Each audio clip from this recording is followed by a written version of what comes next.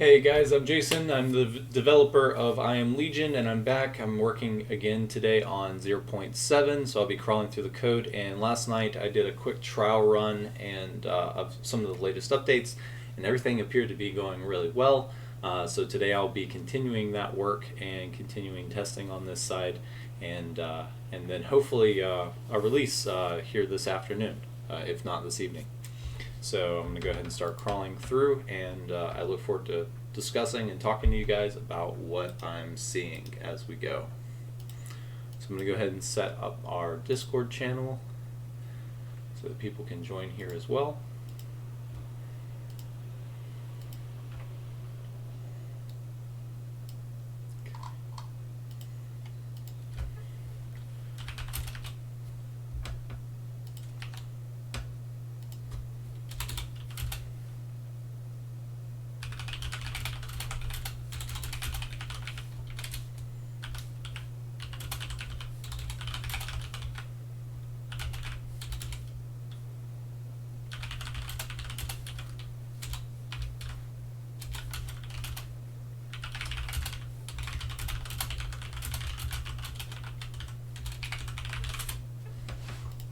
Okay, with that set up, let's go ahead and get this set over to our discussion channel. I'm going to move this over, and let's get started.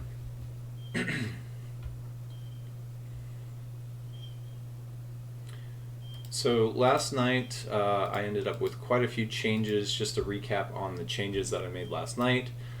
Basically, there was a couple of issues with I did leave that one in there. There was a couple of things where basically they had time limits set on things like the watchtowers, so the watchtowers actually being manned by the different guards. I've updated that to where they should now man the guard post 24/7, while also taking a short break at midnight. And then with the search ranges for the survivors, basically I have also looked at making the survivors spawn more on the map. What I'm looking at right now is going through and actually changing the way the survivors interact with the world. So actually going in there and setting these guys up to where they will appropriately spawn on the map and then be guarded if necessary. So currently the survivors have the least amount of arms and armor and that kind of thing to survive against attacks.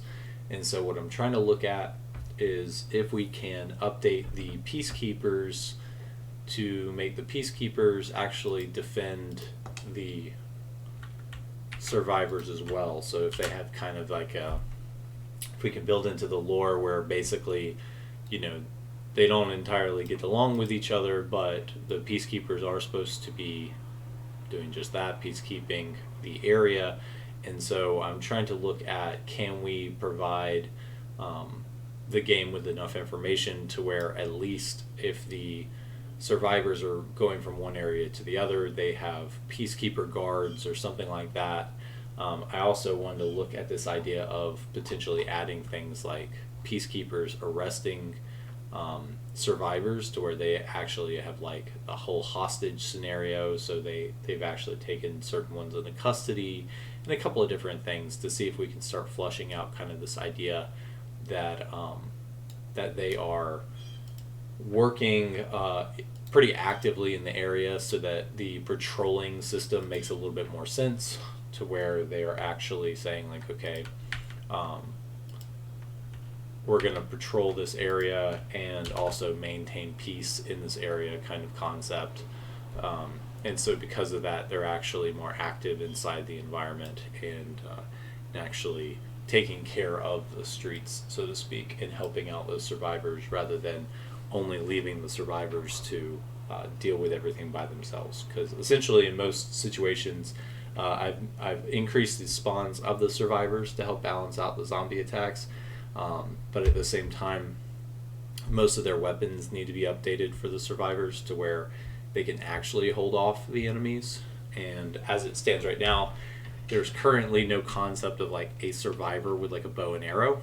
But I was thinking about this a little bit more last night, and potentially that's something that I'm going to try to add, is trying to take the logic from the other NPC systems and trying to create survivors with bows and arrows, as I think that that would be appropriate. That would make sense. So first I'm going to go back through and start increasing the spawns. So basically we have these pool groups of the different bandits that are spawning on the map that basically, to recap, most of these guys, they spawn like these little melee guys and have the potential to spawn bowmen. Basically I'm increasing this to where bowmen are kind of a standard in roving groups. It's pretty logical to think that if I don't have firearms, but I do have access to bows and arrows, that matter of fact, you see all the time where there's like at military outposts and stuff like that, you see zombies with arrows in them. So I think it's pretty logical to say that the world is full of archers, and that's how they're helping keep the streets clean.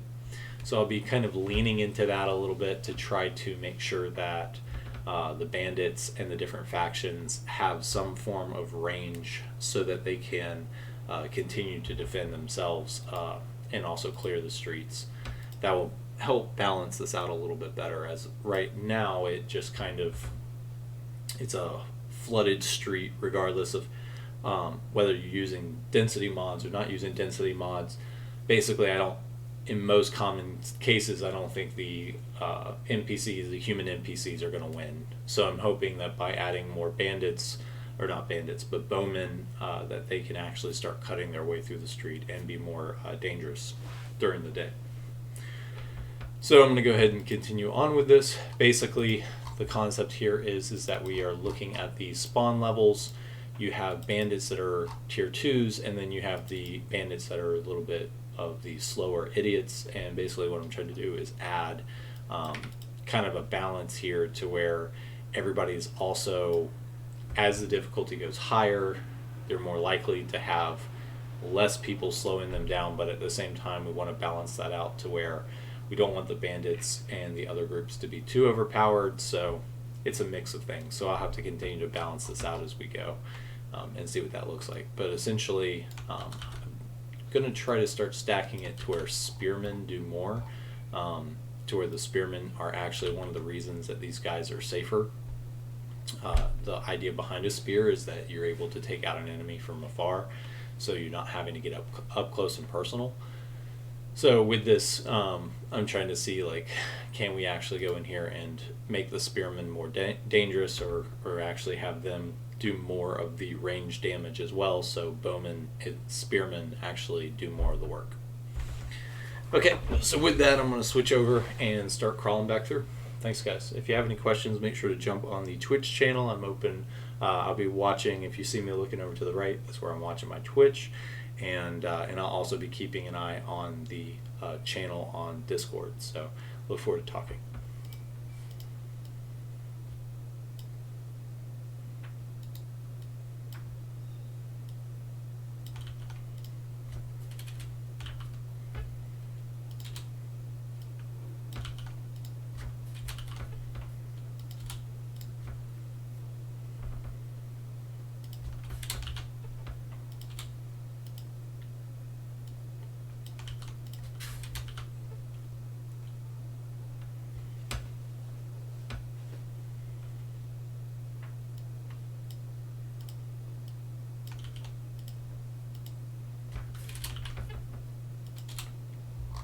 One of the things I was noticing last night when I was going through here is there is this concept of the tag system. So basically the tag system should make it to where some of the like quests and storylines actually call some of these pools by tag. So for example, if it says spawn this pool and then spawn this tag, then you're less likely to end up with bowmen. So what I'm trying to do is, even though this tag is melee, I'm trying to also interchange bowmen with the melee so that it's actually more dangerous. If you can imagine, an example is in the early part of the game, and we probably wouldn't want this for the tutorial, and most of the time those are all scripted anyway, so those guys spawning into the world and walking into that one room when you're first taking on the bandits. If you can imagine kind of the situation where you're asked to like leap jump over guys and attack these melee guys, most of those guys, just kind of attacked one at a time. They stood back. What I'm trying to change is, first of all, how they're engaging. So if they're running up and attacking more than one at a time, but then also if you had a bowman who was actively shooting at you, you would probably want to change your tactics to where you were trying to take out the bowman before you took out the rest of the guys. So if he's moving away from you and trying to keep back, then you're having to kind of position yourself to where you're trying to get in there and take out that bowman. And so I think it's going to lend some very interesting situations here in the future, but we'll have to test today. So the current thought process is that with most of these guys, I'm continuing to throw a tier 1 in there as a weakness, so that we can try to see how well those tier 1s actually mess up their defenses, because these guys should be working pretty hard together to take down the enemies, but then if they have that one weak link, I'm interested to see how much that throws off the defensive line. And then for the most part, I'm just populating the map with these different groups and then balancing after. So I need to go and actually create these new solutions first so that I can see how well this works, and then based on your guys' feedback, but then based on my own observations, I'll go through and actually start to clean some of this up more and make this make more sense. So a lot of this comes down to how it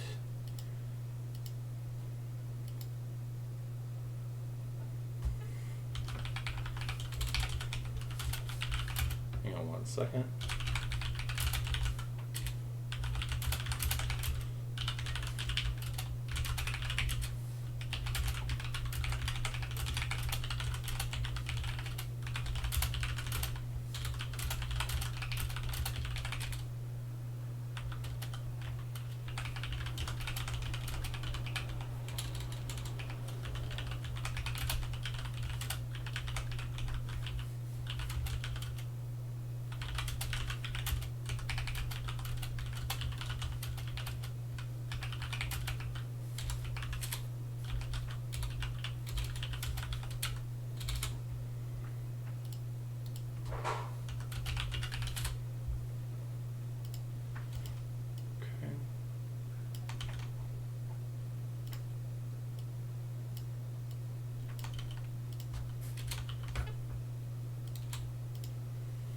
Based on what I was saying the other day, I think the balance of around 4 to 5 usually can take on most of the zombies. Luckily, they do have the ability to hit back multiple at the same time with the weapons that they have.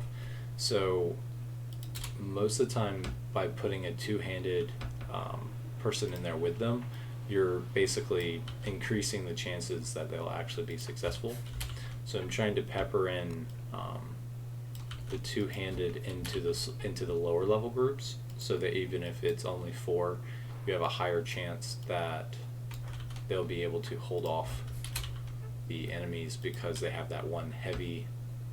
But also I've seen the heavy guys get overwhelmed pretty quickly, and so the idea is that hopefully the bowmen can help balance that out as well, so that there's now bowmen that are also trying to help defend the heavies, but then also one-handed guys that can go up and try to clear the attackers off the heavies as well.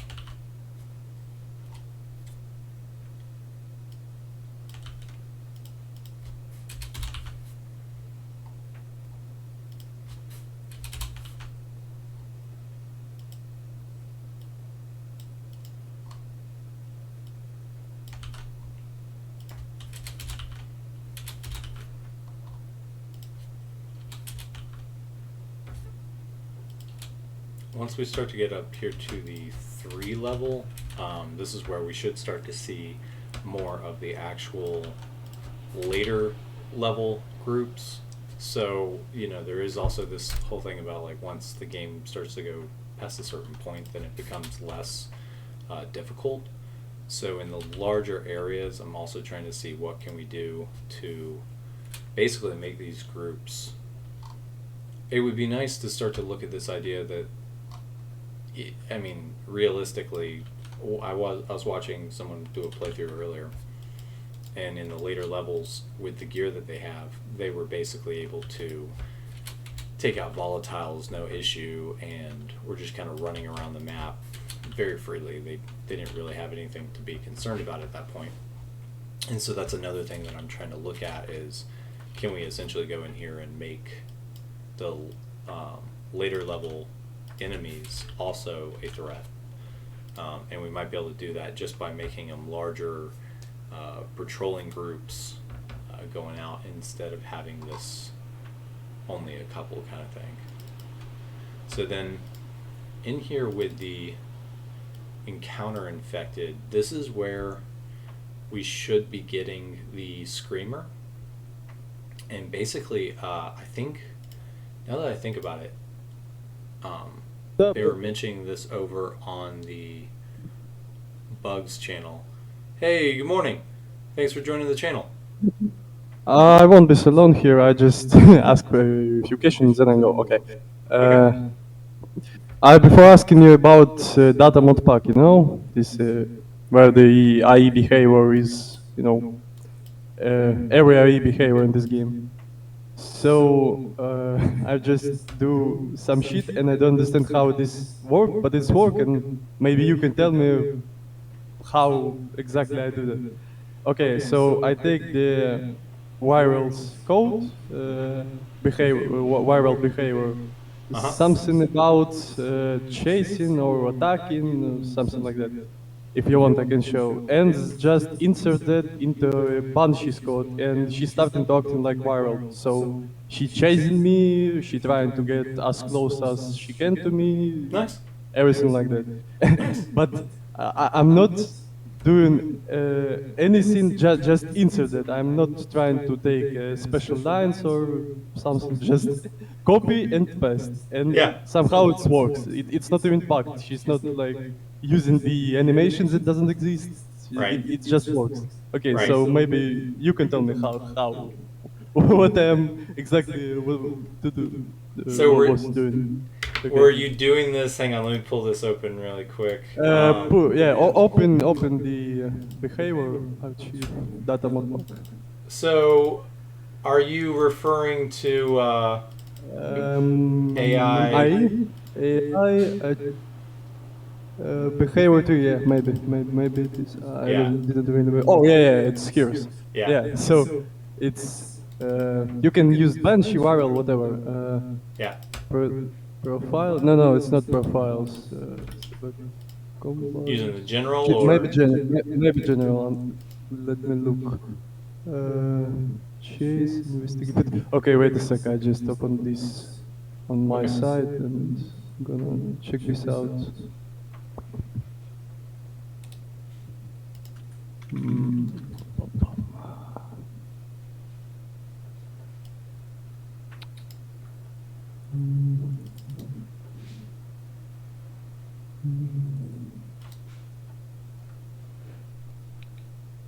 Yeah, it's called attack approach. It's one file, and the other it's. So it's probably. Let's see.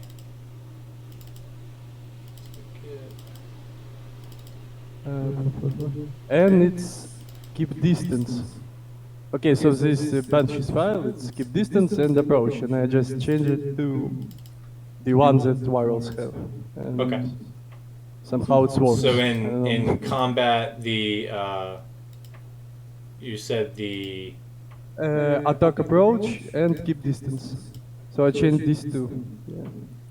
So what I was trying to do, So I changed. Are you using the mod along with for testing, or just by itself? No, it's just vanilla game only. I just Okay. use Just it. confirming, because what I was trying to do, I went through here on the Banshee code, and basically I was trying to give them. You can see here on the right side, I wrote a new one for their chase, and so what I was trying to do was activate the way that they're, because basically I don't want them to lose code. I want them to gain code, because like, you could just make them behave like the virals, but then they behave like only like the virals. I'm trying right now to see if there's a way to take some of the information from the virals and some of the information from the banshees and bring them both together to where they act like both, Actually, but they don't when lose I anything. wait a second. When I encounter them, they acting like virals when they trying to get as close as they can to. But Yeah. then they started acting like Banshee. It's not, Nice. it's not Okay. broken. Okay. I can show it. It's not. Okay. Wait a second. So let's see. I just start the game and. So you did the keep distance as well, and so did you just pretty much copy the values from one over to the other? Yeah, I just clear all of the Banshee's code in the keep distance and insert the one from the virals. Nice. Wait a sec, I just gonna show you. Where- Yeah, and I think I I, think there's a- I just found out that this shit is not actually most working, but it works. And I'll be like, Nice. what the fuck? That's great. I was trying to before. I was also trying to remove basically the logic that tells them to keep their distance. I'm also trying to I was just trying to remove that rather than replace it. I was trying to basically just tell them Well, don't I think keep their distance. what you're trying to do is more good than what I'm trying to do. I Well, just if don't you have to enough brute experience, force it, so then you I- have to brute force using it, all but- of what. Okay. Yeah. So, yeah, I just use like from these lines and down to the bottom. Okay. I'll All pull of the- these. All of this from viral. Can you show me? Can you pull the game up and find a banshee? Oh yeah, okay, wait a second. I'm curious to see what they look like. Not anything special. They just not starting to running around the zombies or something. Yeah. They running directly to me when they see me. Yeah, I'm trying to make Or- these things. That's why I added them to daytime as well. I want the banshees. I mean, they're called banshees, so I want the banshees to actually be like something you're like, oh shit, a banshee kind of thing. And they are currently the vanilla version of that is just they're idiots. I mean, they just kind of jump around on top of zombies and they occasionally jump at you, kind of thing. But like, I want to like, When I first see the Banshee, I was already thinking something like, oh, it's like a volatile, but it's more agile, more Right. maneuverable, all of Right. that. Okay. where it's like even better because now it Okay, can like. okay. I forgot that the light is basically crashing when I'm trying to demonstrate. So Oh, okay. I need to change the window border. Oh, okay. No worries. I'm gonna switch back over. I'm like going line by line over here on the human AI, trying to make the spawns better for the humans right now.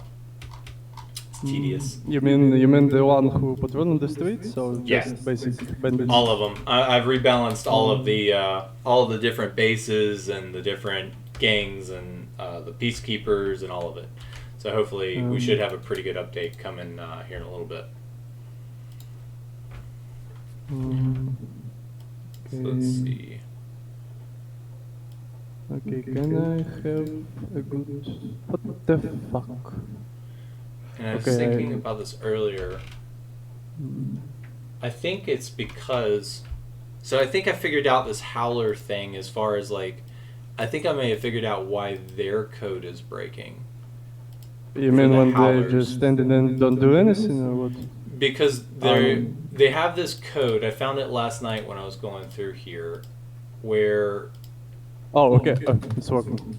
okay, they have this pre-cached data And then that led me to, it wasn't this, it was the, let's see, under logic, so under presets, logic, human AI, down here at the bottom they have this alias system that basically goes through, and if it says, if they're spawning this one, it basically converts it over to this one.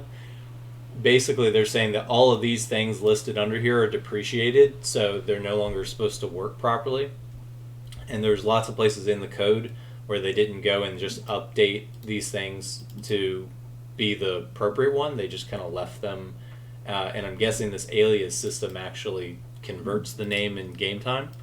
But the problem with that is that they've got this idea of the screamer resting, so it's supposed to be like asleep, and then I guess you startle it or something like that, and then it jumps up and chases you or something, or it screams.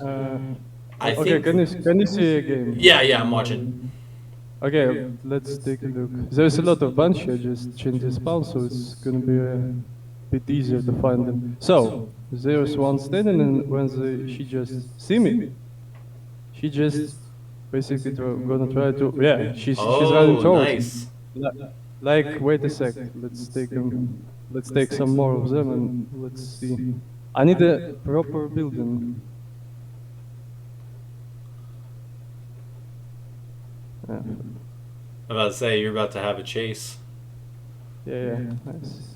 It's not a big deal. So what level are you in this? Wait a sec. I'm thinking about where. Oh, well, here, yeah. She's following me. It's Nice. like, okay. What do you say about level or what? Oh, I said, what level are you in this? Level of me in this. Yeah, you're a player. I Like, can't what- proceed this. I'm just thinking about my thoughts and trying to proceed it.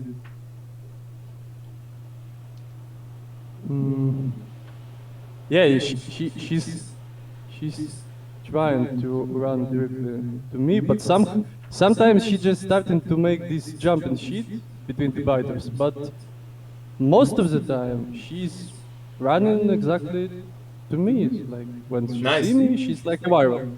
Nice. It's working.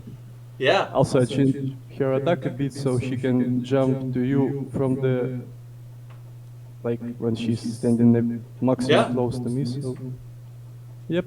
That's great. Do you mind if I use a similar approach in mine? You want the file? I can give it to you. No problem. Well, I'll do something. You said you just copied Ah. one to the other. I'll do something similar, but I basically Yeah. want to try to see if I can. I do really like that. I like that she's just coming right after you the whole time. I want to try to see if I can get her to. I want her to chase you, but I also want her to chase you on the rooftops. So that's the change that I'm trying to make, is to where she's not just chasing you on the ground. Actually, now she's chasing you even on the rooftops. It's just a bit buggy. No, like what I when mean- she's what coming I mean as is- close to you as she can. She's starting to running around and do weird shit. Sure. But mhm. They have this code. So they have this code in there. What I mean is that they have this code that's supposed to send her to the roofs, so that it sends her to where she always is trying to get higher than you.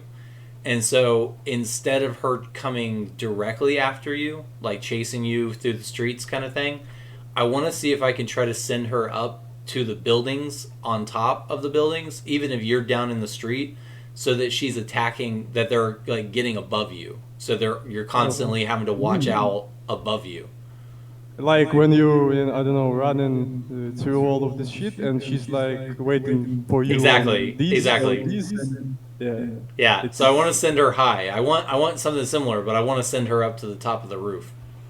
Okay, but I don't know how it is. But only what I can do, I can say. Yeah, now yeah, is no that worries. I just put one thing, then insert it into another, and it somehow works. Nice. A bit, but, Well, okay. no, that's a good starting point for sure. Let's see if we can get some mileage with that. Thanks for sharing that, man. I appreciate it. No problem. I've just been wondering.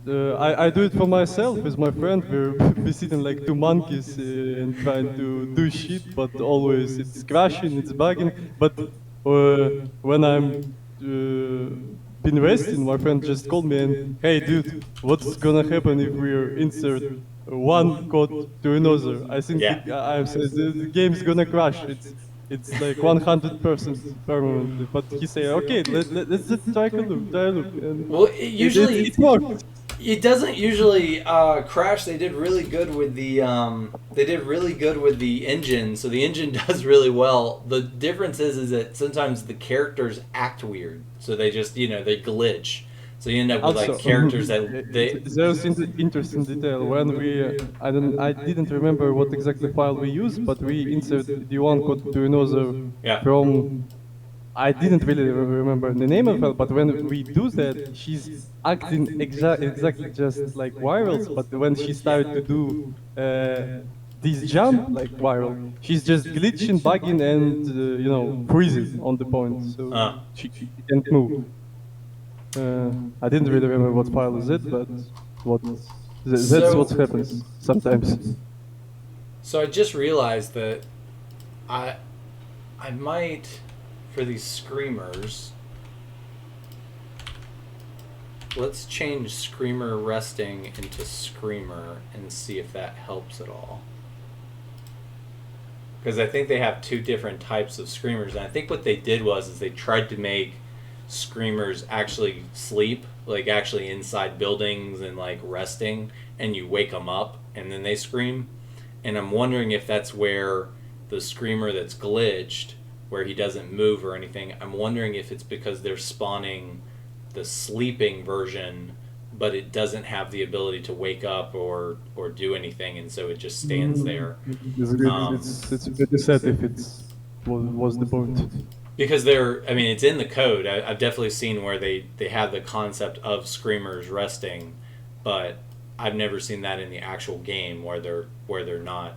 So you think there's two different versions of the mob and it Yes, can change between the based one and on based on this depreciated presets file that they have, they apparently wanted juggernauts to also be sleeping, but then they got rid of that, and then they also wanted screamers to sleep, but they got rid of that, and they also have a bunch of dev screamers. I was thinking that maybe what happened is they've got like a dev screamer somewhere that's also being spawned. So let me see if I search for the dev screamer. Let's see if they have any of these. also about volatiles. I've seen you doing some hard work about that. I mean, not the volatiles, but about your mod. And uh, what's about these guys? I mean, they're starting to roam the streets. I'm not checking the mod. Yeah. Maybe you can say. Yeah, so last night late before I got off of here, I did a chest run where I ran through, and they are patrolling the streets now. So they're actually spawning. They're actually down on the streets. They're on the rooftops, and they're moving. But the problem is, and so I think I found like an actual like major bug in their code for the patrolling code where they had a typo. They basically did something. If you can see my screen, let's see. I could probably find it really quick by just searching. So if I search the original code, because I remember the bug, because it's pretty significant. I mean, it's like if I know from coding experience that this would actually break the system. So I don't know if this is actually breaking some of their system, but they basically have these distances that they're supposed to patrol. And then there's this idea that they were supposed to go at a medium range patrol. They set them up to where they were supposed to go 15.5 distance, whatever their distance is, away. But one of their programmers wrote 15.5.0 in their original source code. And I think it's in the behavior tree, but let me search this and try to find it. So if you add 2 decimals to your float value, it's going to break it.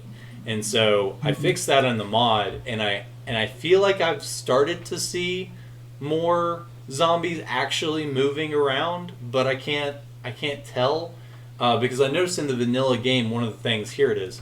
So in this patrol behavior behavior plays, they have this glitched value here that will absolutely break the system, or at least it should. And so I fixed that in my mod, and so I don't know whether or not it's working or not, but I'm now seeing zombies actually look like they're moving around. It's just they don't go very far. So they're just kind of, when I saw the volatiles on the streets, they were kind of moving in one direction, and it's like they've forced them through the animations to where they're constantly like doing a triangle, and that's it. So they have to hand off to where they do like patrol, they like walk in a direction, and then they have to hand off the code that tells them to like go explore, like go climb a building, go somewhere, and then play another animation, and and then move somewhere else, kind of thing. And I don't think that they have that code activated in the logic. I can't find their pathing code, but I'm going to keep looking. But have the animation so they can climb, but in the non-aggression state, like when they Right. don't see you, don't know about you, they can. Yeah? Yeah, they're just chilling. They're like, they never climb, like they never go anywhere. And so that's what I'm trying to see if they can. That's why I changed the noise values. So what I've done is I've started going through the noise values, and I'm trying to make it to where they start to investigate, so that as noise happens in the map, they actually. So wait a second. For now, they just stand, not walking. Yep. Not in my mod, but in the vanilla, yes. Oh, in the vanilla, okay. I just see the volatiles can do some sneak animation where they see you, crawling but around. not completely. They starting to like go sneaky to your point, so they can investigate this point. Exactly. But, yeah, if this animation is using when they patrol, then they can. I think don't know. I think the challenge is that they're using you as an attractor, so they see you, and that causes a reaction. What I need to do is I need to figure out how to get it into the world without you being there. So so that they just go. So if they make the point, they're gonna like between all of them, and that's making patrol. Right. So one of the ways that I'm going to try to do some of that is I'm working now on the human AI, and the human AI should actually cause a lot more interesting reactions, because the more humans there are on the map that are actually dangerous to the zombies, the more that should cause noise to happen and the zombies to start to wander around and try new things. So, but we'll see how that goes. So this latest update is specific to the human AI, and so hopefully this will help. Okay. What do we have? Thanks for sharing that, man. Oh, it's helped. I just want to share it to someone who understands what I do, but because me and my friend don't know exactly what we are doing, we just try things, So You're doing good stuff. Slowly but surely. It helps somehow, yeah? Yeah, absolutely. I will. I'll see if I can try to get out an update to the Banshees as well. I'm going to try to take that concept and do more of like, technically all the zombies should be chasing you. Technically, I even want the goons climbing buildings, kind of thing. They need to be the new tanks. I see this mod called the World War Z that takes some of your code, and the dude says that he want to like, maybe it's him, maybe someone other, but the idea is giving to chases a more variety of zombies. So in one level of chase, there's just volatiles and the virals. The second is the Banshee and still volatiles and virals. And on 3 or 4, it's Revenant himself trying to chase you. Don't really know how it can be done. I think it can't. But sounds incredible. I think he has not mentioned that one to me yet, but basically all of that is through the chase data, to where basically all you have to do is find basically, so you have this average active virals.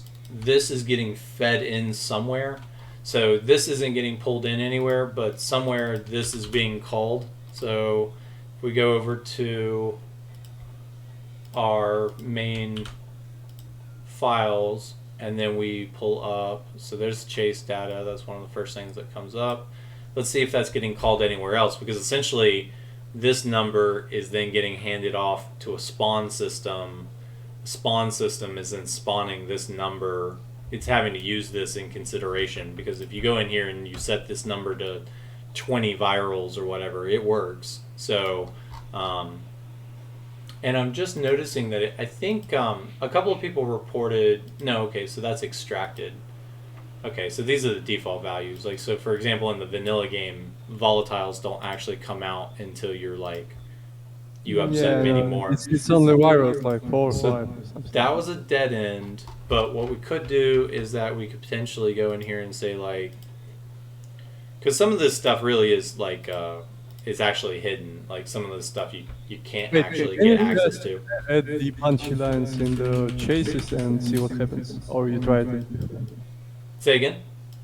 I mean, can you insert the bunch or the other zombies? It doesn't really matter to chase and see what happens. Like That's what I'm trying to find. If you could basically, something has to be saying, so something's using this file to say, based on this value, spawn this number of volatiles.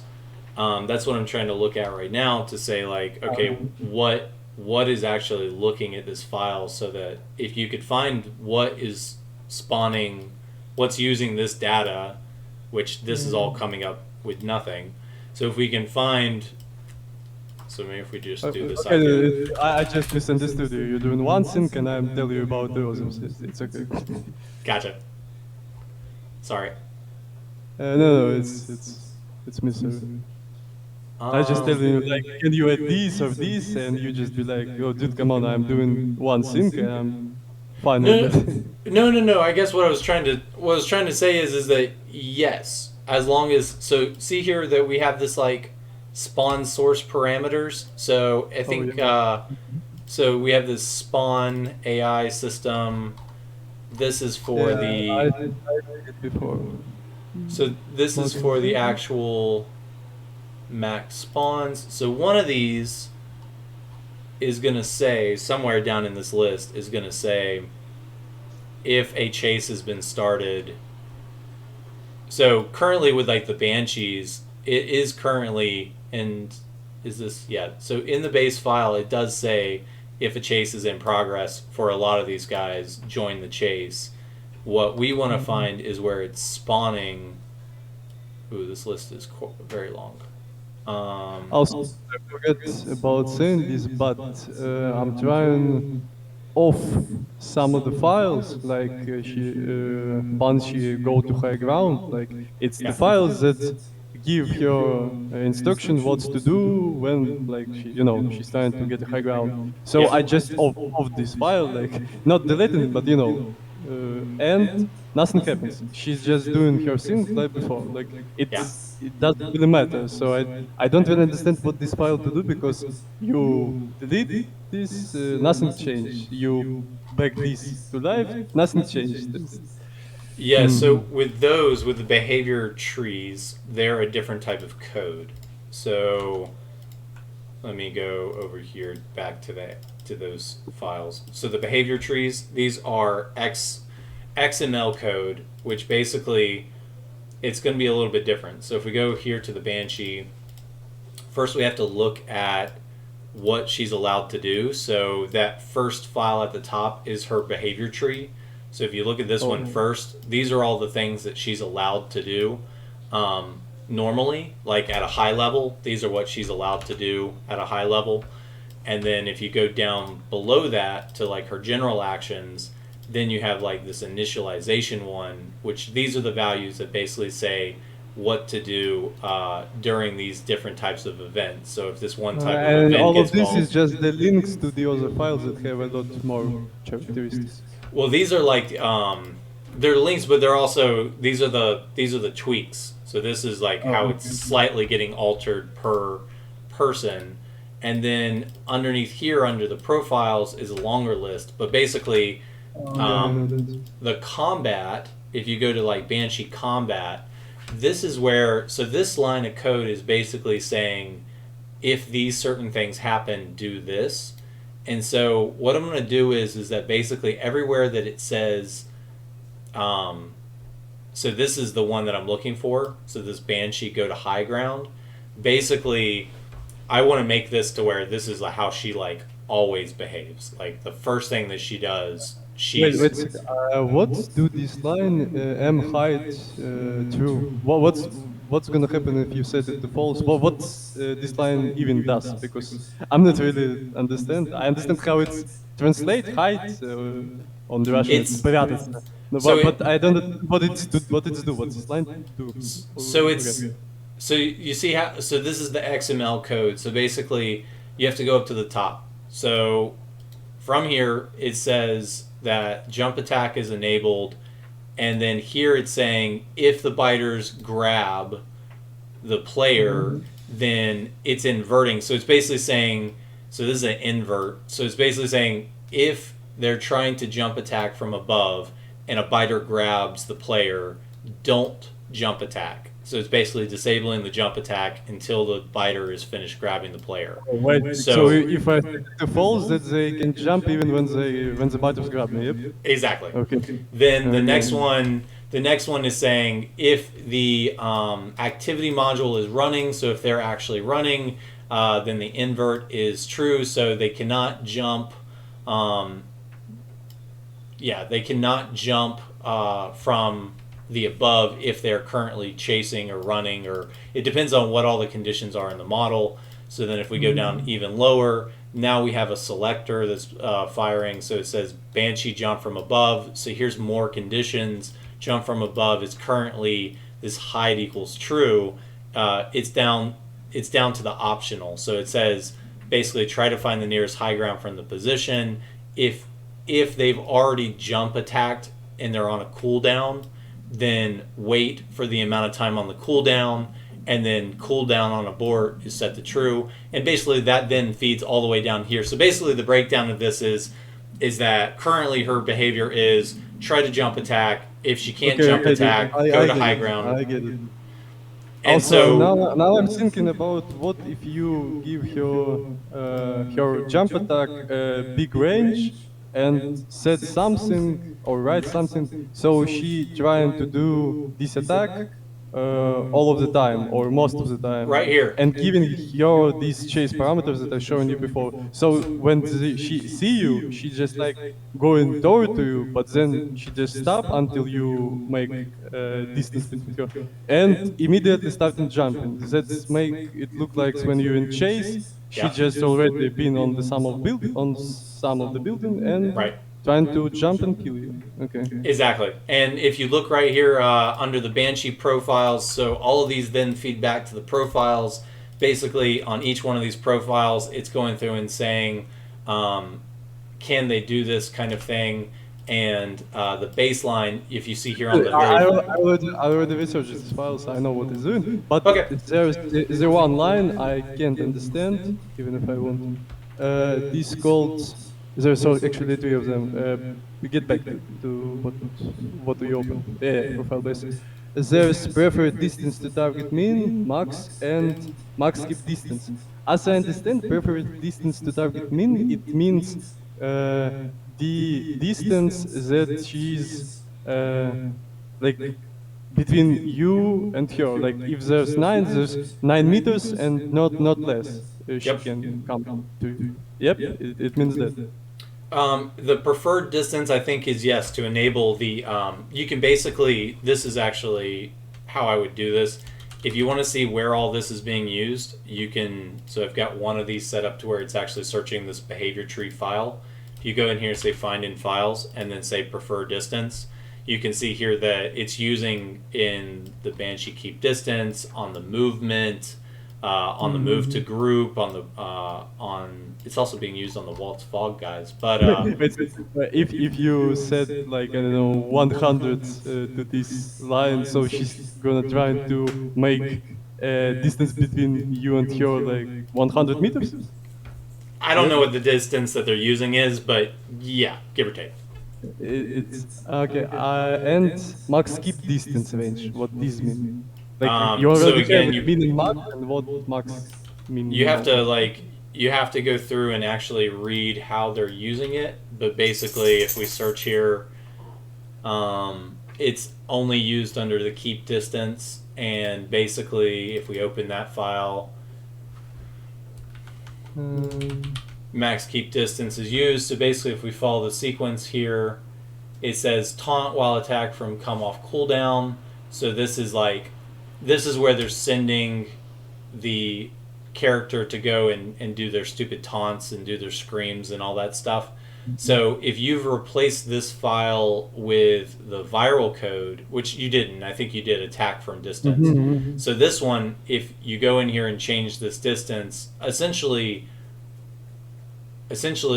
we don't want, I wouldn't want her to use this. So in my mod, I've turned most of this stuff off so that she's constantly keeping close to you and constantly attacking. I got rid of the concept of her trying to keep her distance. So, and that's what I'm trying to dial in, is like, basically I want her to attack and keep on attacking. If anything, I want her to chase you through the streets and onto the roofs and across different objects faster than everybody else. So that if you meet a Banshee, it basically means you're going to have to kill her or or just run as fast as you can. She's going to be relentless. So that's what I'm trying to aim for right now. Actually, even with this sync that I do, I mean the virals and the Banshee and all of this code, she still have, I don't know, like she's not designed to run to chase you on the rooftops at all. Like Right. she's always buggy, running around, sometimes falling from the rooftops. Like she's running towards to you, then just stand, going around and fall to the ground. And Yeah, I think when that's where when she's on the ground, it's all right. She's all right, but well, on the rooftops, it's bad. I think that's where she's using the keep away code on yours. So that's why I was asking earlier if you were using my mod in conjunction, because some of those values I've fixed or I've changed, and so it would be interesting to see what, using your switch to the viral code, it would be interesting to see how that reacts with my mod versus the vanilla, because in the vanilla, she's made to kind of play keep away. She's meant to get away from the player. So I can test it if I use your mod and just insert these two files. Just the behavior trees. And okay, I'm gonna try it. Right Yeah, now. just pull my behavior tree stuff in there, and it shouldn't even replace anything that you've done, I don't think. You'd have to go check out what I did to the Banshee, but yeah, I'd give that a shot and see how that goes. Okay. So let's see.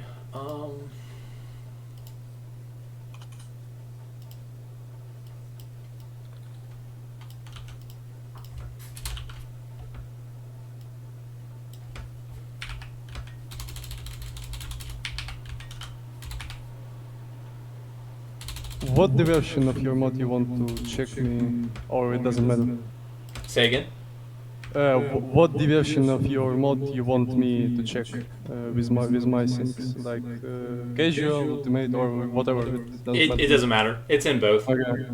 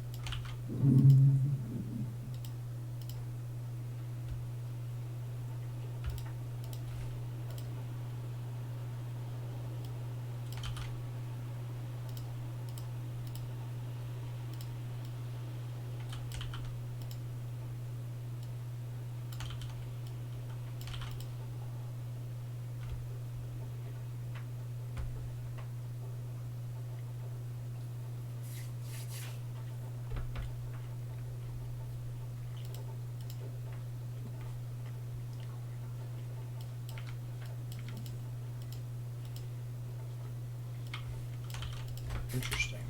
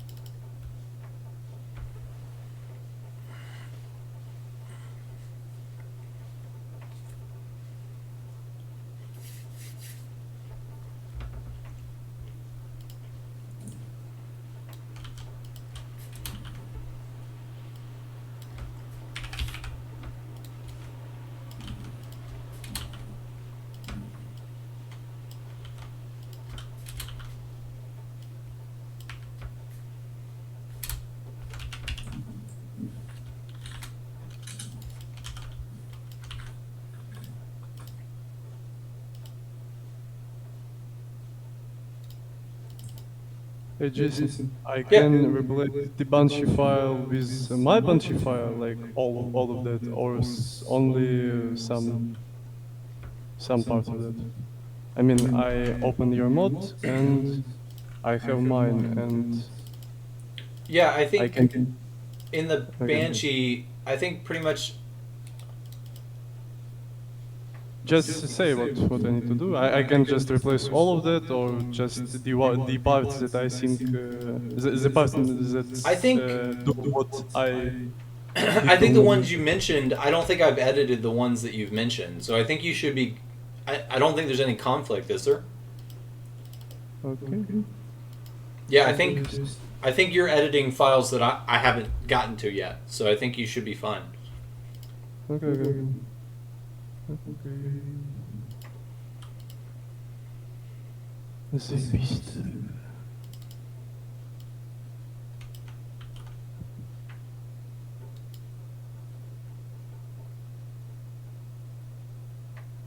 This makes no sense.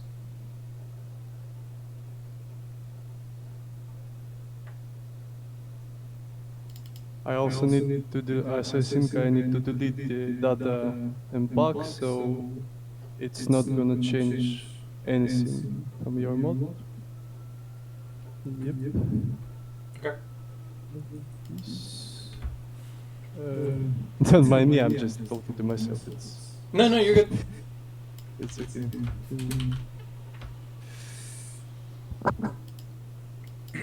Okay, I did it. Let's take a look. Oh.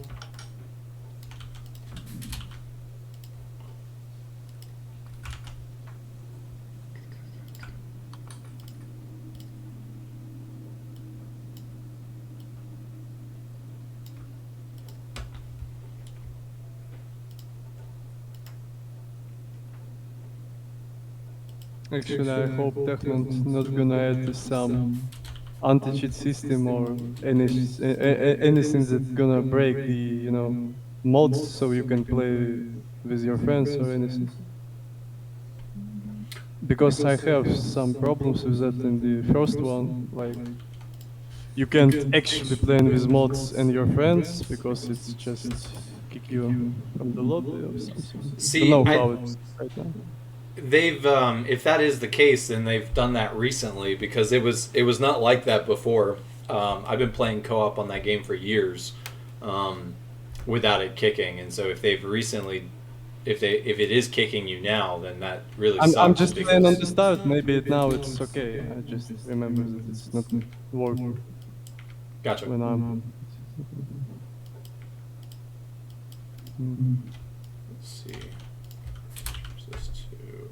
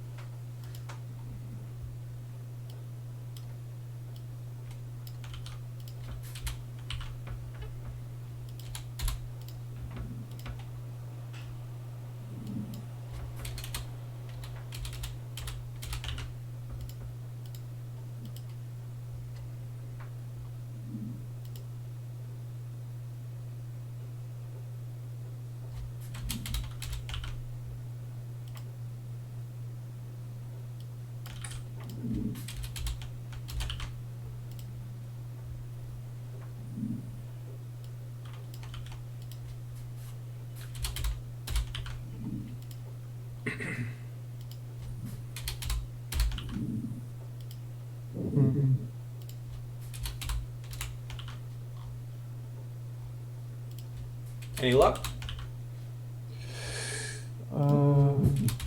In process, wait. She's not chasing me at all. She's like screaming to me and just standing. Don't know. Let's see. And you put in your version. Okay. Yeah, I'm putting my version. 2 files exactly. Just running the game and. It might be because of my chase code. So it's because I was trying to do my own version of the chase. What I would recommend is deleting. There's a Banshee _BT behavior tree at the very top. Delete that one, and then also under. Wait a second. Say it again. I'm lost in the game. Sure. What I need to delete? BT? Yeah, delete the BT .xml, and then under chase, just go ahead and delete chase. I think altogether. Yeah. Okay. Those are all things I've added. So.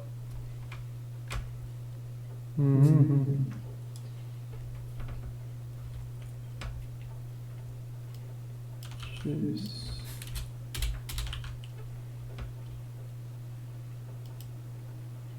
Actually, it might be because in the chase she's have her normal lines, what Banshee's lines, and my sync changed it to viral, so she's trying to do something that that she's always do, but she can't because in this file, in my file, it already the viral lines. Right. So she's trying to call it, and yeah. Right. Yeah, I think that's probably. So she's just trying to, let's see, this is extracted, let's see, claim to other view. I think it's because she's trying to do code that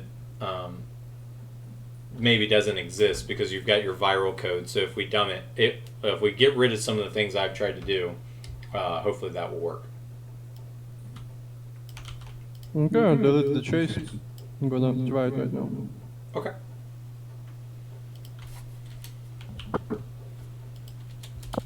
Actually, as I understand, you can just add the files and the other things from data pack to data 3 and it's gonna be working all right. Like, I don't need to put it exactly in the data pack, I just can throw it to data 3 pack. Like, you understand? The data 3 pack is the one that I usually use. Are you saying that you just do it in one higher? I do it. All of what I do with the Banshee, I put exactly in the files where it belongs. It's data impact. But I can do it in the other file, like data 3 pack or 4, and it's gonna be working perfectly. Oh, I see. Are you saying that you're putting it in the impact, the dot impact that's in the actual? Wait a second, I tried it again. I have the files in data impact. I changed them and leave them be in data impact. I'm starting the game and I see the difference. But I can take some files from data impact and put them into data 3 pack and it's gonna be working the same. Like I don't need to put them exactly in data pack. I can do whatever I want. Yep. Okay. Right. I think so. I think from what I've been seeing, yes. But I think it was interesting that they came out with the concept of the M pack. They've never had an M pack before, so I didn't entirely understand why they had an M pack, and so yeah, I'm not sure why they. I'm not even sure why they had that, to be Why honest. they make a difference between these two? Yeah, because they've never used that before in any of their other games, so I don't know why they have that.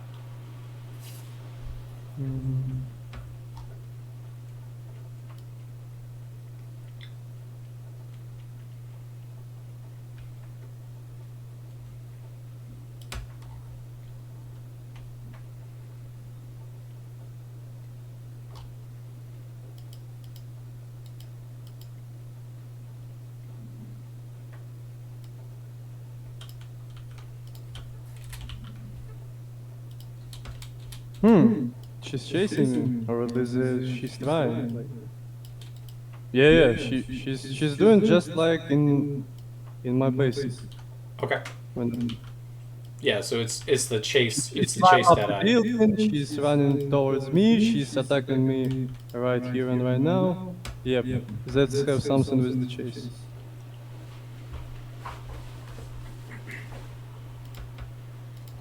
So basically, you or I, whatever, need to change the files that call for the Banshee files to the viral files if you do it like I am, which Well, what I'm am not I? really think is right idea because I do it because I I just have no idea, so I just try it and it somehow works, but I don't think it's a good idea to use it. I'm gonna try to go line by line and write it.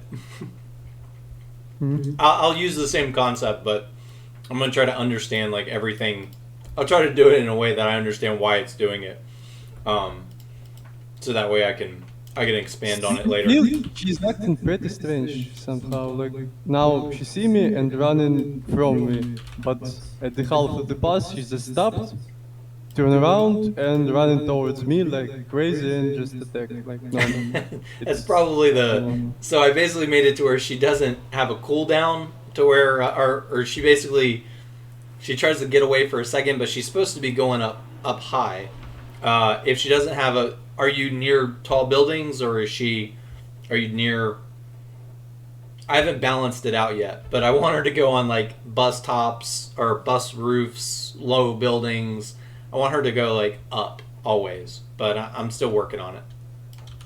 It's funny how devs make this zombie all perfect for chases, but you see her in game like one or two times and she's not chasing you at all, and you be like, damn, that's a cool zombie. Why it's not doing what she Why? can do? Why is it not interesting?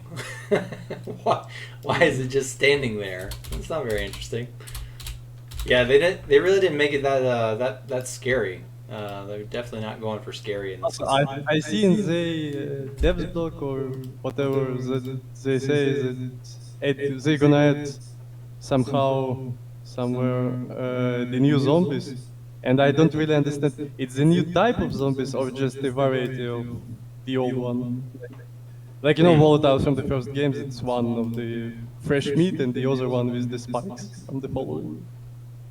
Oh, okay. I didn't see this. Where did they release this? Somewhere I see. Wait a second. I'm gonna. They say about new weapons, new enemies, not type or just variety of old ones. Yeah. They don't say it. What they really gonna release? Roadmap. Good day, Doc. Hey, Bob. How's it going, man? Hey man, all going good. Good. How's it going for you? Good. Back at it. Yeah, I see.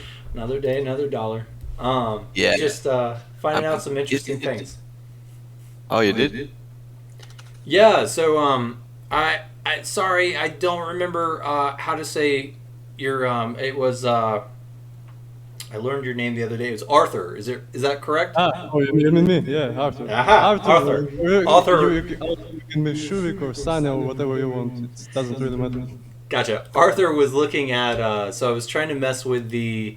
I was trying to mess with the different behavior trees for the zombies not too long ago, and I was trying to move pretty quickly, but I was trying to make the special infected more intense and more dangerous kind of thing, and he stumbled onto how to get the Banshee to where she actually chases you like pretty long distances and stuff like that. So we've been discussing and talking about that because that is definitely something that I'm trying to get into the mod to where the special infected are actually creepy as hell is kind of the goal, but also dangerous.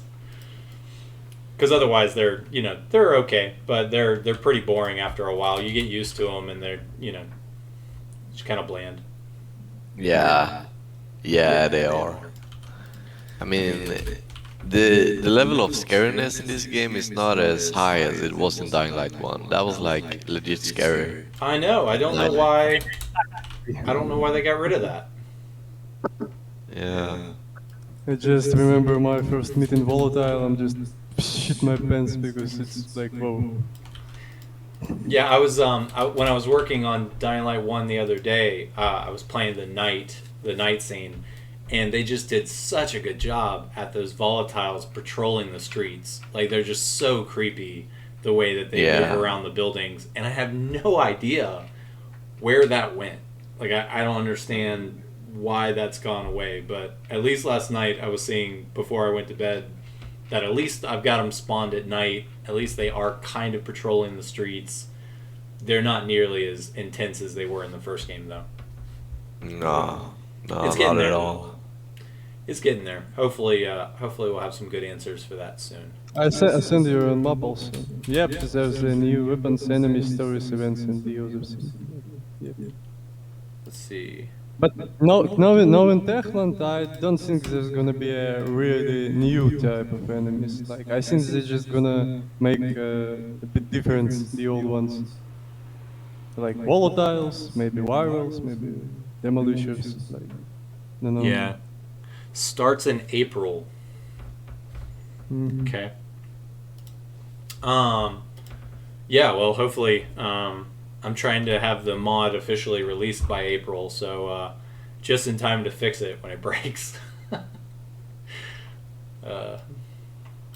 See how it goes. I'm trying to adjust my loot right now in our game. I got the more loot mod and I changed it a bit. Like right now, the virals dropped 2 trophies but no valuable and no cash either. Yeah. So I'm trying to figure out how to fix that. It's just all under the loot. They're actually called .loot files. So under the if you go to that's the wrong one. If you go to your extracted files, wherever you may want to go, or if you're looking at the mod, it's under scripts, and then under inventory. Oh yeah, then default loot. Yeah, there's all these different types of loot. But yeah, the default loot should have it. Is that the official like game files? Yeah. How do you get to that?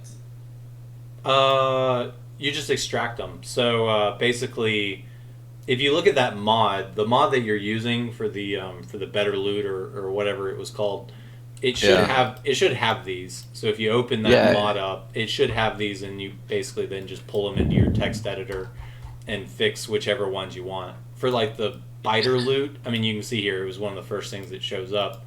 Basically, all you're doing is changing, like, if you want more loot, you just change the loot amount. If you want, they've got this default loot. If you want to see like what default loot is, it should be down under here. So it's the default loot, or actually default AI loot. Let me see if I can find the actual. Jay, listen to me. You make the special infected spawn during the day. I'm understand it correctly? Yeah. Only certain But ones. Only specific ones. specific because I see some of the on the day, but they, gonna die from the light. So I started to think, did you turn off the UV sensitivity? So Which ones run away? um, Banshee, guess I see the speeders or something. Really? So I was. There's a couple of people that have reported that they were working correctly. That the banshees were. I see the Banshee right now. She's just died from the sunlight. Maybe it denied one, and she just, I don't know. No, it's not the new one. It's from the night, and that's why she died. I'm trying That's to disappointing. find I thought certain ones would probably be able to survive during the day, but I will need to go and change their behavioral information. But basically, the problem with that is that, let's see if we go in here. Depends if they've written sunlight or if they've written for UV, because technically I don't want them to not. Oh yeah. Also, I react to see the UV. charger, and yeah, it's died too. Like it's just standing for a few seconds, and then it's died. Which one has? Charger. I don't know. It's like Okay. Renaissance. Okay. So say sun. We say sunlight is sunlight. Yeah. Okay. Yeah. So all I have to do is go and disable the sunlight parts of the code so that they don't run away from sunlight. Something like that in the profile base when you can disable the UV. Well, so they have two files. So that's the thing is I don't want them. So they have UV light. I have to do it in a way that they don't freak out from, or they don't freak out from the sun, but they do freak out from UV light. Technically, that doesn't make a lot of sense. So maybe I'll just get rid of them in the daylight. In terms of the game, yeah. In the terms of gameplay, a lot. Yeah. Yeah, I would prefer to have like no special effects at day, but Okay. like maybe as goons and stuff because that's is in the day in default too. Yeah. That's like how I would personally want it. Okay. Good Yeah, I to know. think Doc already did the different version of his mod. I think you find the one for yourself. Yeah. Sorry, were you asking me something, Arthur? Not really. I didn't know if there was a question I just in there. knew about dying special infected on the days that I already seen right now. Yeah. Like Banshee Chargers, they just died. Yeah. I will definitely go in there and update some of that.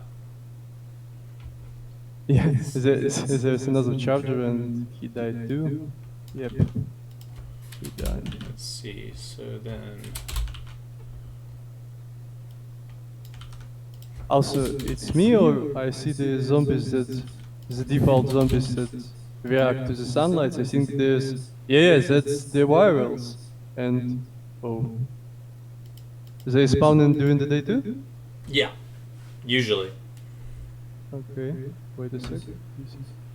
But they don't usually die from the sunlight. They just freak out because No, they're in yeah, the sunlight. They just freak out, yep, and still, oh fuck, it's a lot of damage. Yeah.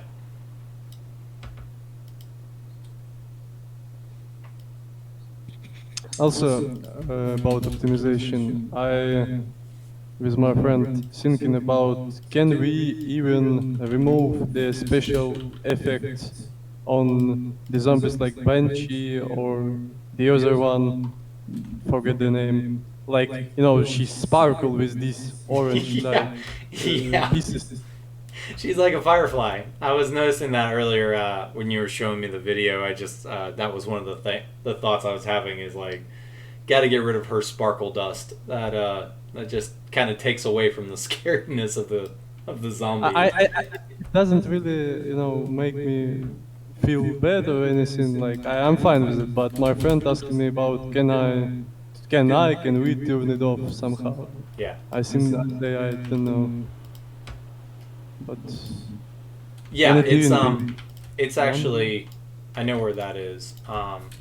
Let me finish up on this file and I'll take a look. I'm telling you, man, it's like this one is like. just in case, do whatever you want. I'm not, you know. Uh, I'm just asking, make a question. Yeah, Give no, you no, no. some It's under feedback.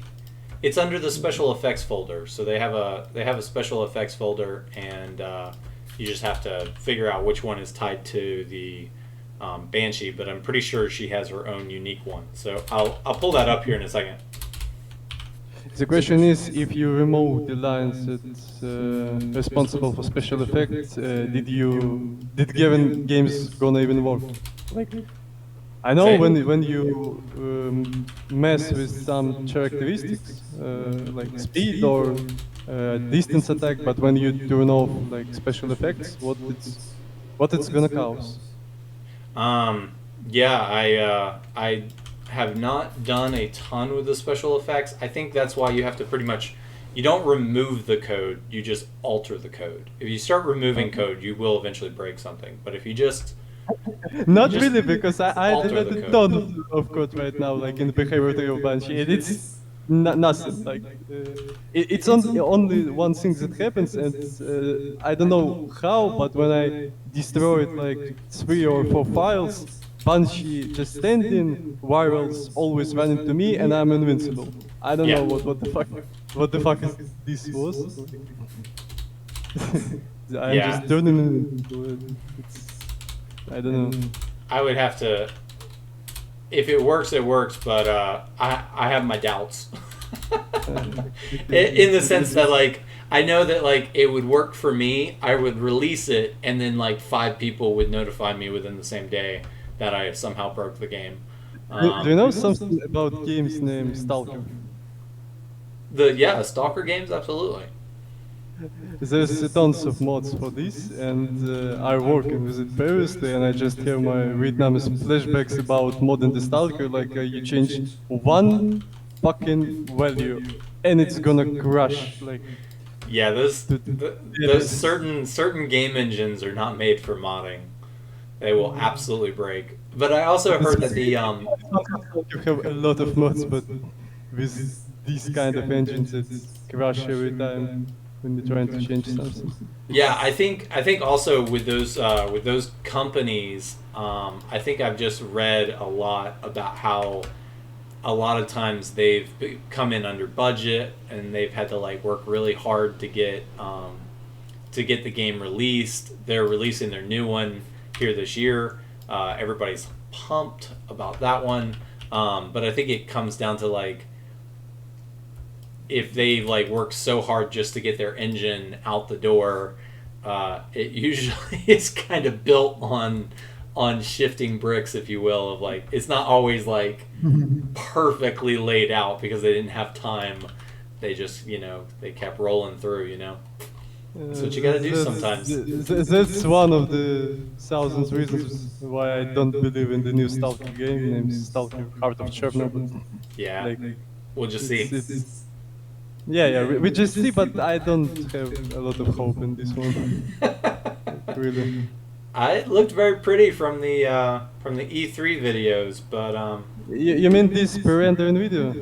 yeah, Um, yeah, we'll just see. I like the comments like, "Whoa, what good gameplay, new mechanics," and I'd be like, "Dude, what the fuck? It's just pre-rendered. There's no even a bit of gameplay right now." Like Yeah, it's only how it can be, but it's not how it right now. yeah. Okay, it's just my sense. Okay, never mind. No, you're good. No, I think most of the time with those kind of E3 demos, I know Dying Light 1 was really good for that one of where the video that they showed at E3 was just nothing like the gameplay from E3 was nothing like the actual game in the end. But at least they showed gameplay. I have seen several games where it's like they show up like they put the logo of the game and they put like 5 seconds of in-game footage, maybe kind of thing, and you're just like, we'll see, we'll see on that one. I also remember in the first Dying Light trailer, this was such a good atmospheric and terrifying night. a bit sad that it's not in the actual games. Like it's still good, but Yeah. uh, No, I was in the military at the time, and I was excited because everybody was talking about how, like, we all played if we were not, in crazy amounts of work during those times, we would play games together on our laptops and stuff like that.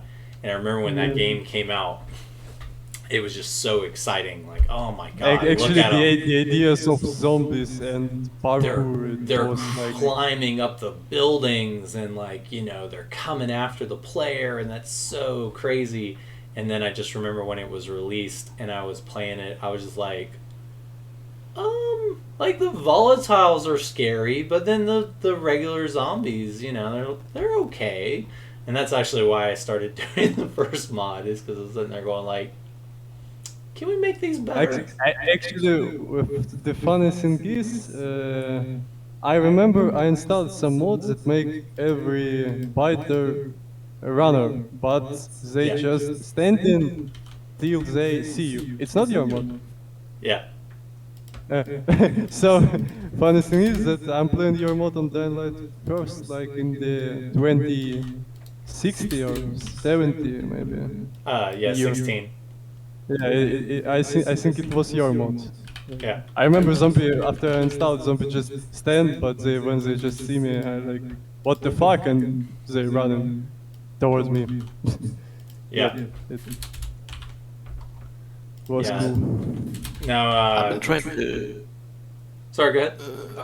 I've been trying to change the values here, loot amount to like higher, but it doesn't change at all.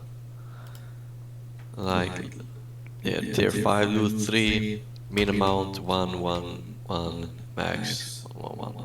Yep. I've done this, it doesn't. I always get 2 trophies. I Are only get these- 2 trophies. So these are from the virals, not from the biters? Yeah, virals. And you were saying something along the lines of you didn't want. Well, first of all, I don't. you're currently working on a temporary file that's Rare file? Yeah, if you look up at the top, it's where you've opened up the zip file. That's why. Oh. Yeah. You need to extract the file out of the zip, modify it, and then put it back. Oh, okay. Because otherwise, it'll basically basically- just lose it every time. Okay, Yeah, so so just- basically just remove this Yep. and then edit it here, then put it back in. Yep. And see if that helps. Because I had that problem the other day where it was basically just every time I'd hit save, it would just delete what I was writing.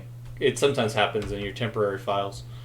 Also, if you're working with the multiple files and the folders, I think it's better to use Visual Code.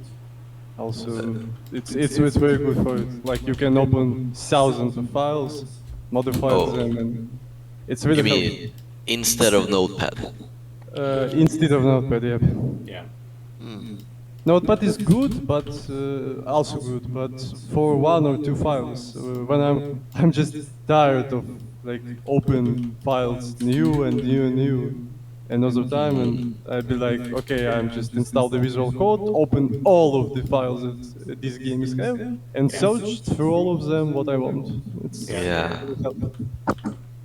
Yeah, it depends on like what, if you're just trying to make like changes to those values though, it depends if you're trying to make a mod or if you're trying to if you're just trying to change some values. I think you're fine for Notepad if you're just trying to change some Yeah, single that's- lines, but to Arthur's point, I think if you're actually trying to impact a larger percent of the game, then you need to be able to actually impact a larger percent of the game. So Yeah. yeah.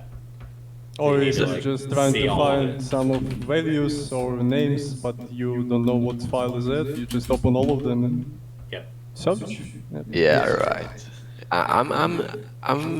Yeah, I'm more of a guy who does just change values to make it more fit. I'm not out to make another a whole mod. I might change some values here and there, so No, I'm I good mean with I that. appreciate. I remember when Dying Light 1 came out. I think people were less inclined to open the files and try to make like small changes. I just remember like the feedback I was getting was just like everybody wanted this one little change to the code, Yeah. and it's just like, yeah, I mean, yeah, I could do that. That's not really what I was trying to do, but if that's what you would like to go do, then you know, good luck. The best thing, like if I were you, I would make a mod that I would like. Then I would add the possibility to change a lot of values easily. Yeah. Like as you're gonna do a config file. That's amazing in my opinion because the mod is never gonna be perfect for everyone, Right. and They're some always people going to are have gonna want to something. change. Yeah. Yeah, exactly. Yeah. And instead of just having it like your way, it's better to add the possibility to make it easier for people to change a few values here and there. Also, there's can be a very terrifying disease when you modify in some files. You find out that it's more fun than playing the actual games. Like I heard sometimes, like I modified this and this and this, and be like more, more, Yeah. no. It's Yeah. I think that virus came out with Skyrim and Fallout and many other games where it's like you want to mod the game more than you want to play the game. It worked right now, by the way. I fixed it. Thank you guys so much. Yeah, of course. Yeah, happy to help, man. Because yeah, so the config files should be coming out soon. I'm gonna try to get them. The current goal is still to try to get them in the game so that you're not having to go to a config file inside the data pack, but instead actually make it to where it's in the game. I'm gonna try to reach out to the developer of the developer menu, and I think I'm gonna write an extension for my mod to where if you use the developer menu, then certain things show up inside the developer menu. But I need to talk to him first and find out if any of that is feasible. Yeah. But that way people can go and do whatever they want because I find out the interesting thing. I said previously that the special effect die on the sunlight, but I see the charger from a distance. It's just standing, but when I come a bit closer, it's starting to die.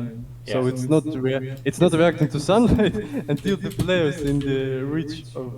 no, that there's a it was way worse in the first game, but they have this idea of like there's a radius that I have yet to find. I'm still trying to find it in both their game's code that it follows the player, that it's not the view distance, it's some float value they have somewhere that basically says like activate the world based on proximity.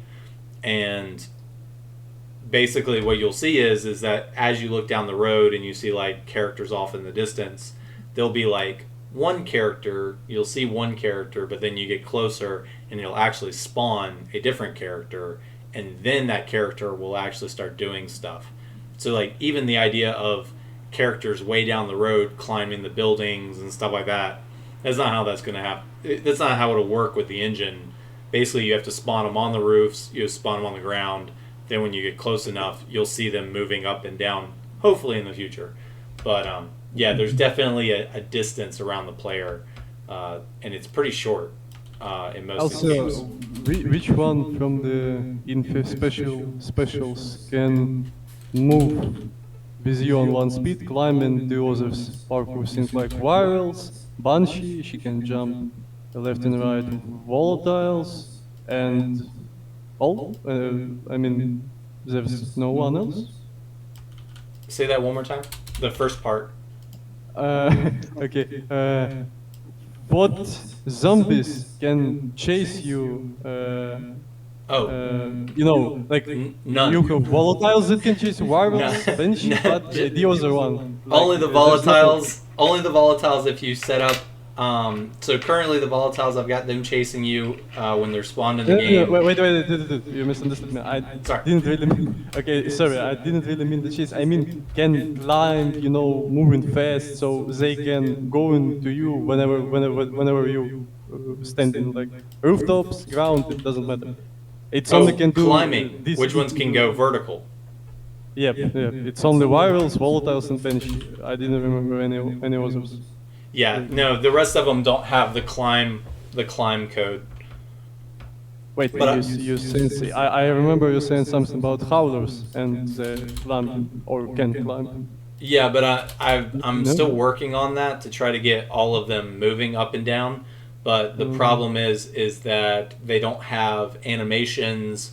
They don't have the pathing logic. They don't have a lot of that because it's just not.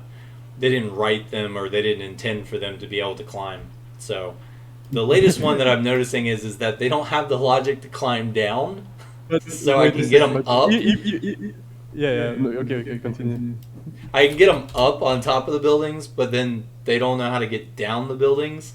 So then they do this thing where they get close to the edge and then they just start glitching until eventually they activate fall and then they just kind of ragdoll off the buildings. And so it looks pretty dumb. Banshees do the same for me, like every time. Yeah. So that's my next one is to find out why there's no code that has them climb down. But wait a second. If you insert the viral code to the howlers, so they're gonna use the animation of viral, so they're gonna climb, they're gonna run towards you. But when they come in the some of the range to you, they back to howlers code and started to scream. Right. I don't really know if it's gonna work. I'm gonna try it. Yeah, the idea that I had that I really liked was this idea that they could run with you and scream, so that they were basically you had to kill them because they were actively telling the map where you were, so you had to kill them to get them to stop initiating the chase. They're gonna be like zombie policemen, like wait, stop please. Like, come on. Exactly. Well, I also like this idea that they added this code to where they can push, and so I'm sitting there going like, what if you could take that code and make them go up on the rooftops and try to shove you off the roof, to where they run around, they scream, and then they also try to throw you off roofs. That could be a little bit more intense. It sounds great, but if they have the attacks grabs you, I think it's gonna be a lot easier with working with. But with just pushing you need to make them somehow, getting close to you and just push you in the direction where you're gonna fall. And I don't know how to do that.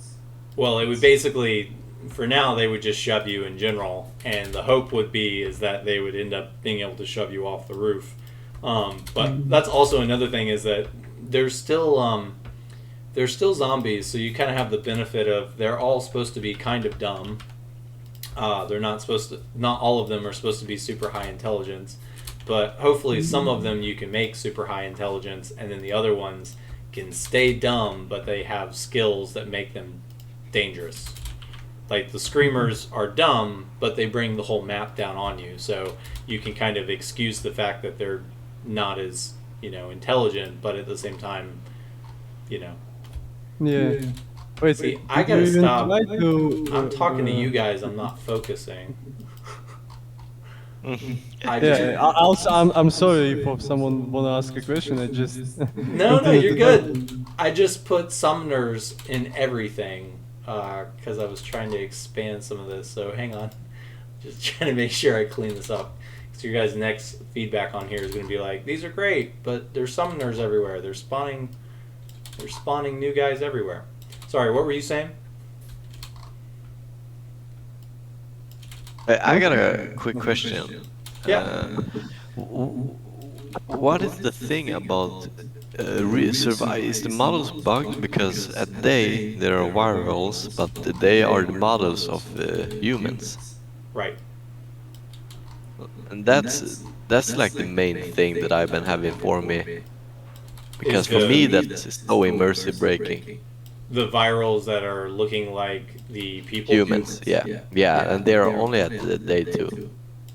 So Like Wait, here. you mean the one who, what, they tune in on the night? It's like a regular NPC, but they tune Yeah, in the there. viral. You Like mean you that? can check my stream. I just killed one right there. Okay, wait a sec. yeah, let me pull that up. It's look. I already encountered them. Yeah, it looks so fucking weird. Yeah, look, he is a normal human, and here too, I think the problem is the game doesn't have he's a normal human. half of virals, like giving him some effect like bleeding on the face or something like that. That makes him looks like a zombie when he turns into virals. It just changed his models to virals from human, and it's all. Yeah, Yeah. basically there's it's where I was trying to make it more diverse, to where it was not just the same models over and over again. So I tried adding those guys to it, but I think the challenge is like what Arthur's saying is that they're not actually getting the change. So it's like an encounter where those guys they start as regular survivors and then um, they change to the infected, and the way they look when they're infected is basically. So is that one right there? Yeah, Okay. he's a human. Yeah, I see that. Because I just love virals at day, but yeah, it would be better if they were Wait, looking like does zombies. this game even support models changing? I mean, can you put some models from anywhere to this game? I just didn't remember any mods that changed the models in Dying Light 1. Yeah, Like only, yeah, it's all locked it away. can be You done. can't change any of that. You can, oh, fuck. If you Um, can, it's gonna be super easy. Like you just need to find some, whoa, like you can just basically take the models from the Dying Light 1 and just make these virals in this game change to them when they turn in, and it's gonna be okay. It's gonna be fine looking. Um, But yeah. To we what I'll can't. do is that's actually where I'm looking at some of the stuff now with the humans. So when I do the human update, I want you guys to let me know if the humans end up all looking the same, because somebody was reporting that when I wrote a custom spawn bandits thing, so currently if they blow the stupid little thing where it rattles or whatever and they bring in reinforcements, there's currently a bug in there where they're all showing up looking like the same person. Yesterday I was working with this code for the survivors, and that wasn't a problem with the survivors, so the survivors showed up looking different. And so I think I've fixed some of those issues by adding. You have to add these scenario generals to each one of the things that I'm doing when I'm going through the lines here. Chiche, I also want to ask you if you, I think it's gonna be good for you and for the ones who gonna test something. Like, if you want someone test some AI in the game, like bandits, zombies, it doesn't matter. Can you do just make despawn them more for test, so you don't need a lot of time to find them? Like you want, I don't know, you want someone to test like what virals can do now, or Right. bandits or whatever, and you just make the test file with a lot of spawns, so they do just enter in the game and Right. see them a lot. So yeah, I think it's gonna be good if you can do that. I don't know how hard it is. I just remember changing the pool of some zombies, and it's Yeah. a lot of them. Yep. Yeah, I think what I'm trying to do is go, because of limited time, I'm basically trying to release it as the core version. So with, like, for example, 6.0 was starting with the configs and then also updating some of the logic for the zombies, and then people reported the problems that they were seeing, and then that then became the alpha, and then the beta, and then now Charlie. And then this newest one will be moving into 0.7, which will be the big update to all the humans. People will report issues, then we'll do the alpha, the beta, the Charlie. I think the challenge is that technically I could do it as a bunch of optional files, but that's very time consuming, mainly because I don't have the time to test all the different conditions. And so because of that, I don't want to release a bunch of files that actually break the game, for example. So I'm trying to bring the whole thing along and then kind of cut out the areas that are causing the problems. Like, for example, now you're saying that the virals are spawning humans. Completely hear you. And so what I'll do is I'll just remove them from the spawn code to where they won't spawn. Regular virals will spawn, and that should fix that. And, you know, we'll just keep dialing it in a little bit at a little bit. But once we get up to the stable version, 1.0, that's when I'm going to start then introducing feature branches to where I'm trying to go after specific features. And then those could probably be more test branches so that there's the stable build. This is the stable build with everybody's feedback. We know it works. We know this works well for everybody. And then now let's go and try to do more experimental things. But I'm trying to get up to that 1.0. And so I'm having to move pretty quickly through the cycles. And so yes, there can still be bugs, but you know the hope is that basically if you stay on the, like in this case 0.6C, like if you just stay there, if you like everything that's in there, just stay there. If you want to try the newer stuff, keep going with the versions kind of thing. But it's more of like, it's hoping that I'll get more people testing and trying new things. The more bugs people find, the more they report, the faster I can fix them.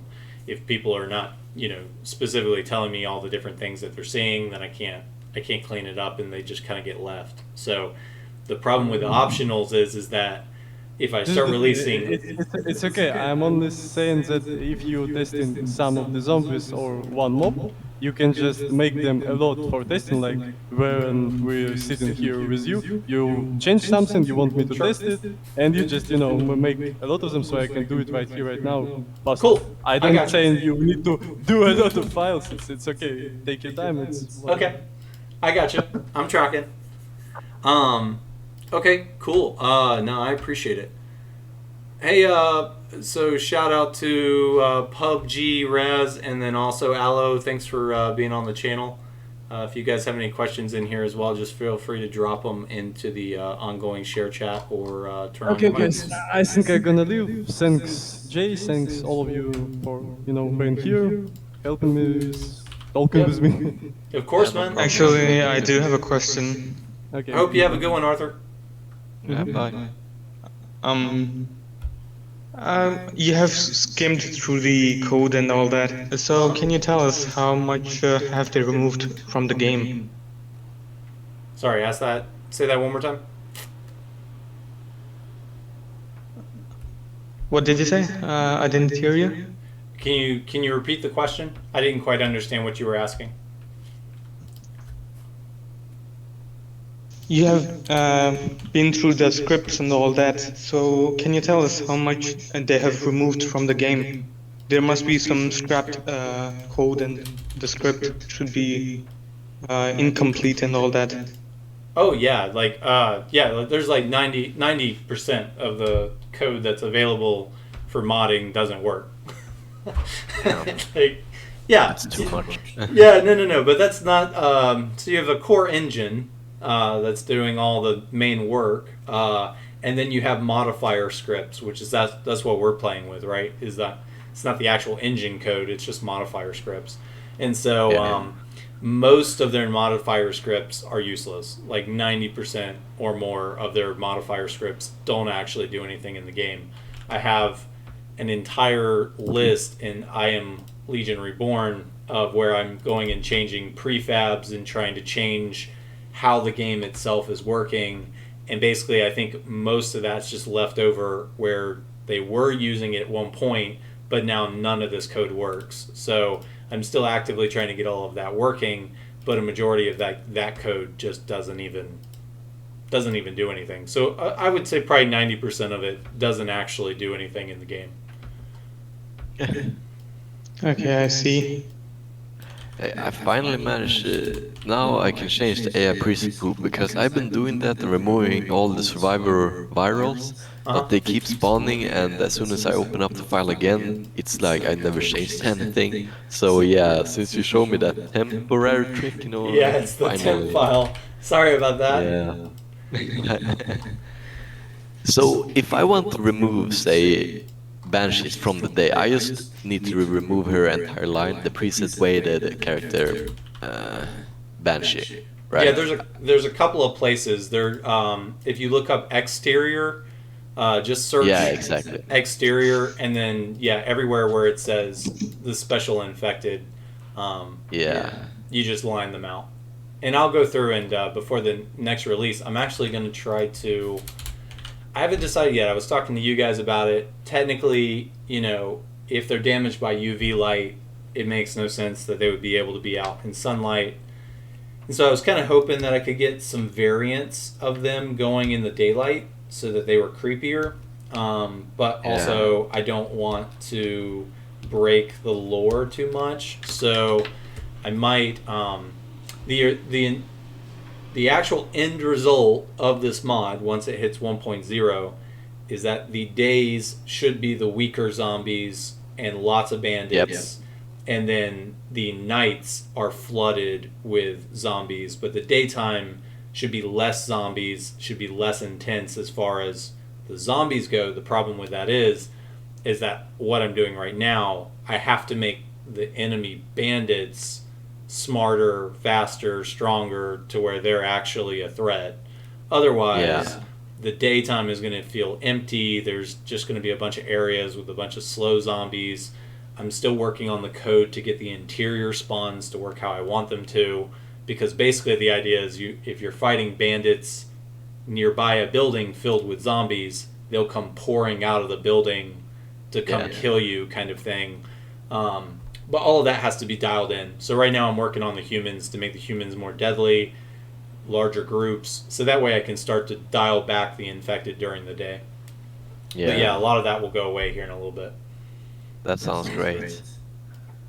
And to make it during the day and to just add so it's normal virals, I just remove the survivor under dash in front of it, right? Yeah. But don't do that. Just delete the line, because I already have virals in most of those. So you don't want two of the same value. Yeah. Okay. Is it possible to implement faction wars, like for example PKs and survivors fighting each other? Well, it's funny that you use the PKs versus the survivors. So, as someone who has not beaten the game, have you beaten the game yet? Allo? Oh. Deus left. Hang on, maybe he'll come back. Yeah. Bob, have you beaten the game yet? Yeah. You did beat it? So, yeah, I did. So, do you have any reason that you would feel that I couldn't make the peacekeepers and the survivors more friendly towards each other? Should they be at war due to the storyline and the ending?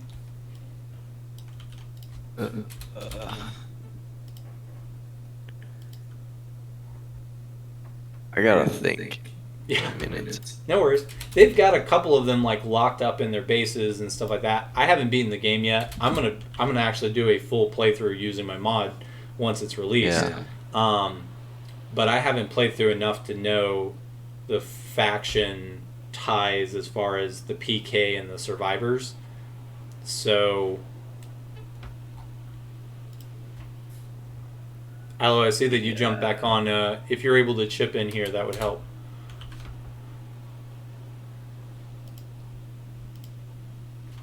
I mean, I don't know, man. Not really. Not really, to be honest. It's so complicated. And it's hard to say anything without spoiling too, so... Yeah, no worries. Yeah. Yeah, so I think the current intention or the current goal is that right now I'm trying to fix a lot of the things that are already in the game to where I can make them more realistic. After I get things to the level that they feel more balanced, like for example, all my work prior to this was on the AI for the infected, not on the humans. Now I'm going through and doing the human update. I don't want to move too fast across everything, because if I move too fast across everything, I'm going to break stuff. So I have to kind of go systematically and improve a little bit at a time. but I know Yeah, where right. all the code is for a lot of these things. I've got it all documented where I want to do these things in the future. I just have to establish the baseline first, because if I establish Yeah. the baseline really well, then I can write other content to where it adds on to the baseline. Like, for example, if I go in and I decide, like, okay, I'm going to go make a horde of infected fighting 2 survivors. Like, cool. But then if I decide I'm going to remove infected from the main spawns and just make it mainly bandits, then a horde of zombies out in the daylight is now kind of weird because I've removed them everywhere else. Or maybe not removed, but I've lessened their chances of being out in the daylight. So if I figure out how I want the whole thing to flow first, then I can start adding on those kind of encounters afterwards. But they're Yeah, not too right. hard to write, so there is hope there that I'll be able to go and flush out some of those systems here in the future. That's good. Hey, about the AI preset tool, there's like I look in Pool Night Exterior D03, and there's like there's like it's duplicate preset pool and then all the characters. Then there's tag special and it's preset weighted Banshee. Yeah, all this. Why are there like two? One is for the tag special, so if it's going to spawn a special zombie, then it uses the Oh. percentages for the special zombies. And then if it's not doing a special, then there's still a probability or a chance that specials show up in the general populace. Oh, So, like, you know how you have like a goon that will spawn in a big open area where a goon is supposed to be? You can Yeah. I can then go to that infected pool where it says that a goon has to spawn, and I can say, like, okay, maybe also spawn a banshee, spawn, whatever else.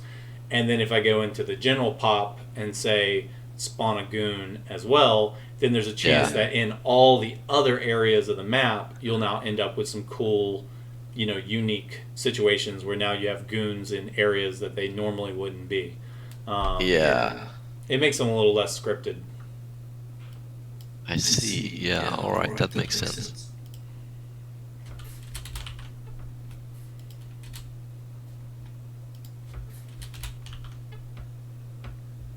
I guess Alo's not going to come back on.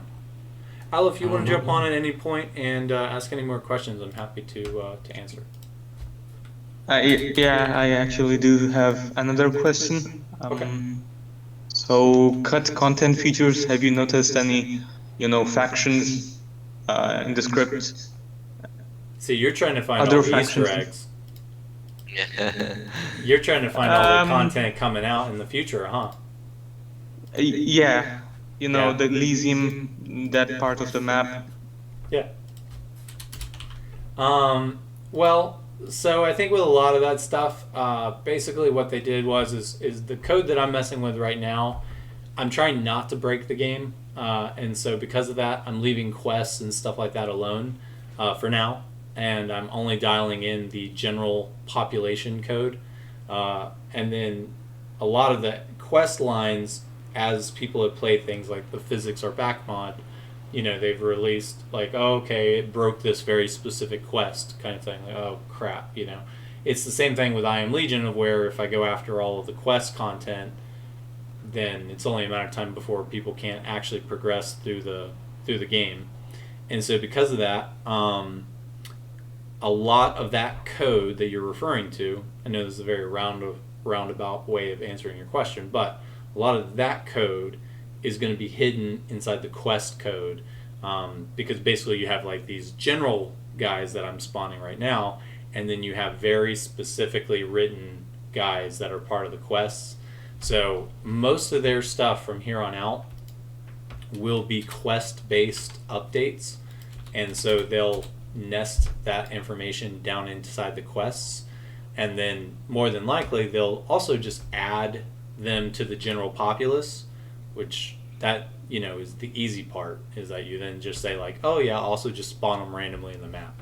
So more than likely a lot of the stuff you're looking for the upcoming stuff is going to be found down underneath the actual quest code. So to answer your question, I'm trying to leave the quests alone so that those are safe for now, so I can make sure that I can play through the entire game.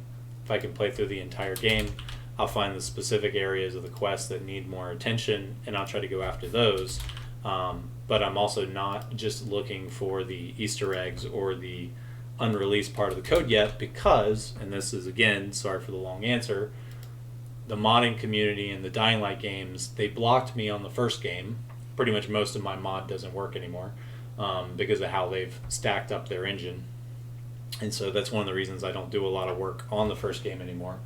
But then also, they're trying to monetize the game based on their new release content and that kind of thing. If I start releasing some of their hidden content, if I find stuff and I start throwing it out there early, that jeopardizes their monetization of that product. So now all of a sudden we have a problem with modders. If I steal money from the company, that's going to be a problem.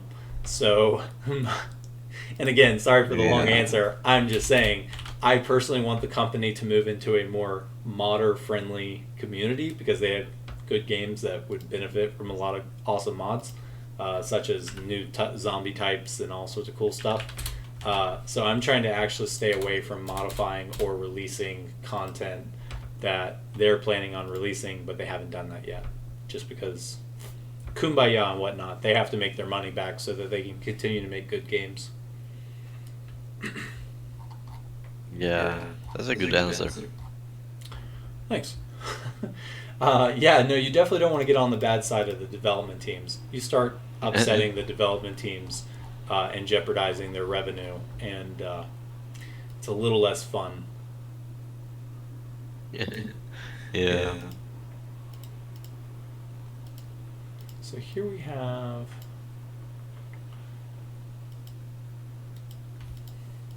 Did that answer your question there, Alu? I think I'm saying... Is it Alu or Alu? Well,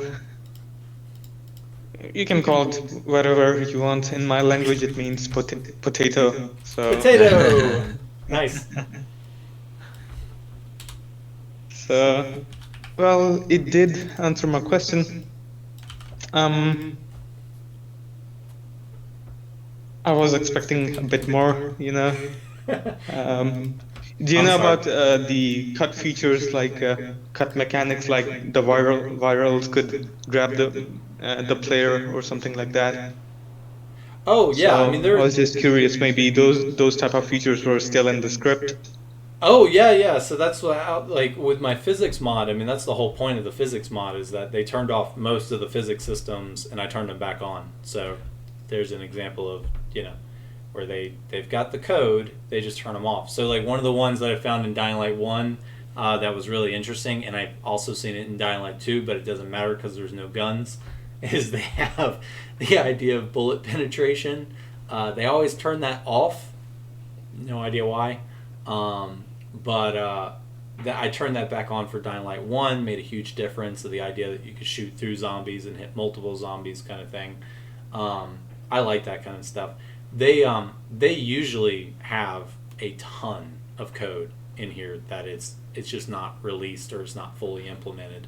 And I would say the physics system is a great example of that, where yeah, they wrote the system, it's all sitting there, and then they turned it all off for some reason. Why that is, no idea. So my guess is, again, kind of back on the boring answer that I gave earlier, is that potentially they are planning on going through and making a more formal release later on, where they are actually implementing some of the code that they've not had time to release. And as a developer myself, it comes down to budget and time and also testing. So you can't release code that if they're making a game for $60, the game can't come out completely broken. We've seen that in a lot of games recently where that's a problem. So because of that, I would say that their game is pretty stable. I haven't actually seen a lot of glitches that I think are like, oh god, I need a refund kind of thing. But the reason for that is because they're turning off some of this code. If they didn't do that, the game probably wouldn't have been successful. So yeah, there's a lot in here. It takes time to go and write it all. So, like for example, one of the things I was talking about with Arthur earlier is there's a ton of code for the virals, for the special infected and the biters and stuff like that are just not working properly or not implemented to where they're really well thought out. They're more simple, and as a modder, you can go turn all that back on. You're going to write the code because they've disabled the code, so you have to go write the code to turn it back on. So it always comes down to how much time you got. All right, thanks for answering the question. So I guess my question is why do you ask? You looking to write a mod, or are you just kind of interested in general? Well, I still don't have the game, but Okay. when I do get the game, I'm planning on adjusting a few things, going through, you know. Sure. Cool. Yeah, I mean, I think the game is great. I think there are systems that are missing from the first game that made the first game what it was. The first game was based off of Dead Island, so they took the game Dead Island Riptide, and then they turned it into a city crawler with parkour. For what the game was for Dead Island to what it became for Dying Light 1 was outstanding. And then they've had all sorts of it took like 8 years for them to release Dying Light 2. And I think it was met with a lot of problems. I think they had to hire new staff. I think it was like a whole thing. And so because of that, I think a lot of those original visions just didn't get implemented. And that happens with games. From what I can see, the gameplay itself is amazing. It looks amazing to me. Yep. The story itself, a lot of people are saying that you won't like it. It's definitely translated, I'll tell you that. There's a lot of little Oh, sorry, go ahead. yeah. I was just gonna I thought Bob was about to say something. I was just gonna say there's a lot of lines in the script that you're just like what? Man, I've been going through this preset for a while now, you know, just changing values. Oh, you're still over there modding the mod? Yeah, right. There's nothing better Yeah. than taking the Saturday or Sunday and just modding a mod. Yeah, exactly. The best part is that I've been crawling through this file for like an hour and a half now, and you're now crawling through the file that I'm actively crawling through on the same call, so that's pretty fun. Yeah. I like to think we make a great team. What is the double dash about? It's lining out. So if you go like, I don't know if you can see my screen, but if you do the Yeah, I double, see. if you do the double backslash, it lines out the code. It turns it off. Oh, okay. All right, I see. So you don't have to go through and delete anything. You could technically just go through and line out code. Okay. So biter. So where is it? It's going to be the one that says survivor. And then also they've got these region ones. Let me go through and delete all of these region codes because they've also. So I was trying to add some to the game here by getting rid of. Well, actually, first, let's back this up before I do something stupid. Let's see, stage. Human AI pools. All right. So let's push that out. So that's backed up. They had this idea of virals in regions and stuff like that. I think a lot of this is no longer working. There's really only the virals at this point. But I've gone through in my mod and I've tried to collect all the different ones that they have available and tried to make those spawn as appropriate. And so I think some of the reasons that you're seeing those issues is because I'm spawning AIs that aren't meant to exist anymore, or maybe we're not fully finished. Yeah, maybe. I mean, I guess that makes sense. So what I need to do is go and say find next, and what I'll do is I'll just go and remove some of the more less known, like now that I've gone through here, I've confirmed a lot of these don't exist anymore based on the code that I found earlier, but they're also using a system that's supposed to identify the name and say, okay, this doesn't exist anymore, but it'll switch it. It'll do the conversion for you. It's supposed to switch them to regular virals, but potentially that's the reason that we're getting some different ones that are showing up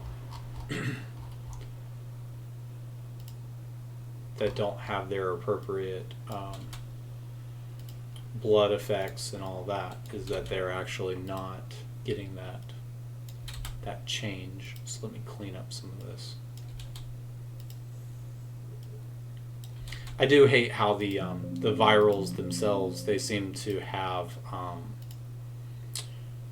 they seem to be kind of boring in the sense that it's kind of the same viral over and over and over again. Yeah, I agree. They don't have many skins, many models, I mean. Yeah, it's just kind of, it ends up being the same. And this is the same problem. I mean, Dying Light 1, they had less, for sure.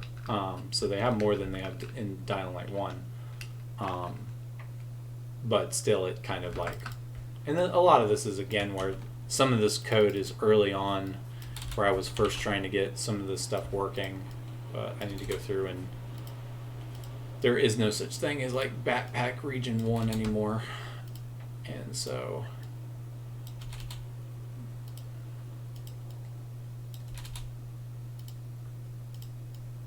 And then you were crawling through here earlier, Bob. Do you remember which one were you removing to get rid of the virals? I thought it was one called Survivor, but I don't see it. Yeah, it was. I might have already gotten rid of it because a couple of people have reported it. So I think in this version I've already gotten rid of it in my code. But you're gonna love me because I added back where I found a new type of zombie called the Infected Survivor. So I got rid of the Biter Survivor and I added the Infected Survivor. But I'm hoping that they'll actually be infected. Yeah, that's the thing. I mean, I just want the models to be like looking infected. That's the thing. And we'll see. Yeah. So let's see. And then also in this update, I'm gonna go and say exterior. I'll pull out the special infected from the daytime for now until I figure out how I want to approach having. I definitely went the wrong way. I'll pull these guys out for now until I figure out how I want to implement the special infected into the day. Yeah. If I do. More than likely it'll end up being only the goons. So let's get rid of like the Banshees. Oh, and there he is, Survivor Viral. There he is. So Yeah, there is. And all I did was remove the Survivor and the underline.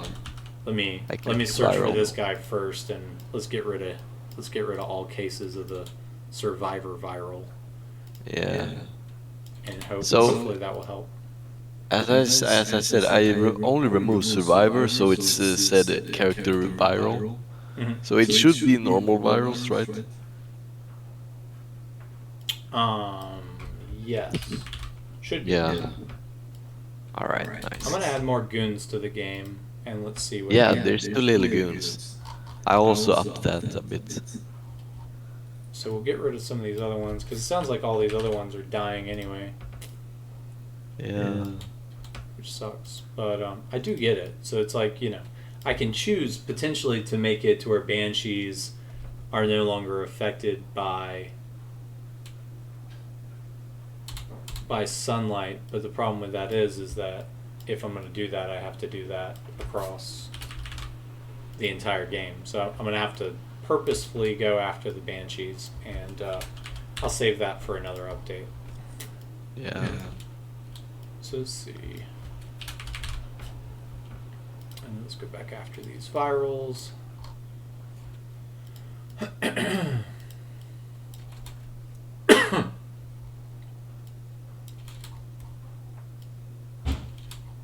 But I do like that if you compare the original file versus my latest version, it's it's like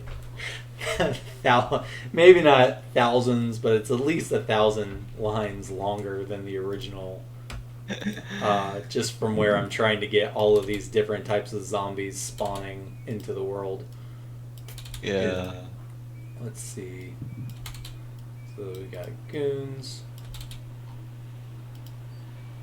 At night. There's another survivor. This is still night, yep. And I was actually surprised, Aloe, if you're still on, if you go through and when you get the game, if you want to start saying like what's turned off, I mean it's gonna give you a lot of stuff. But I was actually shocked, assuming you can see my screen right now, I was shocked at how much of the code was lined out. Because there's a lot of code that they didn't delete the values, they just line them out, and there's a bunch of like animations and all sorts of stuff that are just lined out, that are just sitting there waiting to be turned back on. And so you can go through and actually make those changes if you'd like, and find all the different things you can turn back on. The problem with it is that just because you turn it on in one place doesn't mean you're turning it on throughout the entire game. So then you have to go make sure that whatever you've set up is actually spawning appropriately or doing whatever you are intending for it to do. It's very tedious, and that's if your game doesn't crash. If your game doesn't crash, then, and I think that was it. I think that was absolutely it, Bob, with the people spawning, because I left their weights up at 80, so that would explain why there's so many freaking human virals showing up. Yeah. Mea culpa. Yeah, there was like a lot. Sorry about that. No problem, man. Alright, so we see night, day.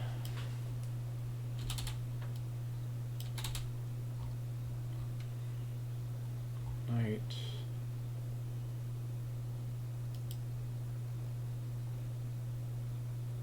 Is it possible to change the loot in chests? Yeah. Like, Yeah, it's all in the loot. Yeah. Is it also in default loot? No, well, maybe. I still have the folder open, so if you see here, basically all you need to do is sort by type and go start looking through all these different loot files. I will tell you, you have to watch out. These will absolutely crash your game very quickly. Oh, really? So these are like the most temperamental. You'll know right away, because if you change a value that's not supposed to be changed, the game will do this stutter thing when it starts up, because it's trying to spawn the items that you're listing. And so if you start to get crashes, you'll know pretty quickly why. But so they've got the concept containers. I think some of it's in like color sets. So like basically for these different container types, what you can do is go and say like, okay, for this type of container, for level 4, I want it to be more likely to spawn like orange tier weapons. There's actually usually, I haven't confirmed, but there's usually one higher than orange. Yeah, there's platinum. So you can like, for example, if you want to add like, some new, for people that have already played the game, all you have to do is take this color weight and go add like a 1% weight to all these different containers, so that there's some probability that you get like a premium weapon from a random cop car or, whatever. They don't have cop cars anymore in the in Dying Light 2, I don't think, but in the first one they had the cop cars, which was always fun to put like a probability that they would get like a shotgun or something like that. Yeah. Alright, that makes sense. And here in a second, I'm going to actually take a pause for the cause and go grab some food. Before that, Say again? I'm just curious, how did you... I remember you have released a physics mod, or is it fused into this I Am Legion as well? It's already in there. So, I think I saw you talking...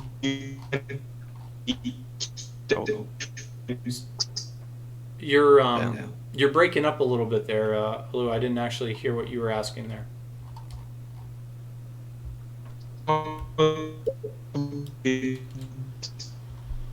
And you're breaking up a lot. Yeah, your signal's pretty low. If you need to just type it out in the I've got the little chat thread or whatnot. You can if you want, you can just add it there. I'll see it. But to answer your question, yes, originally I was working on I Am Legion. Then I started seeing everybody talking about the physics issues, so I switched over to looking at the physics. I then released the physics mod, so physics are back. But I also just kept that work in I Am Legion as well, just because the mod definitely benefits. Like I would never not use physics improvements in this game. Like it definitely needed some work. And so yes, all of that can be found in I Am Legion.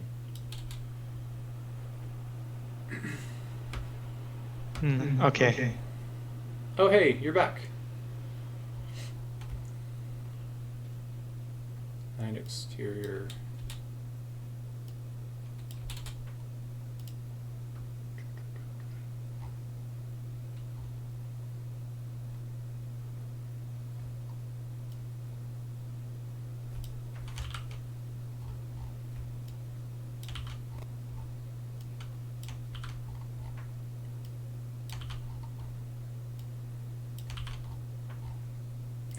Good thing it's only in one place that you have to change all this, right?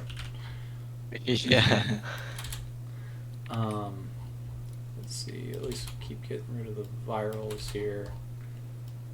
Yeah, that's another thing that I've been trying to look at is basically, so instead of this nonsense where I'm doing all this line by line, basically just writing a single config file where you specify the different presets that you want injected in, and then you just set it once, and then it deploys over to this file. I'm still working on that, but that way people could say like, do I want more goons in the game? I don't. They just remove goons from the list, and there you go. Yeah. Easy peasy. Exactly.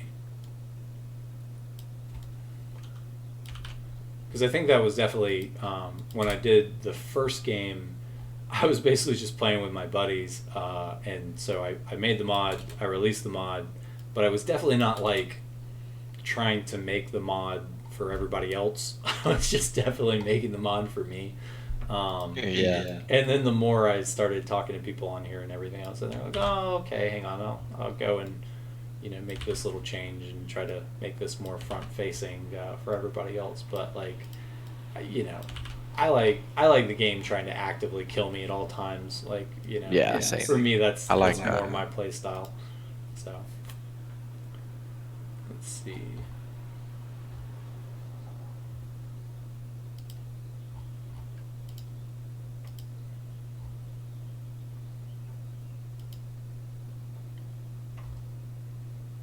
That's interesting that I missed an entire section here.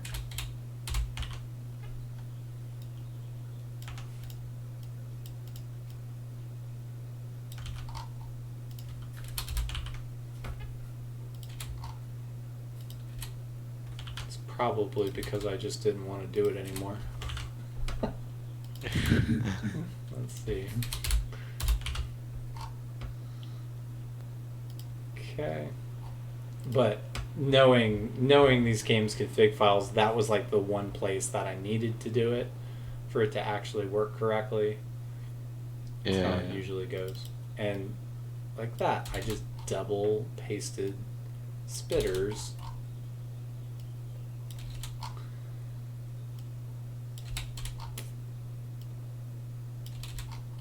Okay.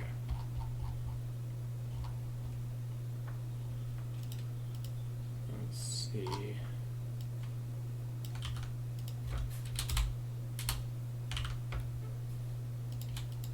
What are your thoughts, Bob, after you play the game through on...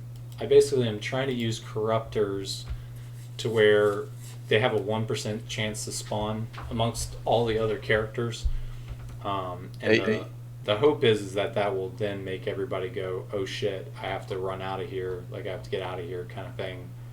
It's funny you mention them because I'm right now editing their loot and I have no idea what zombies they are.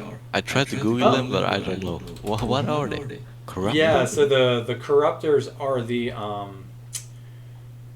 they're the zombies that not to give anything away, because I think. But I mean, said just you to beat say, it. They're the I've ones played the that game. they're the GRE experiments. So they're the ones with the things on their backs. Oh, like the Revenants? Yeah, Oh, they're called Revenants in game. yeah. Well, it's the same thing with like howlers. They're not called howlers in the code. They're called screamers. Yeah, I noticed that. Yeah. Oh. Yeah. So what was the question again then? The question is like, do you agree, after having played through, that if I leave corruptors to where they have like a 1% chance of spawning in certain areas, that's like something that you would be cool with, as far as like randomly running into those guys just on like a very low chance kind of thing? Yeah. Yeah, I would do that because as soon as you clear all the GRE anomalies, they don't, you can't meet them anymore. They only spawn Gotcha. at uncleared anomalies. Got it. Hur går det, Alex? Hur går det? Ser du? Ja. Ja. Kom. Håller på att fixa Dying Light. Say again? Nah, I'm talking to my girlfriend. Oh, okay. Nej, men alltså, han frågar ju. Kolla. Vad fan? Är det en nattfjäril? Ah.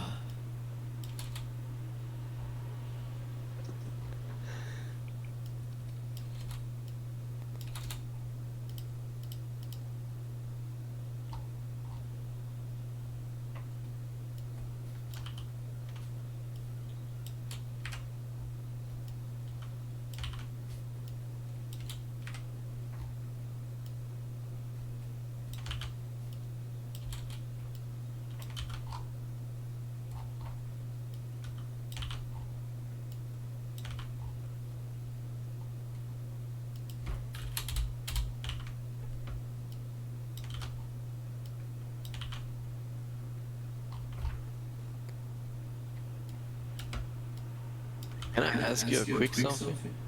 Only if it's quick. I'm just kidding. Yeah. What you got? I'm changing the loot of the volatile right now. I got a loot amount set to 2, so that's basically you get 2 items, right? Yeah. If it's Should set be. to 2, and I got use cash high, and that's minimum amount is set to 0 and max amount is 1, and valuable min 1, max 1, and same with trophy 1 1.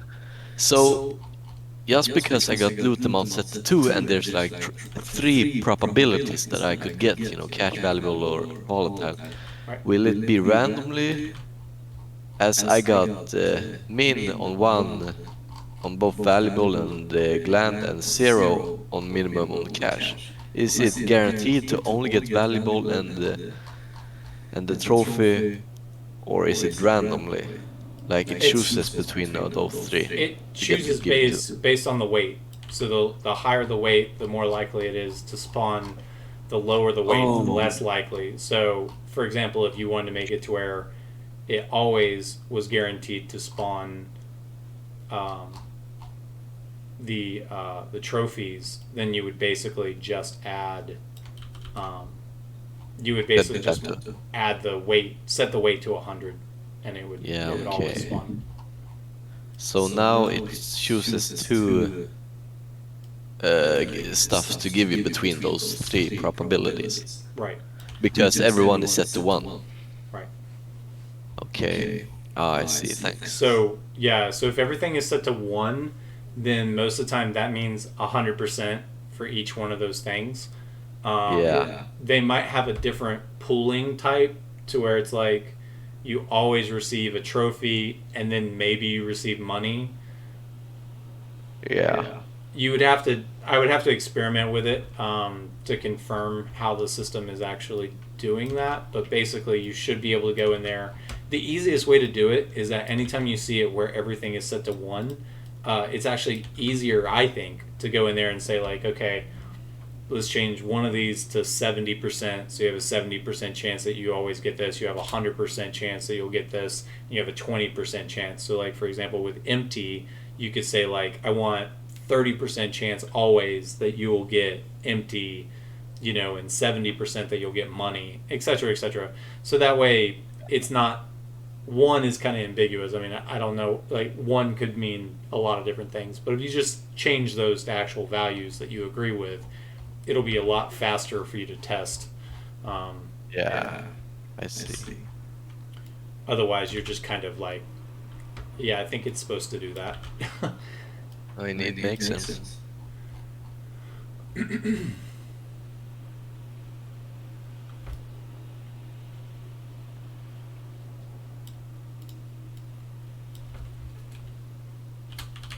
I also just found another glitch in the game, or not with the game, but with my code. It's no bueno. Gotta go back to these guys. Yeah, I'm still experimenting to see what happens, but basically, I'm pretty sure you can't have 2 of the same values twice. I'm pretty sure that causes problems in the game. And so if you're putting, like, for example, if I say like present weight biter and then present weight biter, technically I think that will break the game because it can't decide a weight. I mean, I guess it can. It's just it's 2 of the same things. So you're kind of asking for it to run into a glitch. Yeah. So I think it needs to be, each one of those things needs to be unique, kind of thing. Okay, so with that, any chance, well, I got a couple of people that might, so I might actually release like an early alpha testing version of this so that people can start trying to find bugs while I'm eating, if people are interested in playing it. Because technically I think all of this should be good to go. I'm still pulling all of these survival virals out of here, which I thought I got them. Oh, and that's another thing, is I gotta be careful because I think they were actually using them in certain parts. I'll pull them out, search the original file, and then put them back in where they need to go. So that way we make sure they're out of the game first, and then like that. Out of the game, extracted, search, find next. They're in the dust area. Interesting. So maybe in the future I'll look up the dust area to figure out why it's okay for them to be there but not in these other areas. There must be some code that's playing in that area. Yeah. That makes it okay. So let's see, 08. Oh, that ain't gonna work. Say dust area.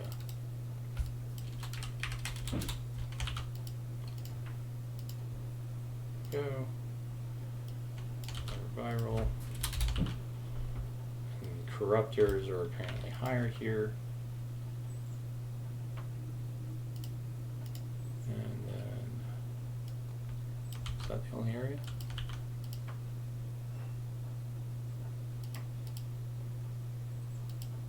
Oh yeah, yeah, they only use them once in the entire thing. So my guess is either they got updated to where that actually works based on the area they're supposed to spawn, or Yeah. somewhere else they're essentially turning them off so that they don't spawn anymore. Ah, Okay. nice. So the end result of this should be I just tested now, and now it's normal viral. Like the viral models are normal, not survivor. oh good. Oh, though the loot is empty. Hold on, why is that? Is this where you've changed the probability? No, I never changed it. I had already done the virals after you said that. I gotcha. Spawn code removal of special infected during the day. I can't actually believe everybody didn't just tell me that these guys were dying immediately in the game. I kept asking people like, oh, so that like it's working? Like it's all working? Everybody's like, yeah, it works. And it's like, they're attacking you? Yeah, it works. Okay. Yeah. Okay. Well, I'm glad you guys jumped on and let me know that they're all just dying. Okay, so what I'm going to do is, that should be the better human encounters. So this code should be pretty much good to go. If we go here,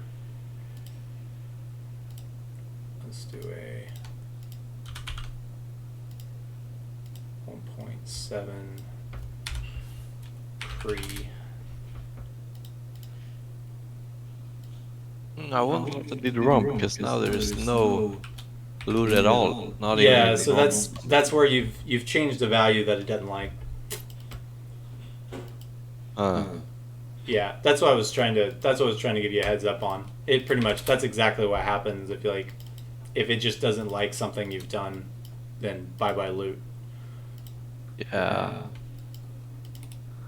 Maybe I added the loot amount to too high on some things.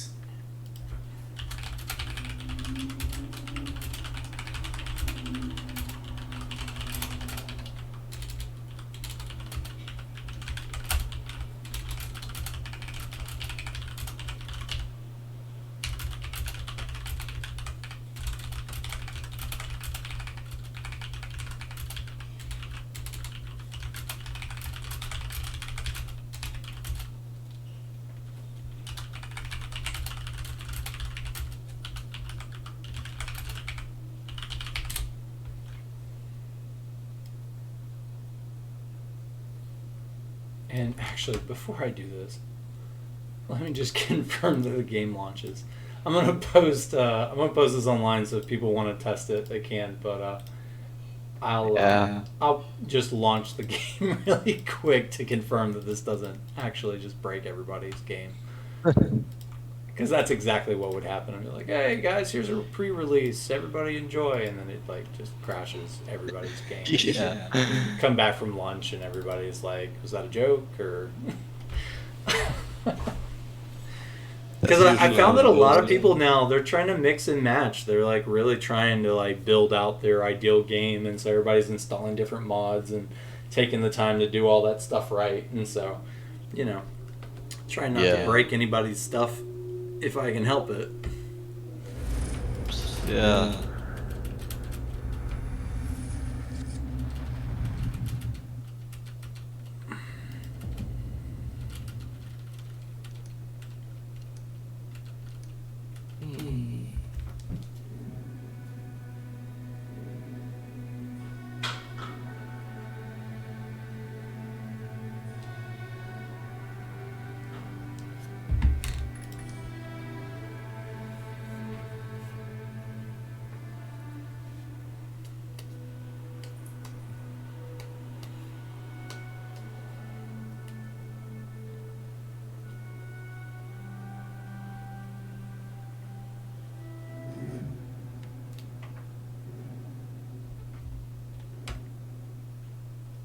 No crash, that's a good sign.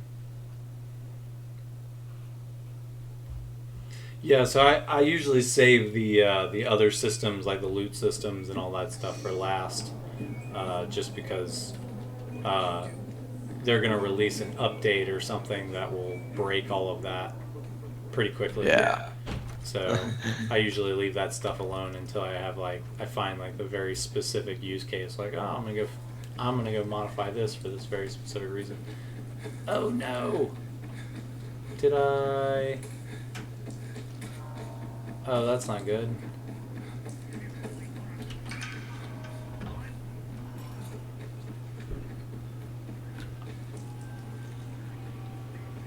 Well, a couple of things here.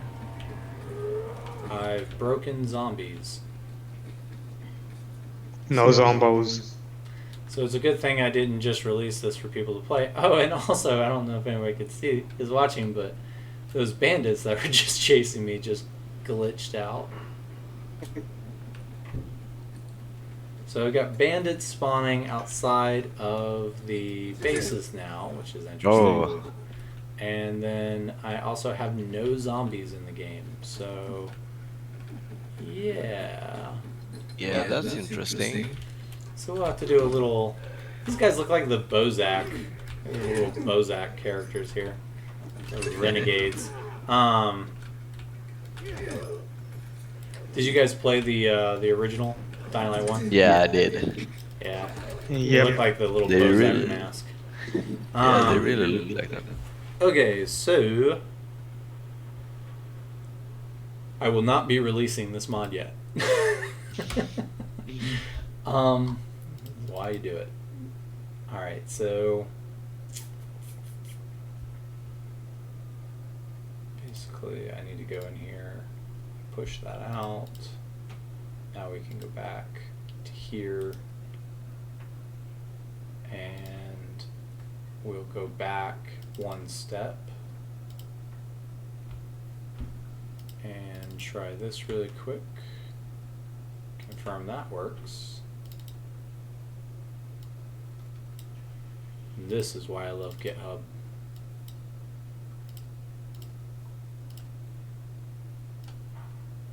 Okay. Now let's try it.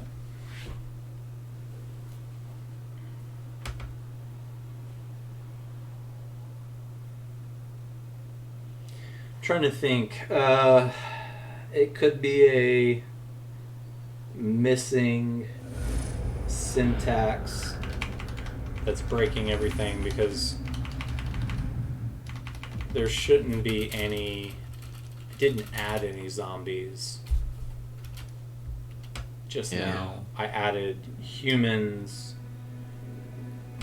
but whatever's happening is causing the zombie code to not actually get spawned. So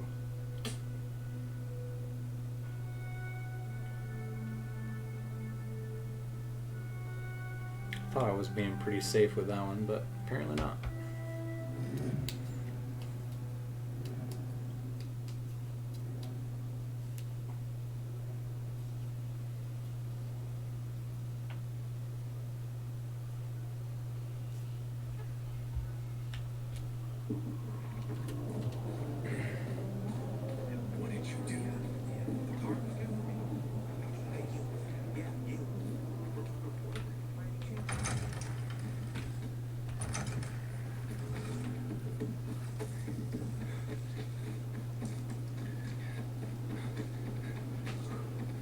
Oh no, that's even worse.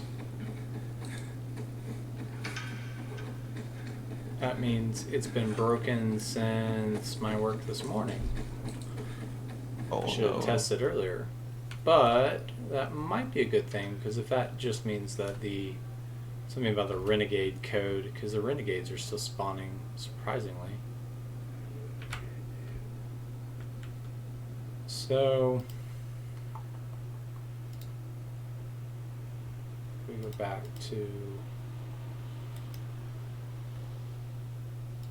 yesterday's.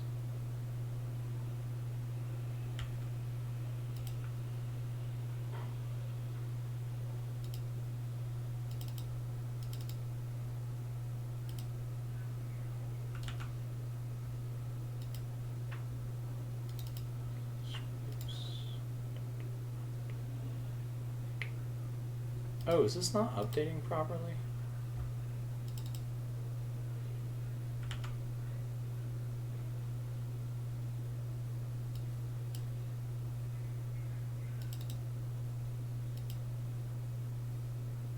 No, it is.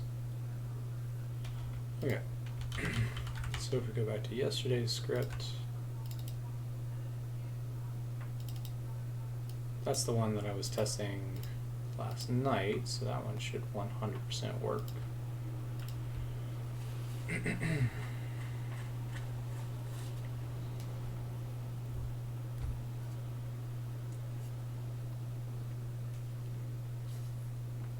On the bright side, on Dying Light 1, they basically had these common files. So they had like common spawns, common night hordes, common, etc., etc. And it was like basically to pull off something spawning, you had to create the concept of it in one file, then make it spawn in another file, and it was so easy to break. There was so many easy ways that. For example, it would tell it, like, you know, these guys can only spawn on the roof, or these guys can only spawn on the ground, that kind of thing. If you accidentally added those guys to the list to spawn, and there was no rooftops nearby, it would crash. Stuff like that. Like, it was so easy to break the game by modifying those files. Ah, yeah, I see. Let's see.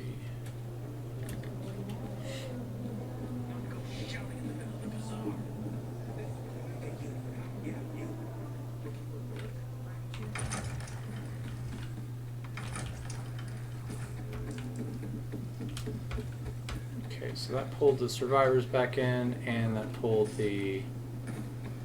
So the survivors are back. Survivors are back, and the zombies are back. So yeah. So I broke it today. Okay. Well. Damn, that sucks. Hopefully it won't be as a big an issue, because we basically just say no, I don't want to reload the version that I was just working on. I do want to load the version that I just pulled out. So we pull that over here, and then we compare this one to this one.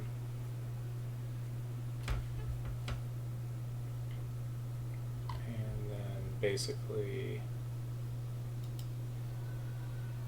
oh, that ain't right. Get rid of that.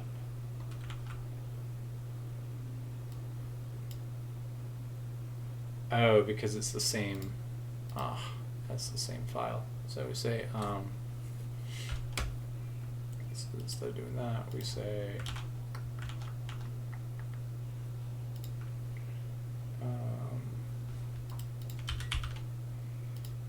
you copy, and we go back to the new one, and then we compare this to the copy.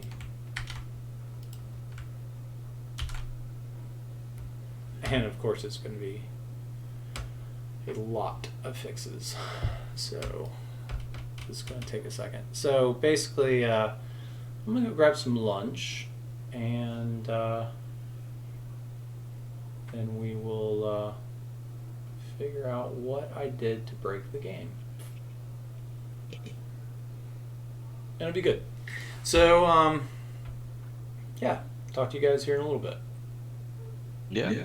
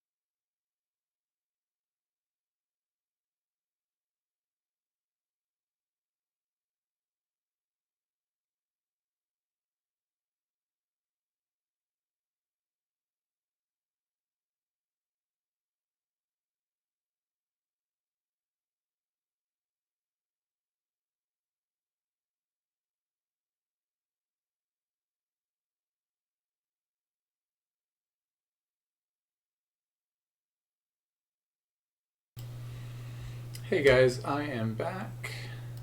I'm here on Discord. Alright, I am back and I'm going to try to look through what is causing... So basically I had a glitch earlier where I was no longer getting the zombies spawning. So let's start with them to try to figure out what about this change made them break. So over on the left we have the older version, over on the right we have the newer version, and I'm going to just try to figure out what is happening here. So I think the fastest way to do this is probably, first let's go in here and say, let's take the zombie code and basically, because there's so many lines here, take the zombie code and confirm that the zombie code is breaking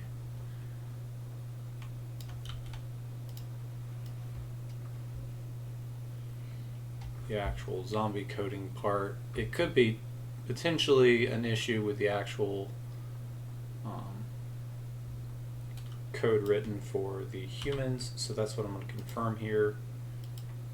So then if we compare these again, we should see that tops line up.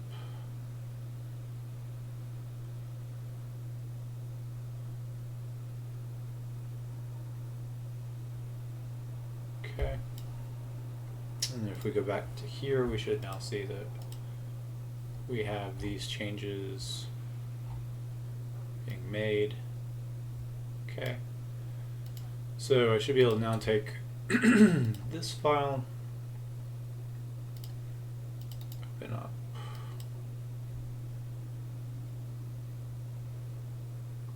the scripts folder, drop in this one, and then launch.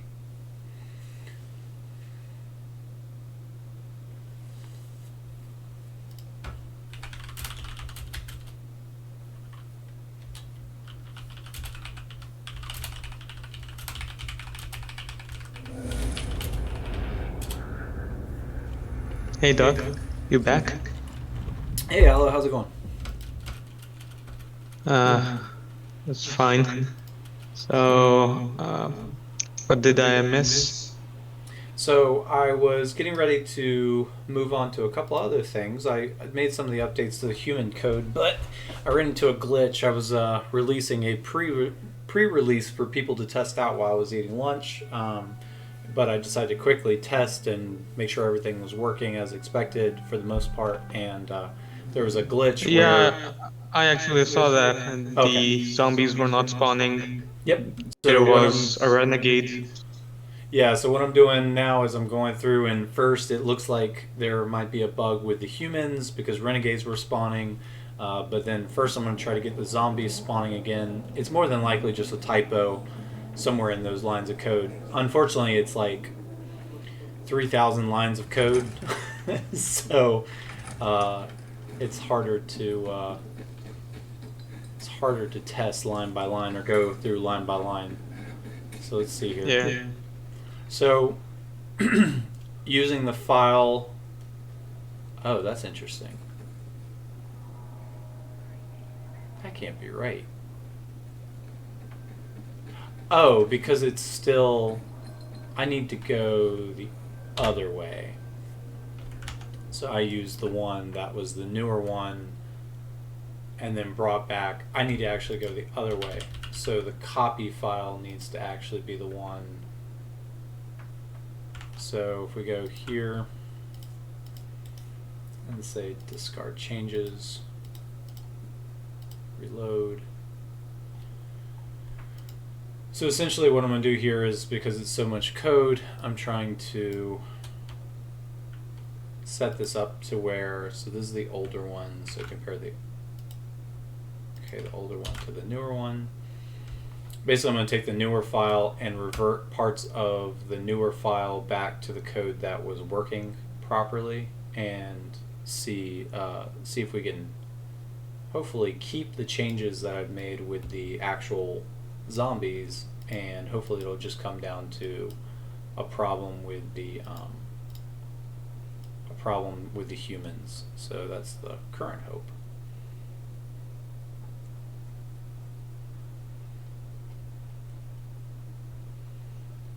Let's see here, starting with the city pool here.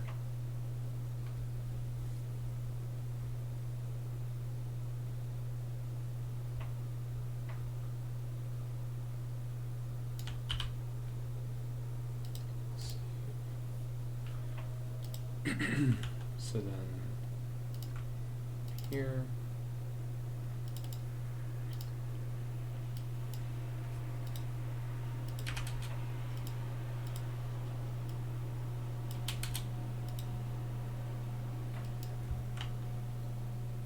and then let's confirm. Well, I guess that is now it's same, so then let's go here. So essentially, to describe what I'm doing is I'm taking the file that was created yesterday that I know works, and then taking all the changes that I've made today, and I'm slowly injecting the changes from today into the file that was made yesterday, piece by piece, so that way I can try to narrow down, is it the zombie lines of code or is it the human lines of code?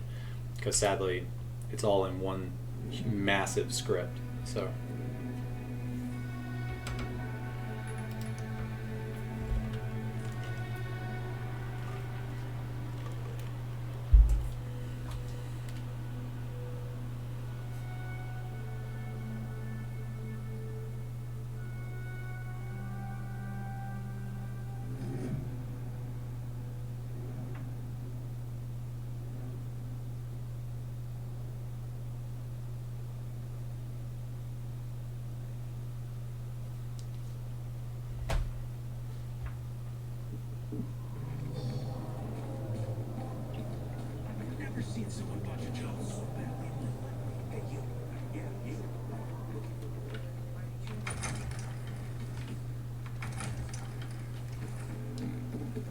Alright, so, and that does fix that. So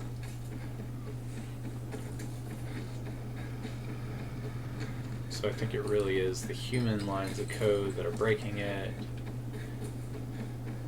Oh!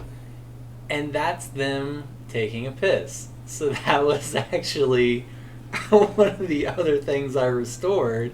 I was in there like, what is he actually doing up on the fountain? That's him peeing in the fountain. Alright, so restoring those lines just made it easy enough to restore those animations. So potentially it'd be easier to just restore other parts of the animation code as well. Actually, when you broke the zombies, the renegade was also being in the fountain, so... Yeah! Yeah. Because I was wondering, like, what is he doing actually up on the... Oh, look! They're always, like... So when they spawn, they're all just going to come pee in the fountain. This is the new standard. And then they happily... And then the animation actually caused them to despawn, which is interesting. Maybe that's one of the reasons they pulled it out, is that it just despawned all the zombies in that area. Oh, and then I also love this low crawl thing. So this is their, like, I'm hunting for a human, is like, they're now catwalking. They're all catwalking. Is that like, he's trying to patrol or yeah, something? so this is their, so it's working. So the patrol code is working. The challenge is that the problem that I've been seeing is that they don't do it from the start. First you have to go upset them, and then after you've upset them, then they'll switch over to start patrolling. But before then, they'll... It's like they're going on an alert mode. Exactly. Okay, interesting. So I guess I'll turn it back off to where they're not peeing in the fountain, considering it looks like that now breaks the game where they pee in the fountain. I mean, it's excellent for immersion. You should see all the, like, they've turned off also all these different kissing ones and all these different ones. I wonder what the game will be like if I just start turning all that stuff on flush. But also never gone out here and boxed these guys. Hopefully after the updates or the overhauls, they don't break your mod too much, because I do expect it to break your mod. Yeah, oh yeah, definitely. Okay, so we have confirmed that at least with the first part of the code, it's fine. So, looks like missed one line here. And then, so now let's go down to the human code. And what I'll do is I'll go by section. So, let's start with this upper section first. And so I think it's, wait, 8, 613, 2.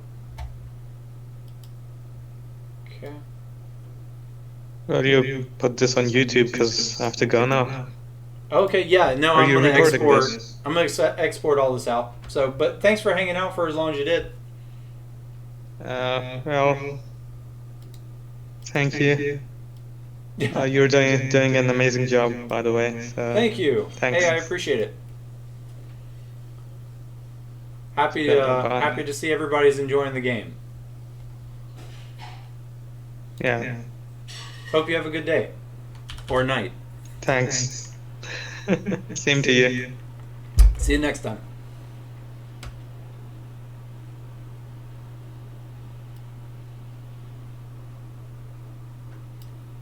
Okay, so we're gonna go up here.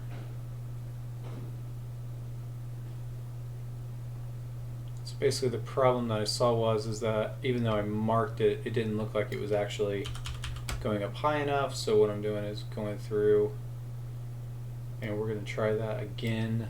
Let me make sure I'm starting from the right spot here. So 8, yep. So I need to go a little bit lower. 8, 6, 0, 1. Make sure this lines up.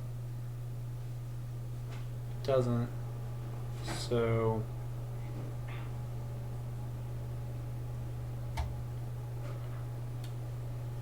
basically, let's just do the compare again. Oh, I hope it didn't clear my selection. It did. Okay, so it's going to be, well, that's with the gaps and everything that it provides. So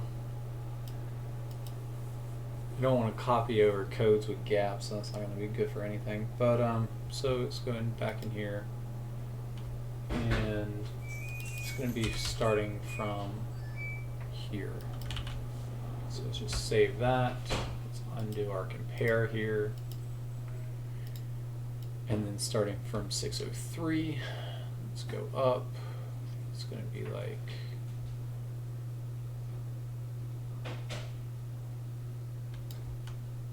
here. And then starting from here, so 5,000.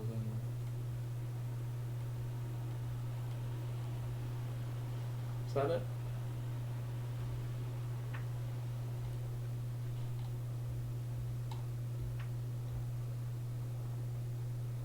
There it is. All right.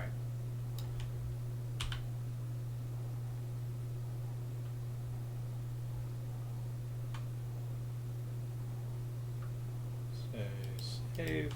Let's do the compare. Make sure that worked.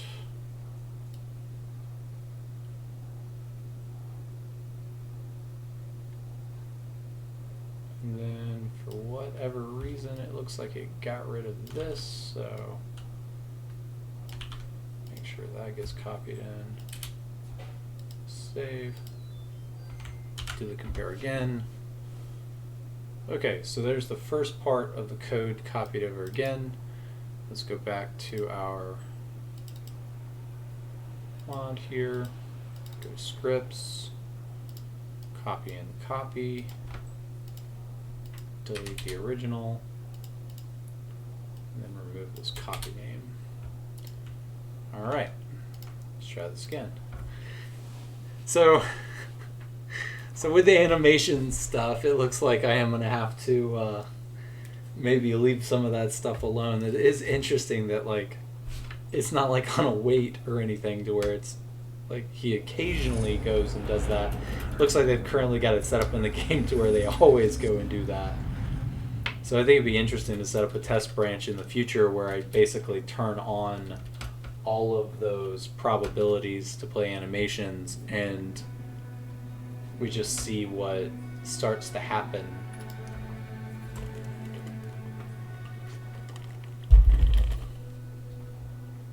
So, I mean, I guess that means that they've got locations throughout this map. I mean, that means a designer had to go through the map and designate P locations for all the AI. So if they're ever close to a location, they P in it. And more than likely that means they didn't create other animations in that area, so that's why it's going to 100%. So that's an interesting one. I'll create a mod to where it just specifically says restore ping, and it's just a whole mod geared towards bring back ping into the pools. Okay, so that's actually good news. So in that first section there, you can see that, so it's messed up now. So whatever I've done in that first section has broken the rest of the code. So that's actually a good thing. That means we can technically go back in here to the other sections, and I should have made it back up before this backup, because now it's saved. Okay, so what we'll do is we'll go back into not fork, let's go back, yeah, okay. So say discard changes, that'll get rid of this, say no. We will go into our scripts here, let's go back to fork and tell it to go back to yesterday. So we're back at yesterday, create a copy again, we go back up to the future here, let's open this up, to reload, and then let's bring the copy back in, and essentially what I'm going to do is Control 1, Control C,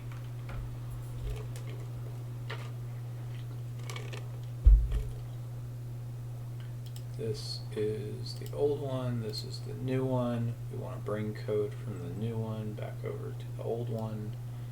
So still going to go from one side to the left here. And then down here we have this one line. So starting from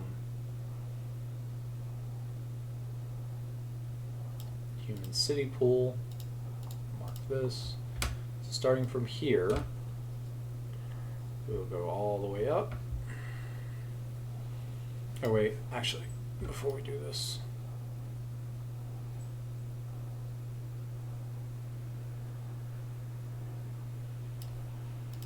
we will undo the compare here, clear all, starting from here.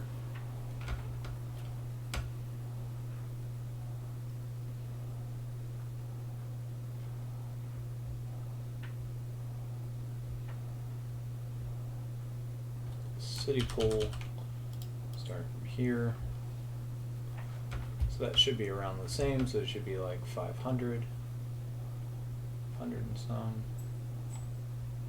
City pool, check. So then if we do the compare,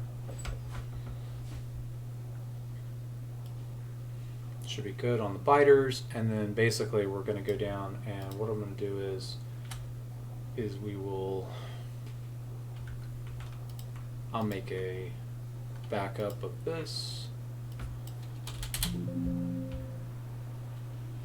Well, actually,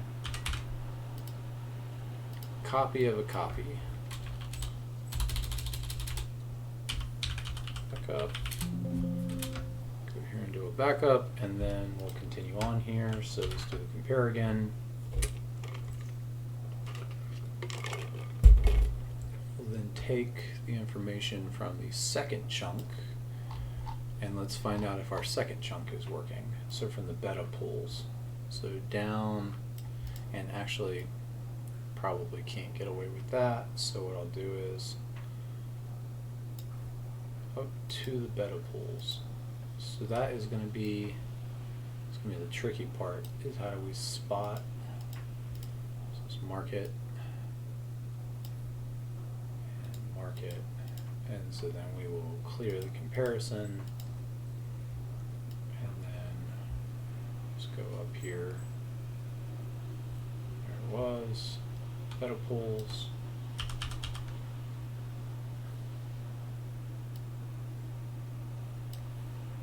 This needs to be then down. Ugh. So let's do the compare again one more time. So basically the challenge is here we need them to line up perfectly. So here needs to also be at here. So basically when I clear this, we just basically want this to line up. So this is it. So then we're going to go back up.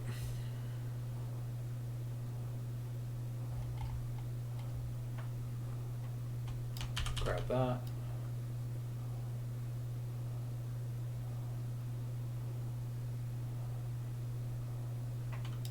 Paste that. So then if we run our compare, we now see that we only have this middle chunk to contend with. Everything else is lining up.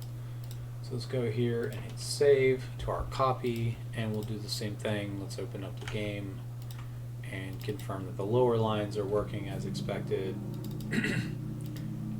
So we will go in here, grab this one, this, take this, and hit play.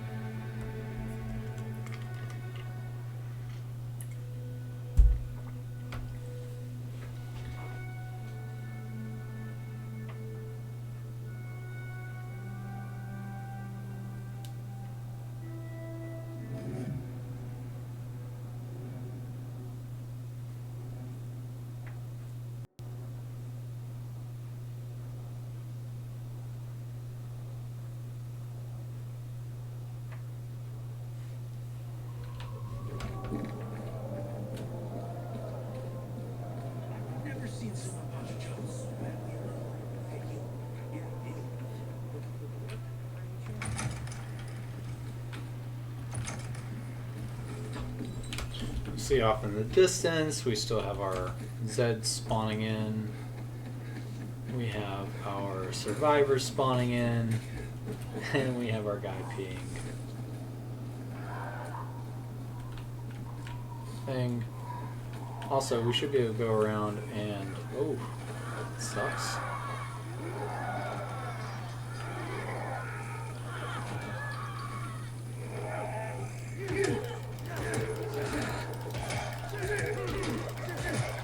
Get him, Rocky.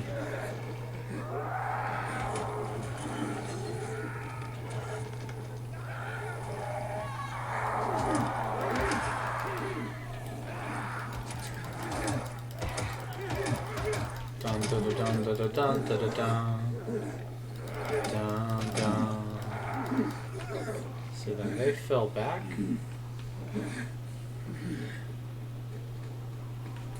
So they fled. Yeah.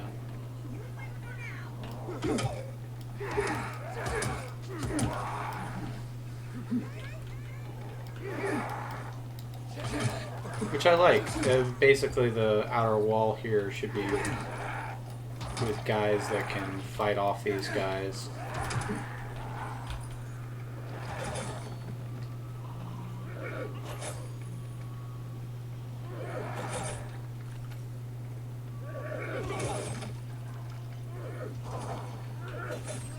Okay. So potentially something I'll look at is also increasing the amount of city defenders. It's only going to be a matter of time though, until we start to see kind of the same guys showing up.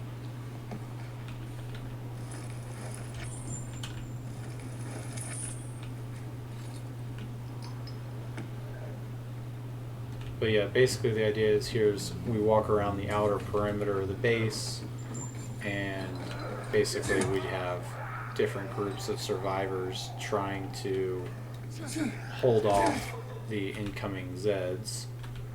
And the challenge here is that they're pretty much gonna, I mean, for the most part, I think I just saw a guy try to climb.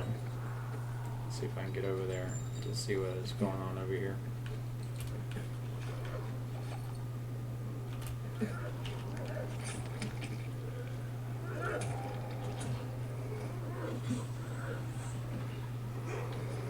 Yeah, so the more that they fight,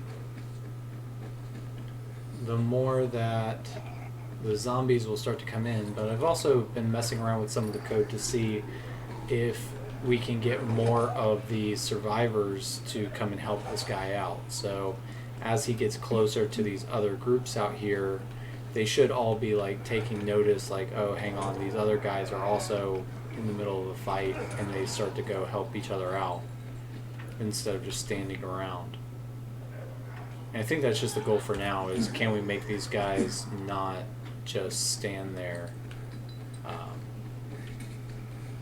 Like for example, this guy at the base, and he's a little ways away, but like you have guys in there fighting, and then you have this guy just straight chilling. He's kind of a useless AI in general, so now he's fighting.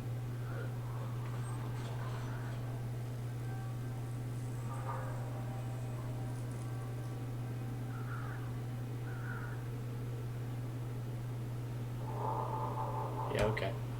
So they're out here, they're spawned, they're searching, they're looking around, and they're trying to take out the Zeds as they spawn kind of thing. So I think this is pretty well balanced. So now we need to go through. So it went from being several thousand lines of code that we're breaking to only probably still about 1,000, but this will be a lot easier to go through. So essentially we'll start with this top chunk. And now that we've confirmed that this works, let's copy this again,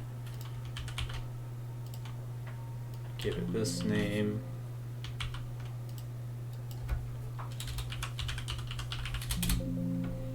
and then now we can continue to work here. Basically we'll go down to this section here, which is the encounters. So starting from, actually let's do right above this encounters, that actually works out really well.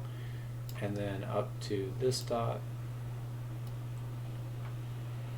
and then on this side let's also add a dot, so here to here, here to here, go back down,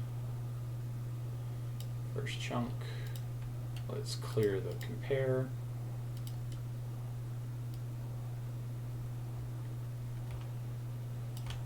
grab that.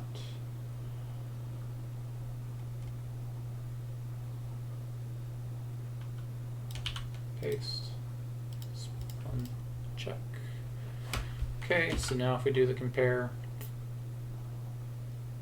we're now down to still 1,000, but we got a couple of chunks here, so hopefully we can go a little bit faster here. So now let's take our copy again, let's launch in.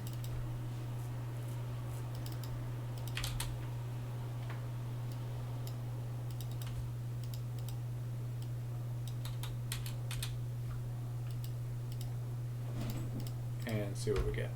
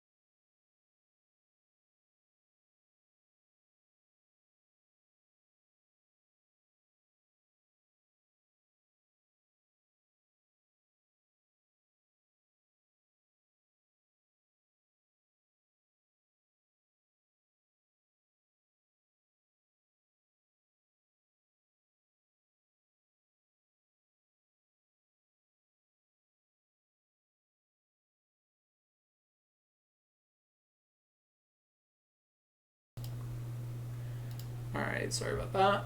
Let's see. Turn this back on.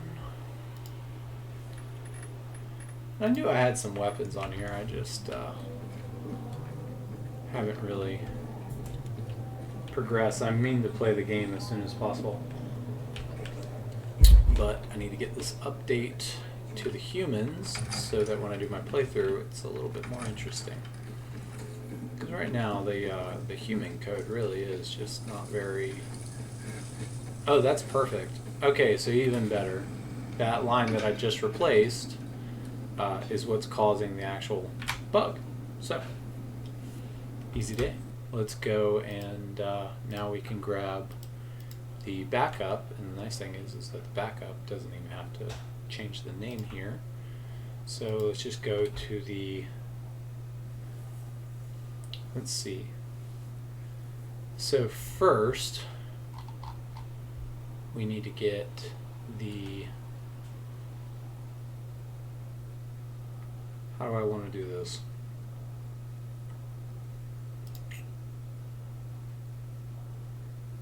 So first, let's take the counter code that's down here and get this carried over because we don't want to lose this code. So let's go here to here and then put here to there. Okay, so let's just carry on and we'll hit clear.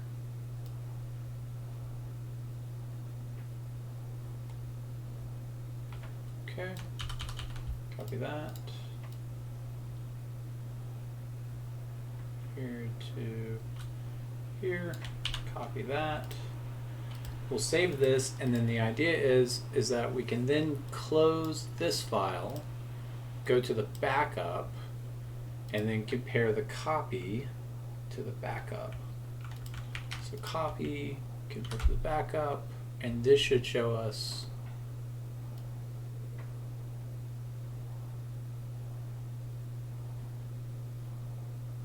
starting with now. So it's this section. Right, because the backup's missing that as well. So essentially we want to take this section and go through and determine where the fault is happening. Luckily I think it's not a lot of code here. Yeah, perfect. Okay. So essentially, let's just go line by line real quick and say what is causing this fault. So potentially, it could be adding the bowman, but I would imagine that the bowman problem up there would have caused that on before. But that being said,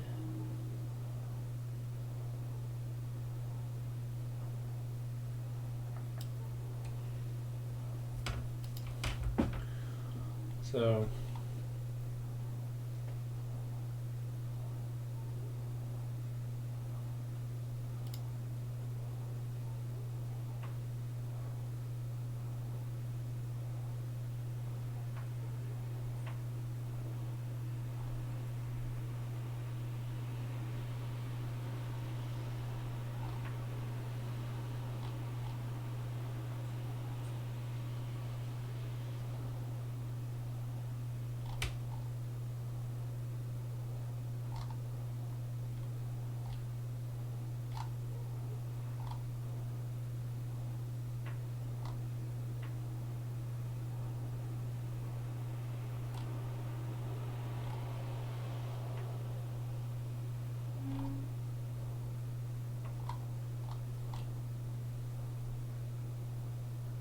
I mean, so far, I mean, the biggest thing is that I was trying to go through is just make sure that the, so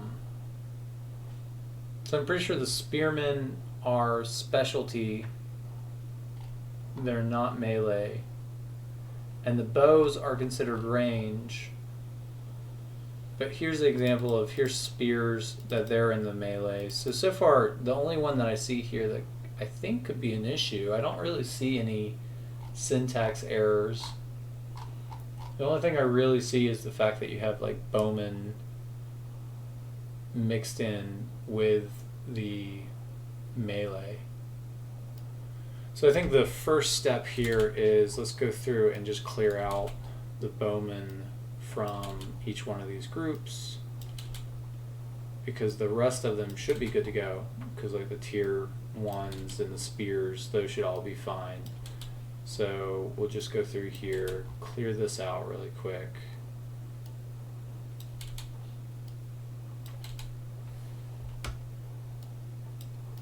And see if that is our problem. Because if there's code calling to only spawn range, like for example, there could be an issue where, I was thinking about this earlier, where bowmen are told not to spawn in the early game, but only spawn after a certain level. I haven't crawled through their code enough to know if there's not a limiter on them, but I will say that when you start the game, you don't actually see bowmen until later. So potentially throwing them into the general populace pool should be fine, only if you're accounting for them somewhere else. Or sorry, not somewhere else, but only if you're accounting for them actually being able to spawn. But right there, found it.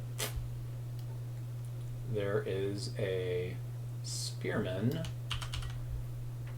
Okay, that's great actually. So let's just undo a lot of these, because we want the bowman to be able to spawn. Really was a syntax error. Helps to go line by line for sure.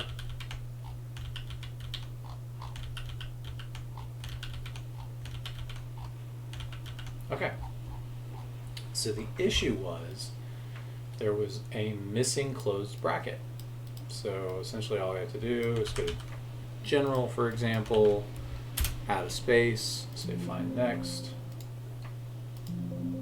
Maybe it wasn't general. If there's a, well, that's no good. Okay, well, let's just scroll back down because I know I saw it. So starting from, luckily that was a pretty easy one to spot once you know to look for it. Yeah. So that's where I've copied a preset and missed the ending there. And that's it. I hope that's it. Okay, so then we should be able to go here, say tab 3, go to scripts, grab our copy in, delete this one.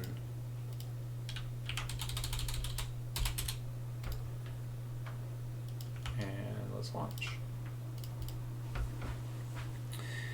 It's definitely one of those little issues that you have to just put in the time and the work to go find the bug, and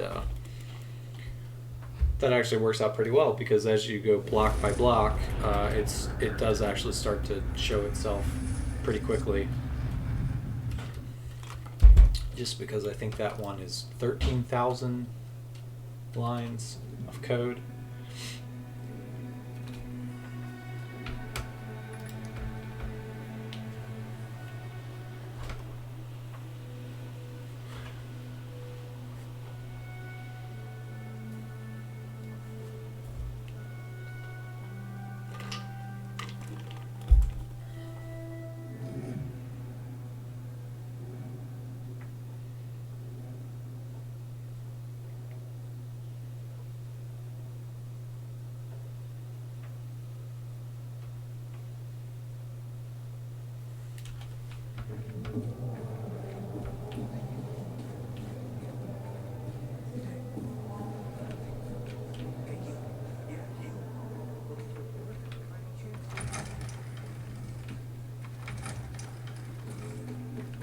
There we go, we got our zombies spawning.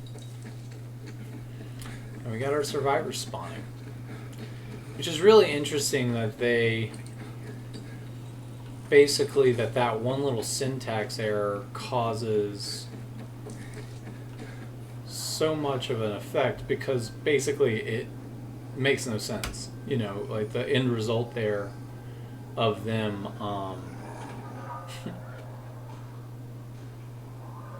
Oh, there's a patroller.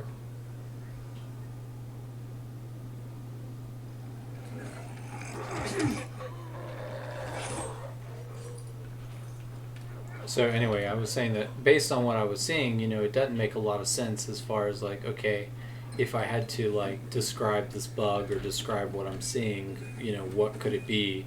Basically, I would have originally thought, okay, this is a renegade issue, so I've got renegades spawning where survivors should be, and luckily it was showing other errors as well, like where you weren't able to see zombies. I mean, that's a pretty obvious indicator, but sometimes it can be a little ridiculous where you're sitting there going like, okay, everything else is working as expected, you know, why is this one line of code not working?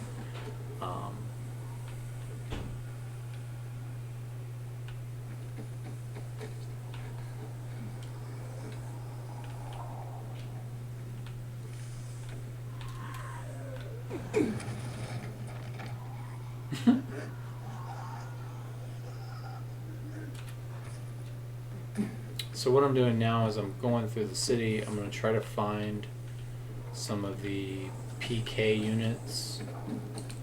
There's usually some over in this area during the day.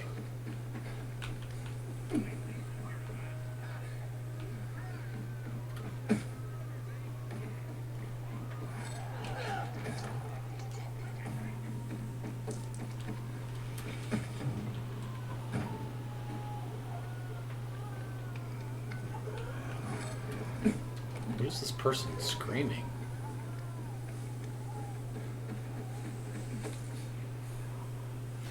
Is that just a... Okay, so there's a... There's several bandits. You can see here that instead of it being a few bandits like before, oh, that they're actually... there's actually quite a few in this area. Let's keep looking.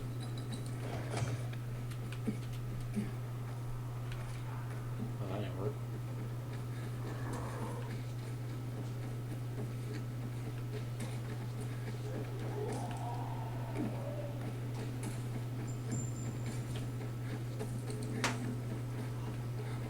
Okay, so then we have some more bandits over here. It's not just 3 bandits, we actually have 4 bandits, which is great.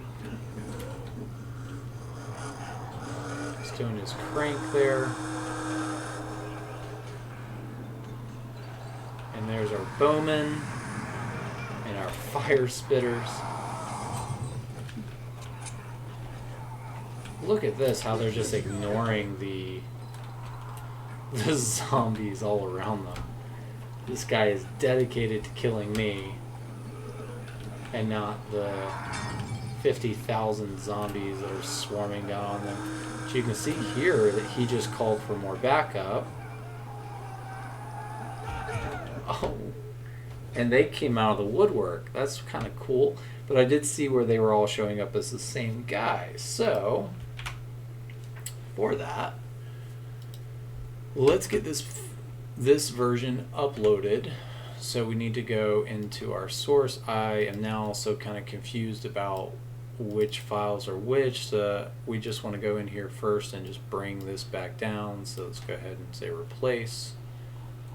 And then let's go ahead and get rid of our copies and all this other stuff, all this other files that we end up using. In the commits, we're on the latest version, and in the code changes, we have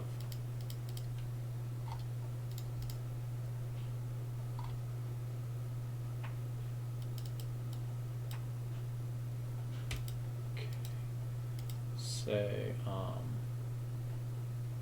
so that's all it ended up being, which is perfect. So it ended up just being the fix to the syntax errors there, which, you know, it's crazy that after all of that, all those lines copied, that the end result is just that. But yeah, so fix to syntax error failure to spawn. This resulted from losing a bracket. Alright, so we're going to push that out. Let's head over to the reinforcement data. So this is going to then be in the, not extracted, but the actual files. So if we go back over here, so as always, my scripts are going to return back to their normal location. So let's see here, the extracted is going to be up top, and the files down here will be down below that I'm actually doing for the mod. And then basically there is the reinforcement data, which I need to find its location. So let's go in here and say reinforcement data. There we go. Now we can clear out all these extra ones that we don't need anymore.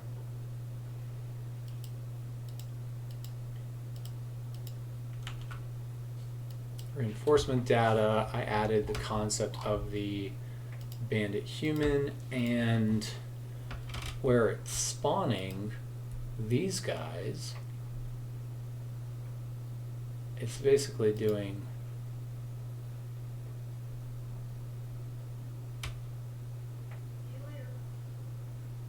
bye love. So it's doing the grenaders, the bow, two-handeds. Force player target is set to false, which it should be. Cooldown should probably be higher, so that way they're not showing up every time. Chance to spawn is set at 0.7. Delay between spawns should be much higher. And then initial spawn delay, give them a little bit more time to run up, kind of thing. Grenaders, basically the part that I don't understand are the two values here. So let's go up to the top here. Okay, so it's saying minimum amount, max amount, and then here's where it's saying spawn this. But the interesting part is, how do we add the visual changes? So we don't want this to be 3 out of 3 every time. So basically let's add some variation here, and then let's also change this to where spawn, let's also add a one-handed here, and basically this can be anywhere from 0 to 3, so that way we're not always ending up with these guys.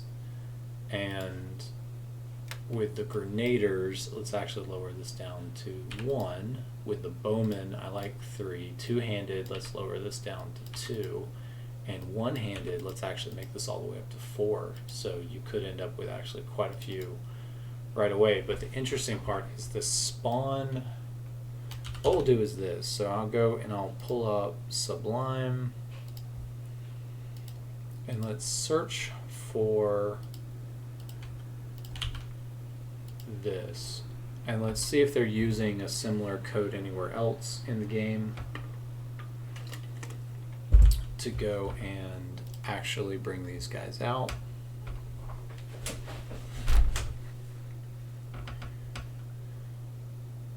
And actually what I need to do is change that to spawn and just that.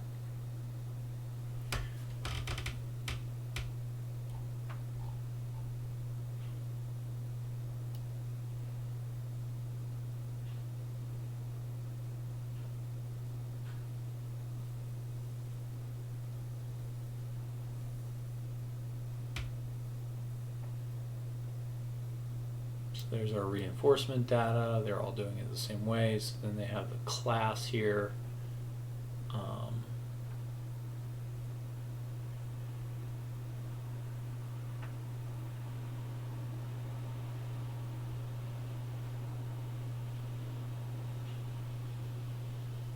And that's it. So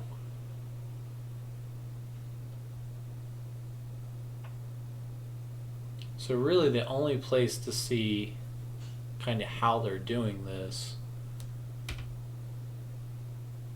is in here, but I feel like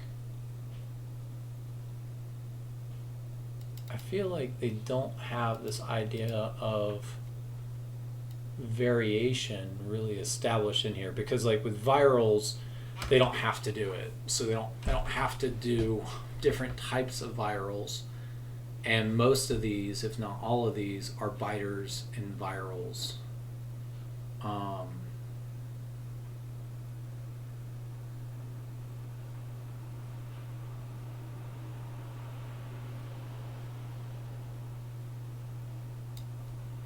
They are doing like this Duke one-handed, but that's not a pull. It could be a pull though. So let me see if it's actually calling for a pull instead of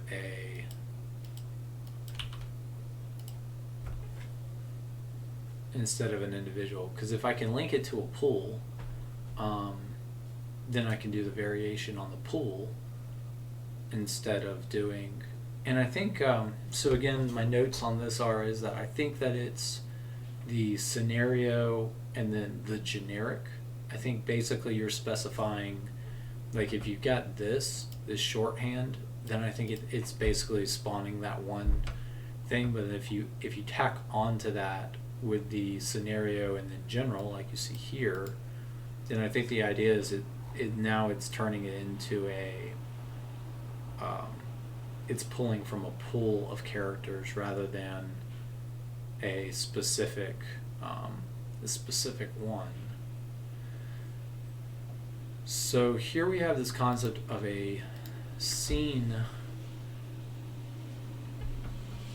We have a scene one, but he pretty much just shows up at the same thing.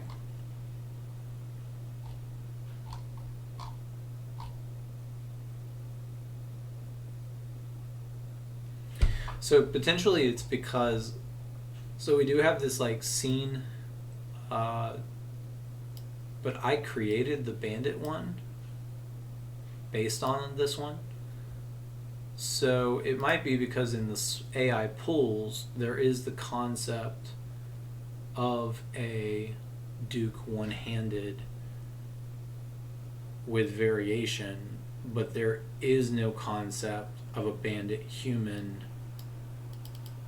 Well, these guys should show up. These guys should already have that variation established. So all of this is coming from the AI presets Yeah, preset pool. And so not to dive back into that preset pool, but essentially if we go here and say generic, oh, that can't be right. Generic one-handed. Oh, that's definitely my fault. It's not generic one-handed. It's bandit one-handed. Yeah.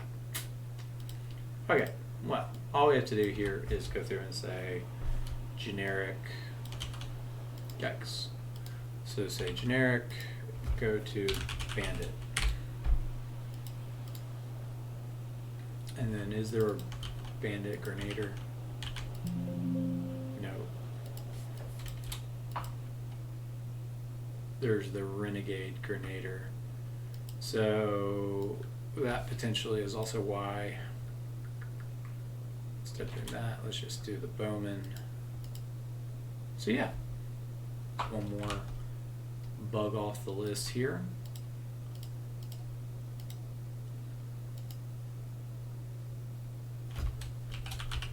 And then this should be, we'll just add this, fix for generic spawns on bandit reinforcements.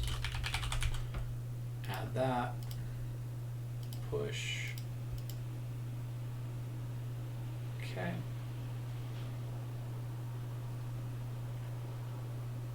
And yeah. So what we should have now is we should have bandit showing up. I'm going to put this to the test here in a little bit. I think the next step that I'm going to look at really quickly is this concept of adding survivors with bows and arrows. So we need to look at where renegades with bows are being defined. And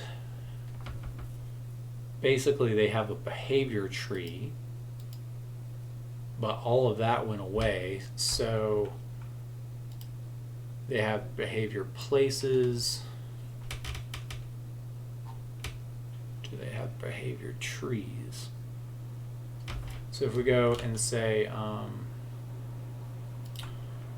these are my not extracted, there we go. So we say scripts, back, say AI, behavior tree, AI, human, generic, combat,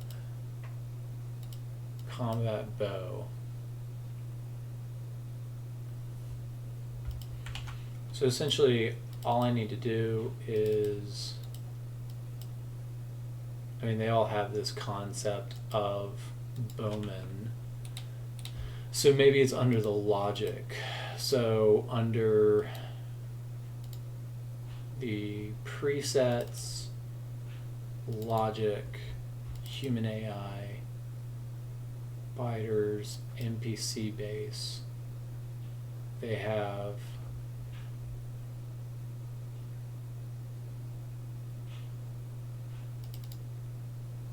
ooh, I like that.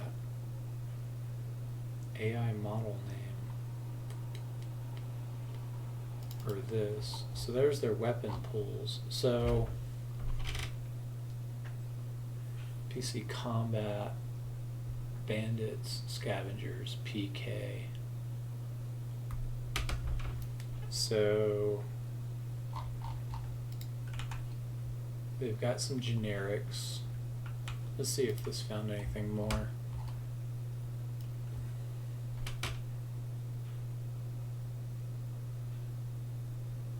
So under human difficulty, these were phased out. Ooh, okay. Alright, hang on. So human AI, human difficulty.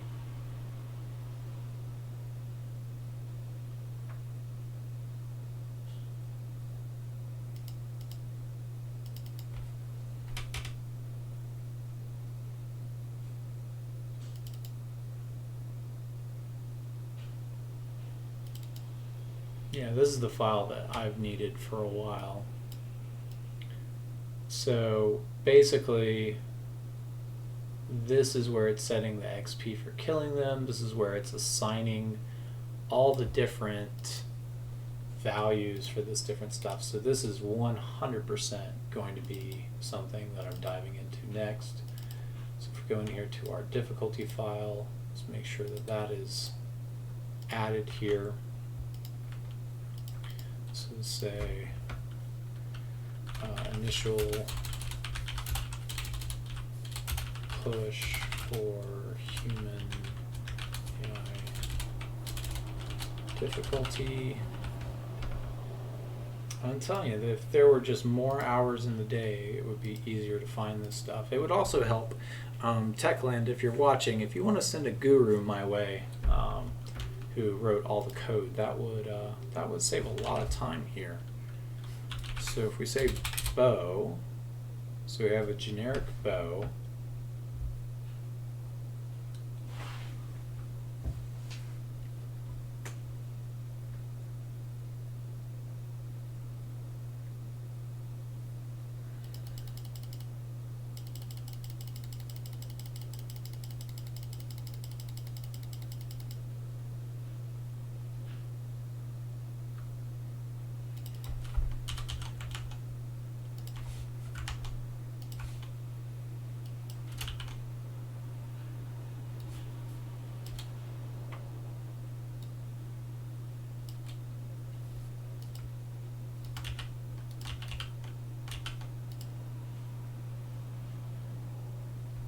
Interesting. So where is this stored? Because this isn't a file.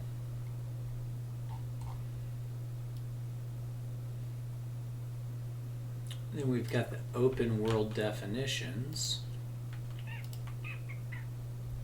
So we're definitely going to edit this as well, I think. This is going to be the different characters that are available. So there's the concept of like the Duke one-handed and everything. So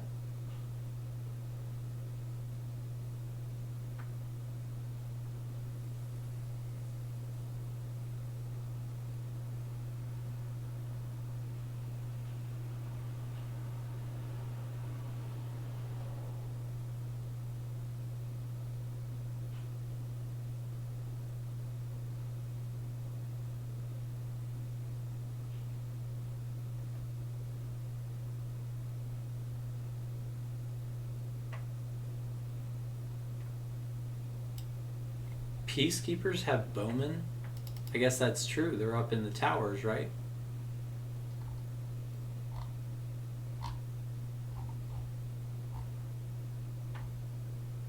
Okay, well, that's going straight in. So let's go back to our file. Say move this to the left. And then back under peacekeepers. So peacekeepers in the city pool. We're going to get some bowmen out here.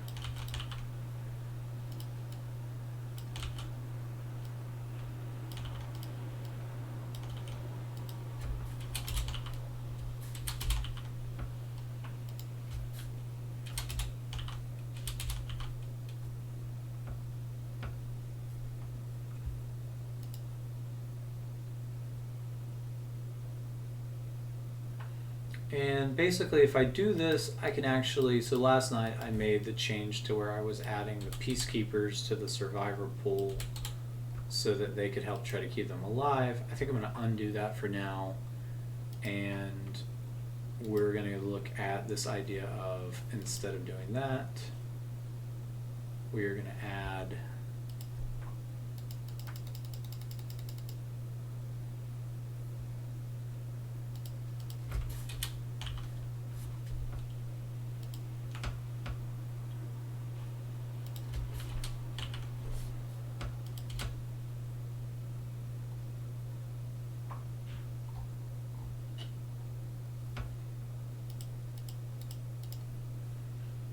some hostages here.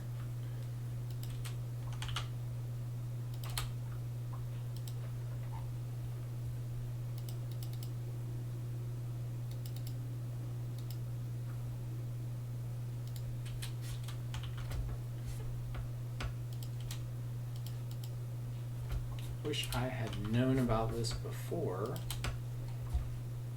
because bowmen, these peacekeeper bowmen are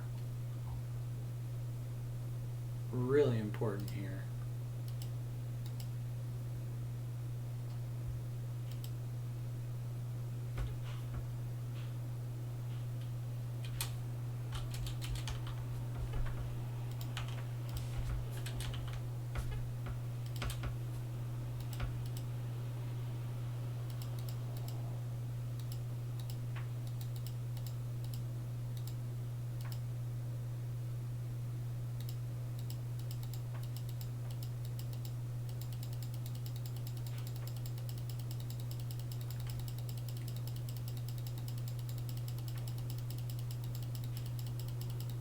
These poor peacekeepers, they're always taken captive.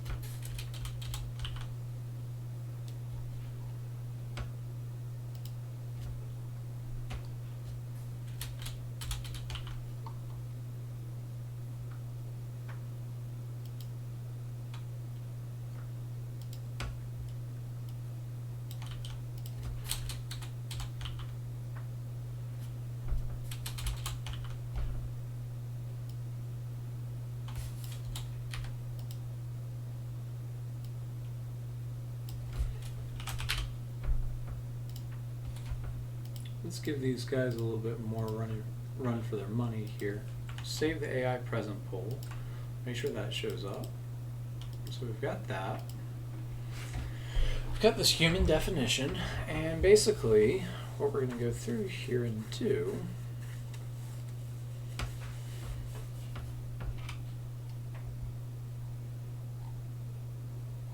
is we're going to go to the survivors. They have this survivor generic base concept, and we are going to give them some fake stuff here.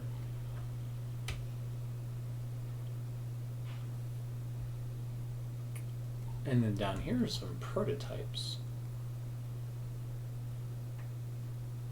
that look like they are incomplete. And then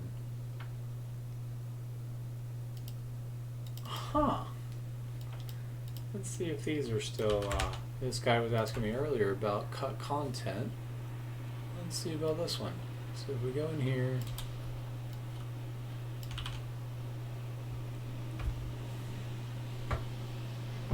so they've got them.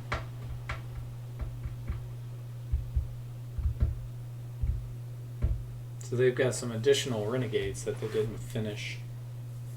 Take 24 grenaders, enemies. And essentially what I can do is instead of trying to go through and say like, okay, let's hook these guys back up per se, maybe we can just go through and hook up their models to where their models work, but then the rest of it's generic. Just add a little bit more diversity kind of thing. That being said, if we hit search, let's find,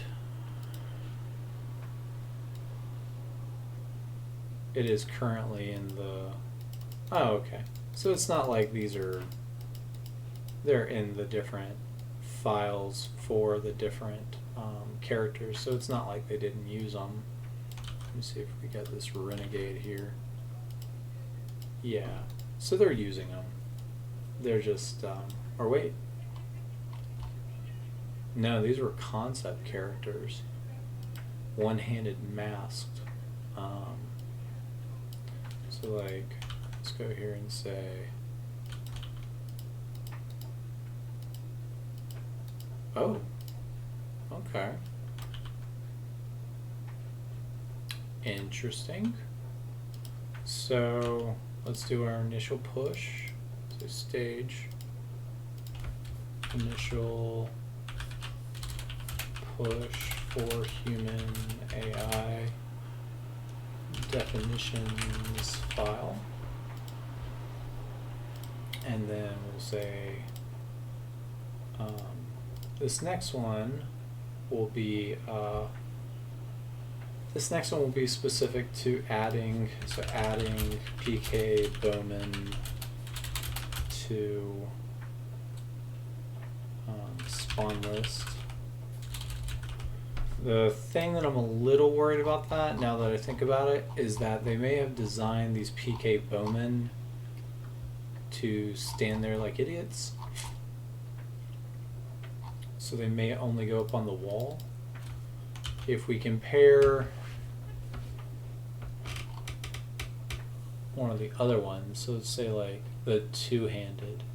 So you can see here that like the navigation doesn't exist for these guys. There's not currently like an idea of like navigation, but essentially all we need to do is go in here and say, where do they have this under the bark?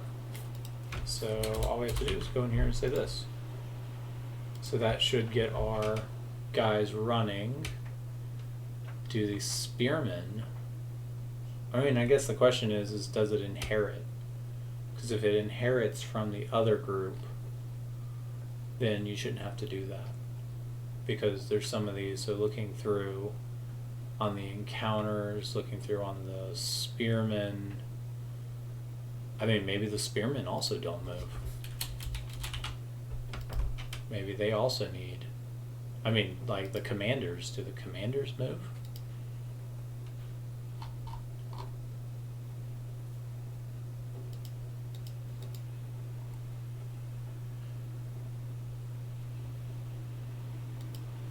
So let's give them this. Let's also say if they fall, they need a loot. So let's give them a loot as well, because we're putting them out there in the world. Spearmen probably also need it, because I think that's what the case is that they basically safeguarded these guys to where they're not likely to die. That, or they really are just inheriting somewhere on some of this stuff. So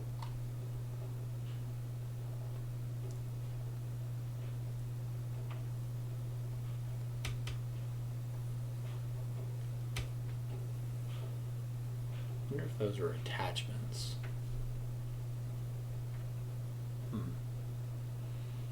Okay, then their animations are all standard. The generic bow, they have all their standard stuff. They're a peacekeeper, so all that is standard. So then basically the idea here is that we want to go and we want to clone this view, and I want to go down to a survivor, and we actually want to make them more on the same lines as the generic base. And look at that shoddy weapon pool. Yeah, we're gonna have to look into that. So then we have a survivor bow, which will also have generic bow. And we'll give them the same information as everybody else. Their survivor, they may not actually have the AI animation presets. They may actually need to use somebody else's. I guess we'll find out. So there's survivor, and then for the bow, let's go up to another bowman. Oops, not this guy, other guy. So say survivor, bow, this one, let's go to the scavenger bow, and I don't know about the scavengers as much as the, yeah, okay, let's just use his. So on the weapon set name, give them the bow. For the file name,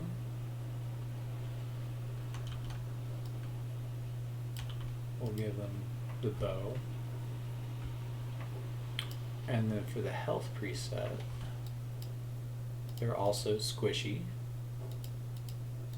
And then scream, survivor, check. So that's bow man. So is there survivor woman? Is that what the deal here? Yeah. So there's survivor bow man. Let's also make women, so that we have some kick-ass females up in here.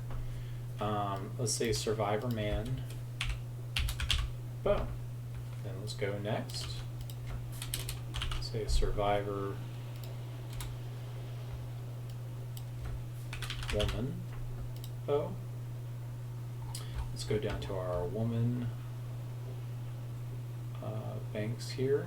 So basically what we need to do is, let's just go line by line here. So if we select survivor woman bow, let's grab our different models.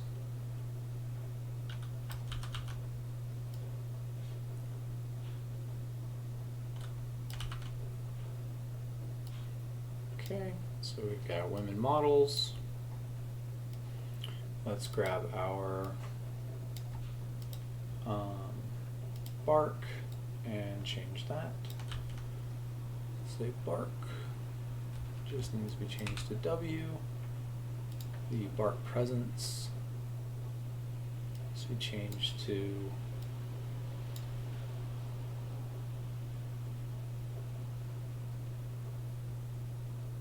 oh, interesting.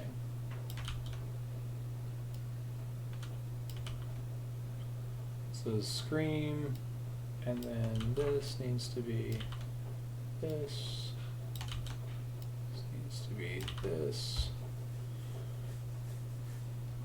And navigation preset is correct. Fall recovery needs to be the female. So we say set field.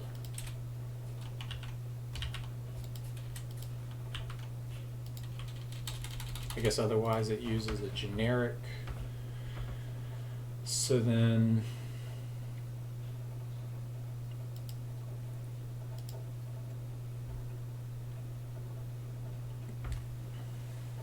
this should be the survivor bowman. We then need to, so say adding PK Bowman to the list, we'll commit that and we'll push that. And then next, let's go through and say, let's add this AI to here. So let's say, let's just start to see what we get. This is going to be a guard. This is going to be a survivor man bow. And let's start pairing them off some and start to see what kind of cool reactions we get here. Let's go over here, say survivor, and more than a bunch of one-handed idiots, let's start giving them a running chance here, Katniss Everdeen style.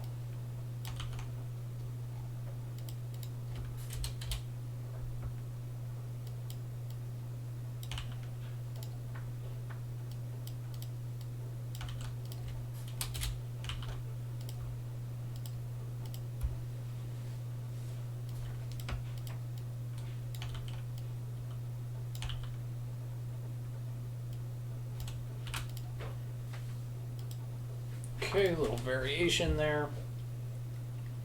So now we should have survivors.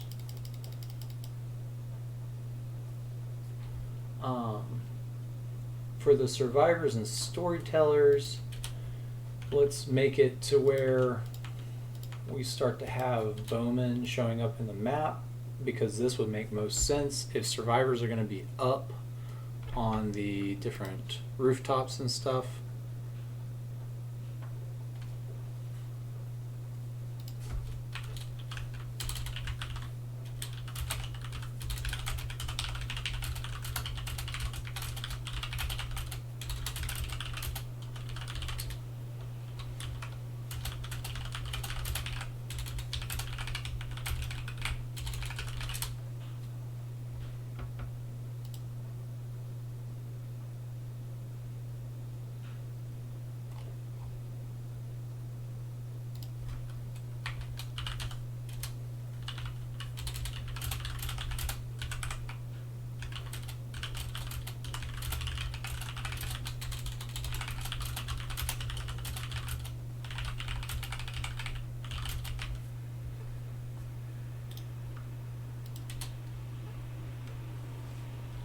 Let's see.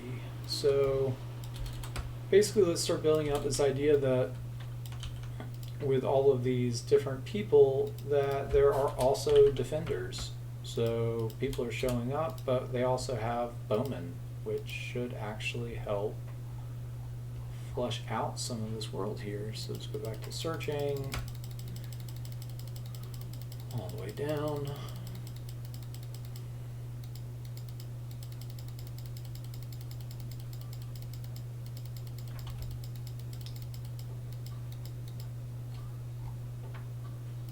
Scene pool survivors.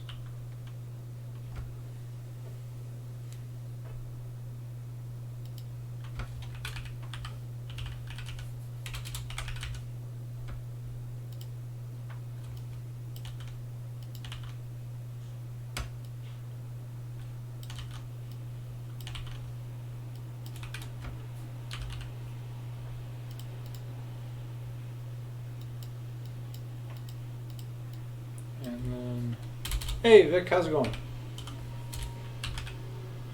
You could just use the chat if you don't want to use your mic. There's one listed right above this. But basically, I saw where you were talking about the density glitch. Were you referring to, or what? I guess the better question is, what are you referring to exactly?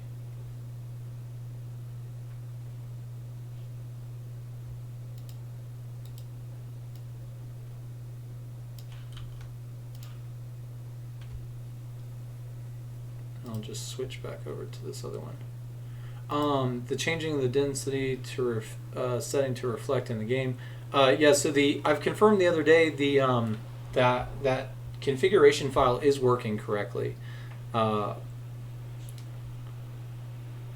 Yeah, so it is working correctly. I think the difference is that basically for certain areas it's not spawning crazy amounts based on what can actually be spawned in that area. So from my testing last night, without breaking the game, so again using systems that I only think are actually going to help flush out the areas to where it's not super overpopulating the map, the density is working correctly. It's just certain areas in the cities, I think it has to do with the spawn boxes and you saying like what's the distance between in other areas.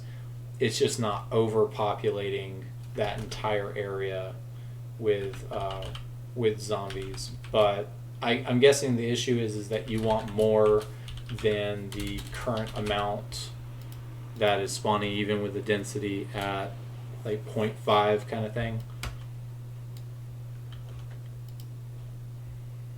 Because I was testing out earlier with the density turned up, and it was just like, it was insane amounts of zombies out on the streets. I mean, you know.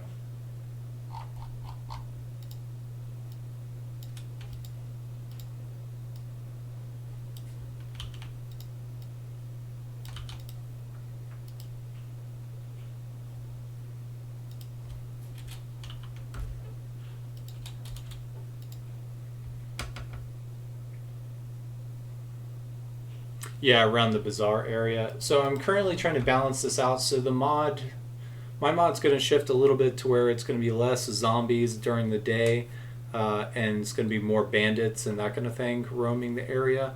So that's what I'm working on right now. For the zombie groups, more spawn at night currently, and if you want to try the other mods, you can let me know which mods. So like more zombies, you can let me know what exactly about more zombies is better. I think that the big thing is that for how I'm trying to balance this for the average player to make it sure it's not breaking anybody's systems, I think I've got a pretty good balance right now. But I can continue to kind of look at that. But it's not technically a bug right now as much as it's just not overpopulating the world.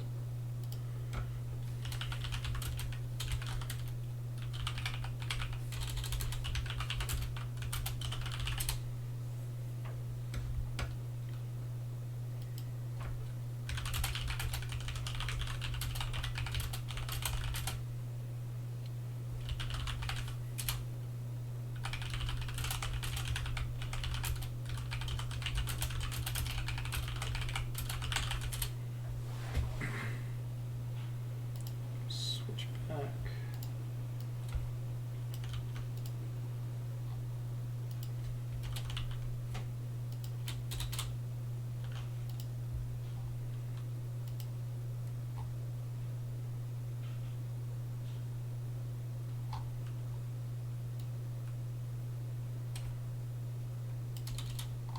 I don't think that's going to do it. I think I need to reduce that back down. And then these are the ones that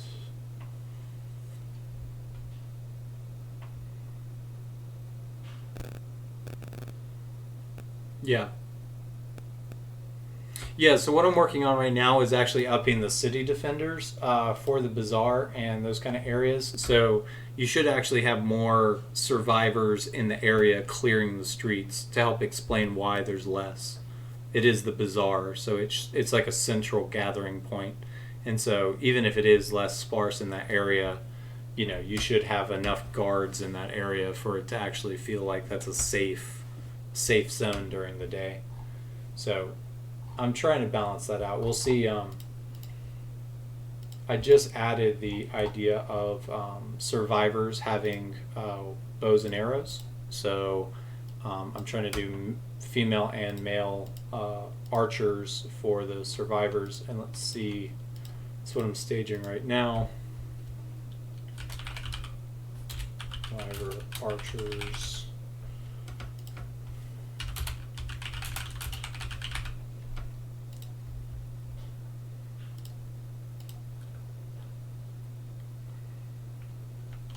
See, so we should be able to now take all of this, I think. Go to source, game pack.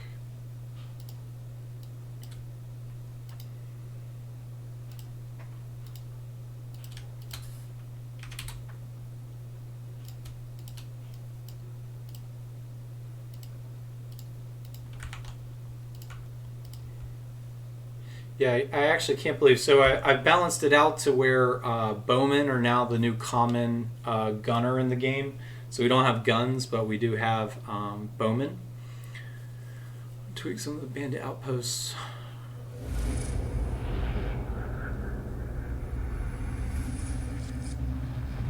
Gotcha. Actually, that's another thing that I was going to start adding. So I'm going to start also adding different types of bandits throughout the streets and that kind of thing. The biggest challenge is because I haven't played the game all the way through yet.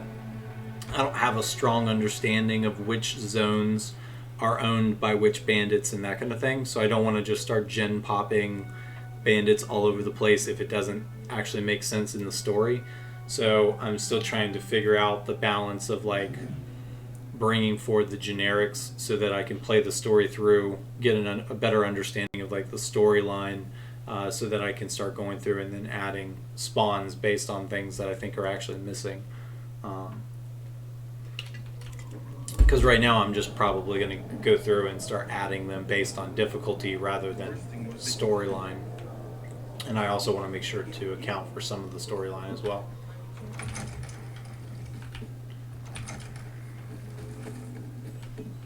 So, actually, oh, we got this bug again. Interesting. Okay.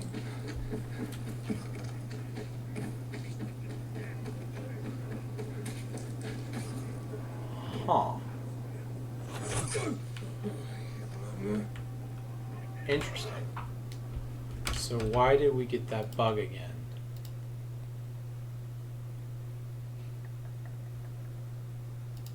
This should be the latest version.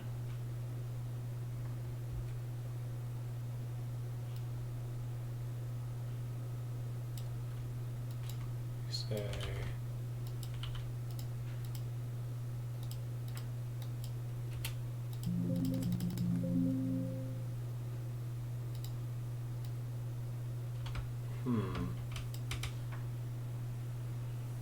okay.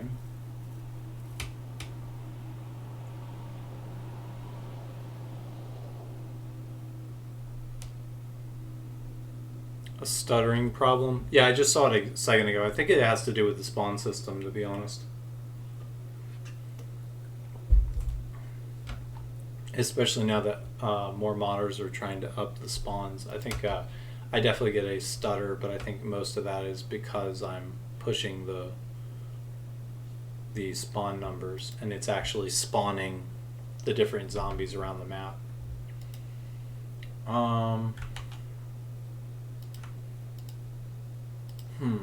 So let's see here. If we go back to, if we say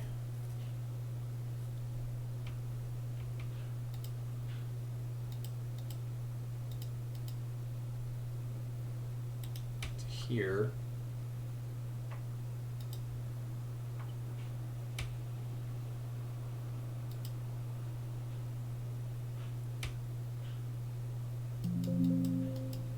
this again. Hey Doc. Hey Bob, how's it going? Hey man, it's not going all good, man. I've been doing so much, man. Since you gave me that temporary trick, man, dude, I've been being able to do so much. That's awesome. Hey, I just got a super quick question. Yeah. If you come on my stream real quick, Yeah. I wanted to change the like rarity on stuff that you loot from crates. So what I did, I went into data 0 because that's all the default stuff is, right? Mm-hmm. So I went into scripts and inventory, and then I extracted color sets, as you said. Extracted it here, and I've edited it, and now I got my edited file here to my preferable like values. And then I just shove my edited color sets into a data pack. Right. In corresponding. So now that this data pack overrides the defaults, right? Right. Okay, so and I noticed also all the values, they gotta add up to 100. So I've been careful to not go above 100 or below. As you said, I remember you said that shit can crash the game. Yep. Pretty quickly.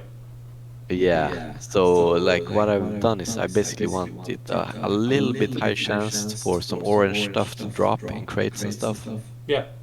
I've increased that, and it all add up to 100.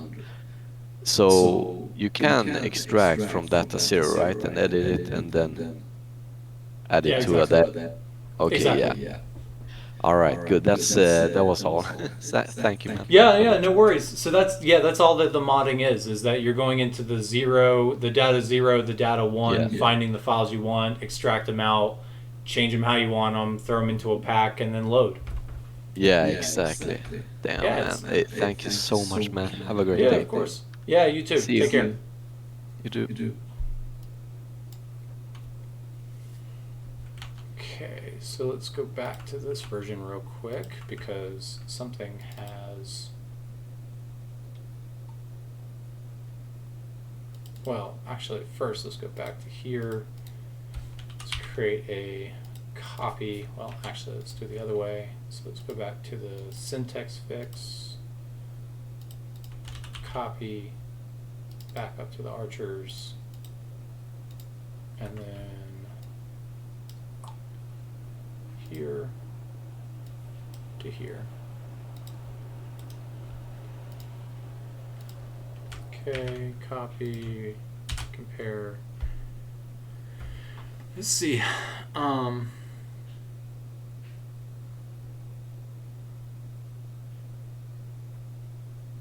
Yeah, so I think it's I think that one, so it should be an event which is based off the encounters, and I think that encounter is called like loot encounter or something like that. So let me confirm really quick. Sorry, let me make sure that this is correct. Basically, the copy is the old one. This is the new one. Why do I feel like...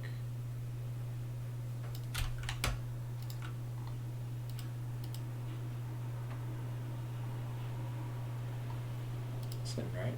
So say, nope. So let's go back in here and say...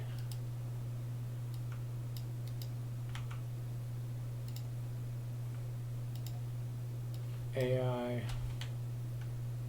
say survivor.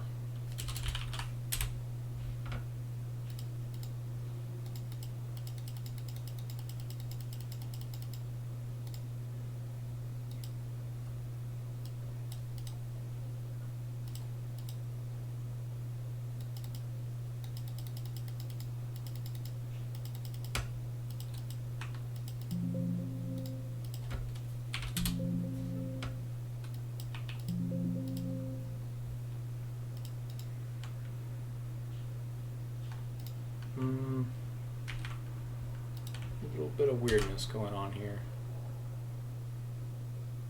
So the Peacekeeper updates are in there.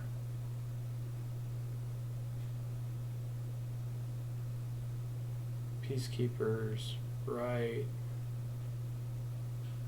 But where are my...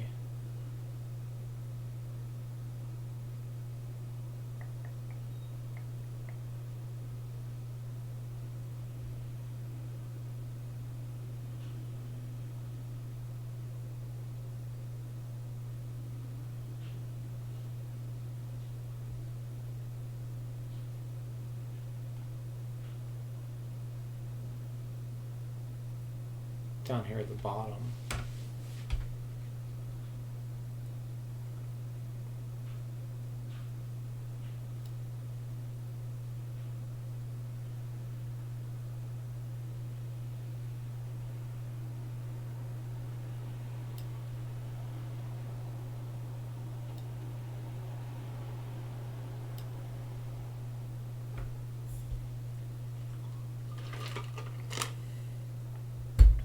Survivors, excuse me. So these guys probably all need to be on general instead of guard.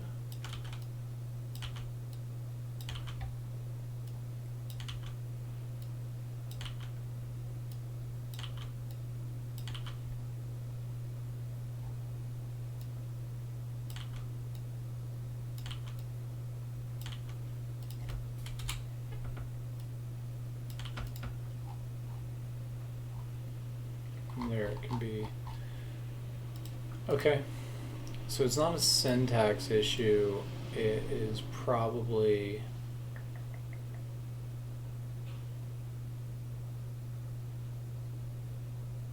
has more to do with the fact that these bows are not properly implemented. But let's go ahead and try to load again and confirm that this doesn't work.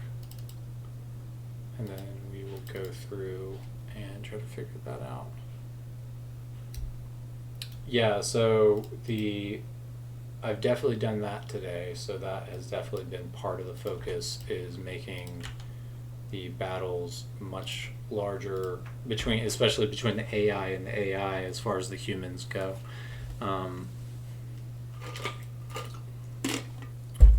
You basically want these guys to rule the streets, and that's what I'm trying to do for the day, is that they rule the streets during the day.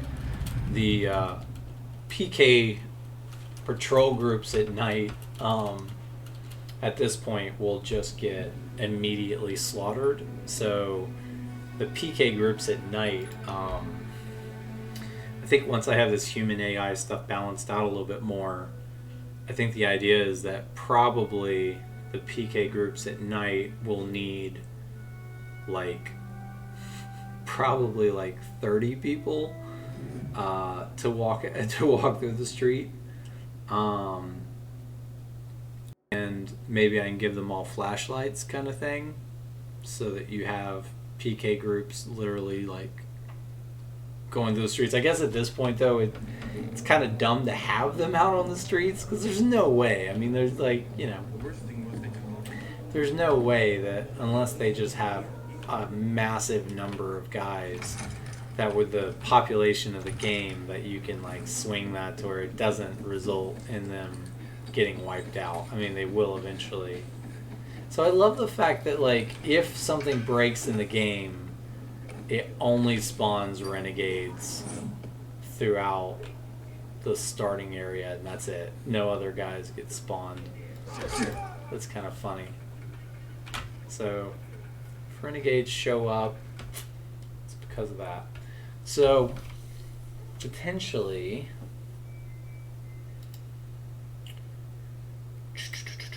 so to fix this for now, to confirm that it really is my survivors that are causing this, I need to go and say survivor man bow, and just say replace, and we'll just line him out for now, and same with the woman.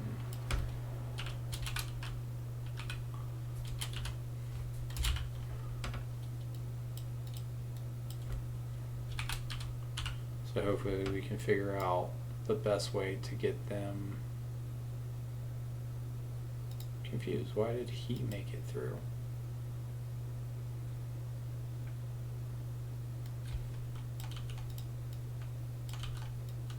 Interesting. Maybe there was a typo there. Preset bow general. There it is. It was a typo. Oh, that's so nice that a replace just showed me that. The heavens have smiled upon me today. That's twice now that this stupid little typo has been that easy. So let's go and say search, and let's see if this guy got copied anywhere. So if we go here and say search for that, it is finding specials, but that should be all it finds. Alright. Knock on anything. If that was it, I'm going to dance a little jig. Alright, let's go here.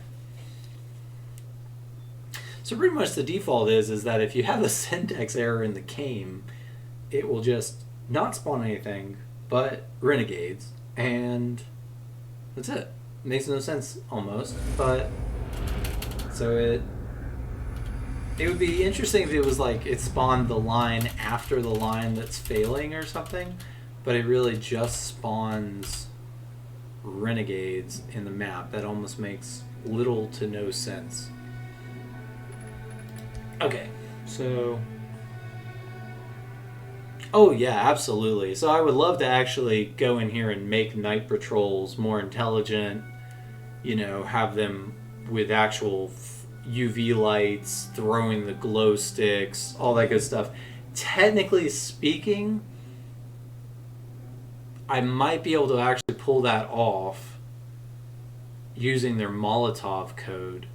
So if they've got the concept of a grenader with a Molotov, then technically I can just arm them with UV lights instead. The difficulty would probably be making that night only. I'd have to write that in the behavior trees. Please spawn in, please spawn in, please spawn in. Still broken? Still broken. Aww. Well, had high hopes. Okay, so if that is still the case, we did find a line, but that's okay. That would have been so nice if that was it. Potentially there could be one with the Peacekeepers. Technically, I should have gone line by line and done the Peacekeeper bows first, confirmed all of that code worked, and then moved on to the survivors, but didn't do that. So let's go in here and say line them out.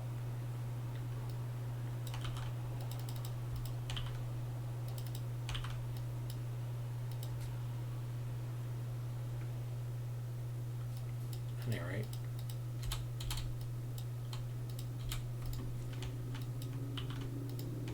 Okay. I say line, place all, and it didn't get this guy again.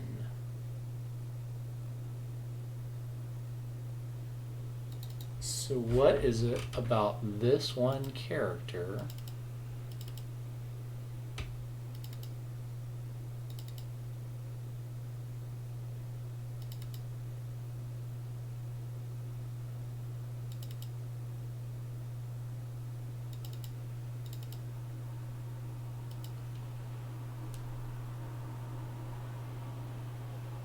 I don't understand. I don't see it.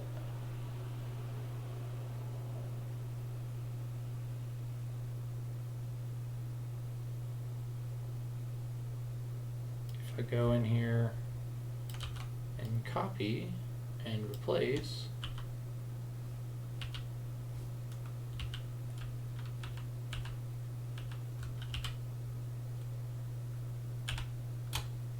nothing changes.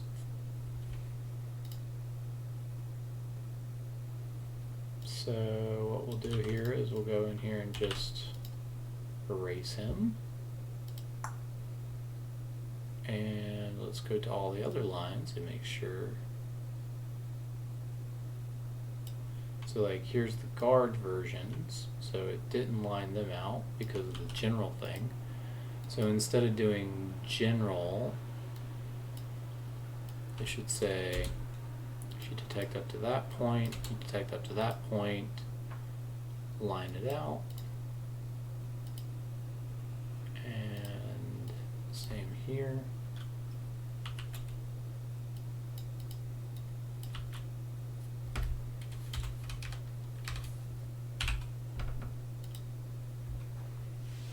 Okay, line it out.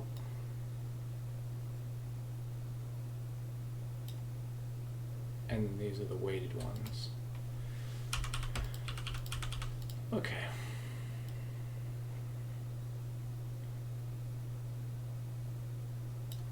So, starting with Peacekeeper bows.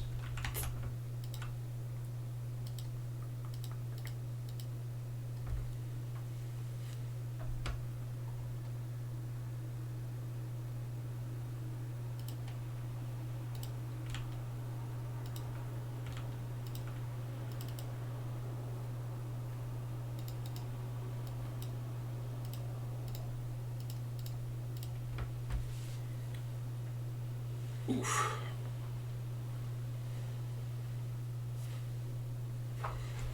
I'll have to take a break here in a little bit.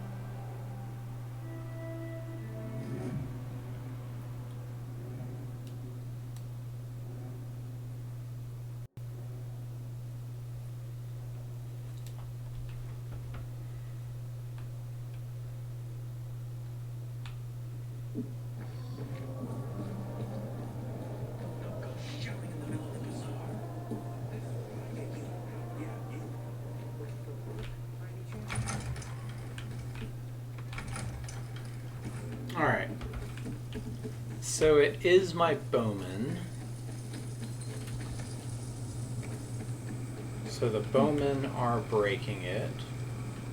So more than likely that's because it's not getting a definition somewhere. So let's review really quickly. We have our open worlds. I've added them there. The difficulty preset shouldn't need to be done. Let's go back to the open world here and make sure to, so this is open world, this is the latest version, move to other view. Let's say, okay, here he is. So then his difficulty preset, where is that coming in? So custom, survivor, health, scream, navigation, combat, takedown. So all that checks out. But then under like these guys, the scavengers, they have all the same information.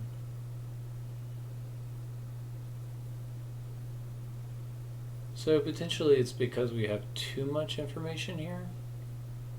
Maybe we get rid of the redundant information. But if that's the case, I think the problem here is that, is there a generic bow? So there's the Peacekeeper bow, generic bow. Okay, so they're all using.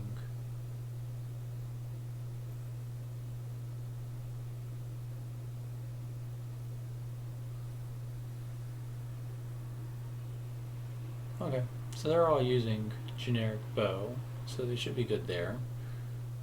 And then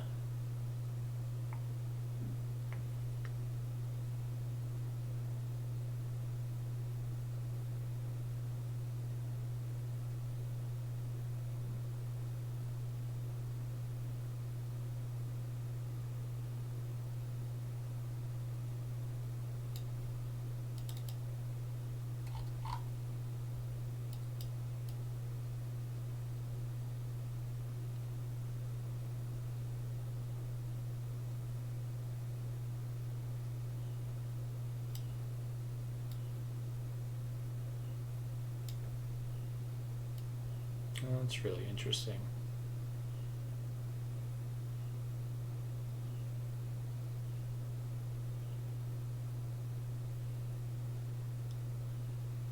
So something is passing down this information to where they're inheriting this from somewhere. So if we go over here, clear this, where all does this guy show up?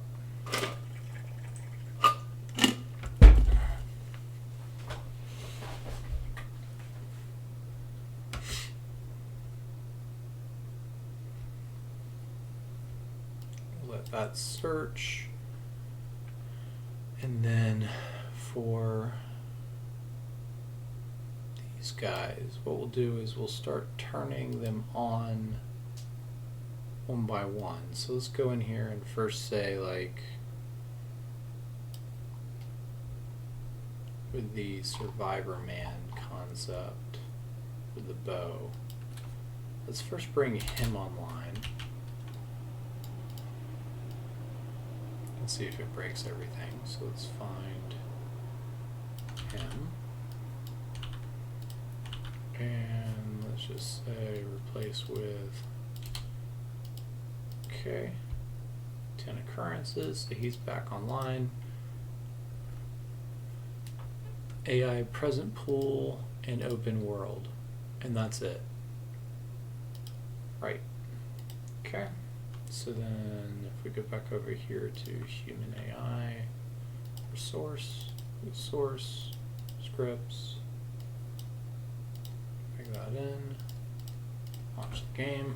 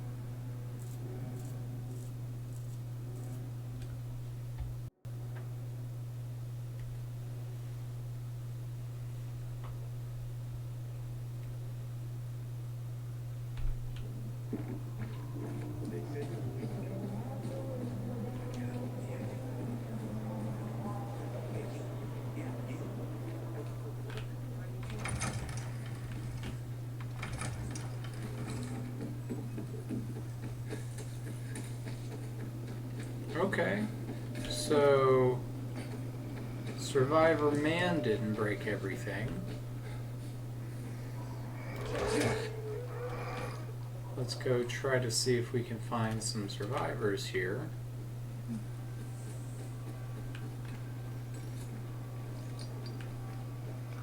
God, they're so dumb. Like, really? You're gonna go check the trash can? Okay. You're currently standing in a telephone lamp. I don't think that's my mod.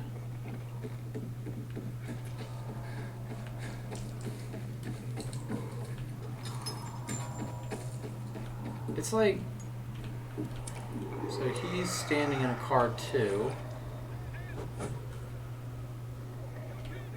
Oh, he jumped down. And then he's got his wooden table leg. Yeah, you deserve that. They're just so dumb. But then if they're calling... So if they're over here fighting, they should be calling for reinforcements.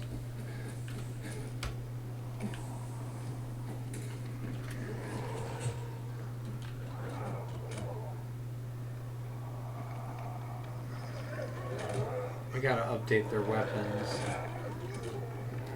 He's holding his own okay, but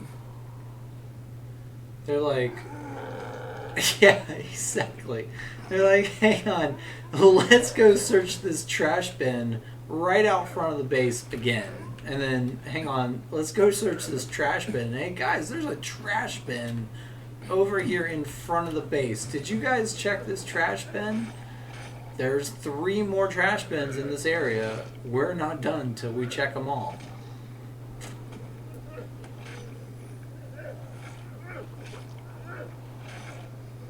Because like even with like the standard game, I get that like now I have zombies running up kind of thing. But like even the standard game, like they don't care. Like they're not worried at all that there are like enemy guys like right here, like in the building next to the base, there are zombies. So I mean,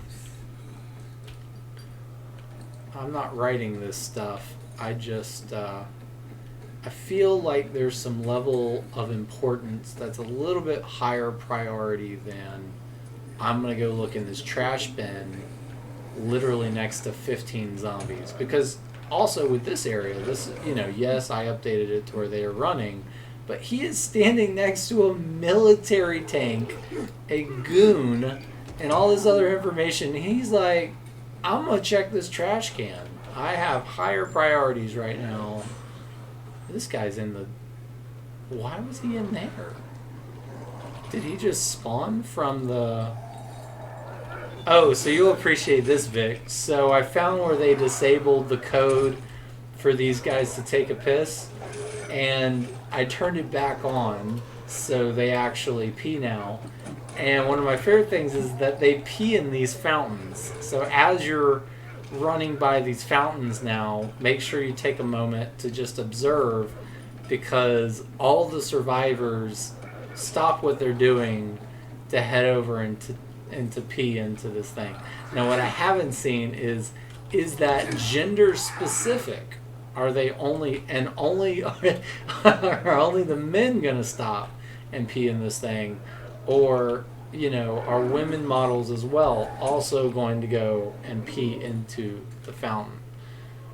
But it actually turned out that it was fairly easy to turn on animations that they've removed from the game. So far, no one's really...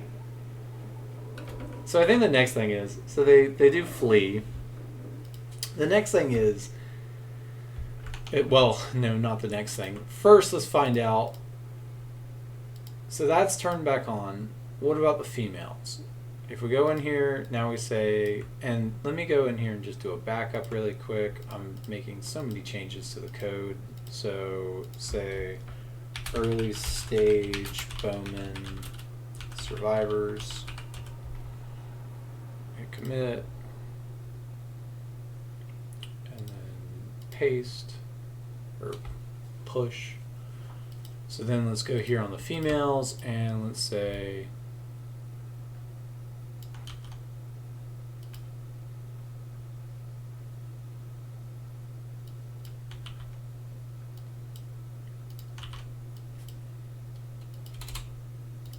place. That should bring all of them back online.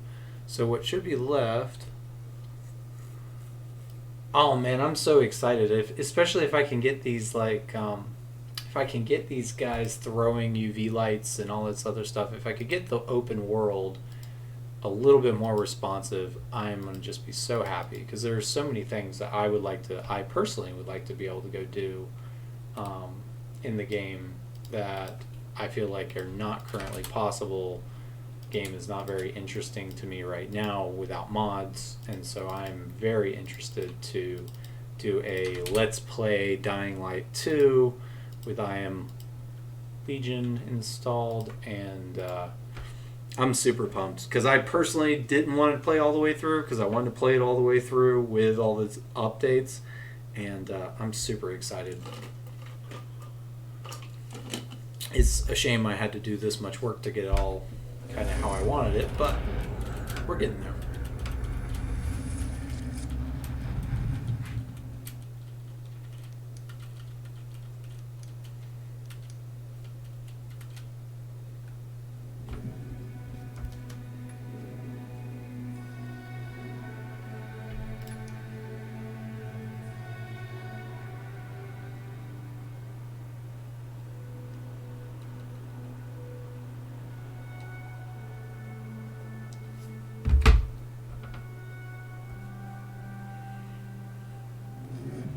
Holy hell. You've played it through 5 times? Damn, Vic. No wonder you're reporting all the bugs that you're seeing. I didn't realize you've gone through 5 times.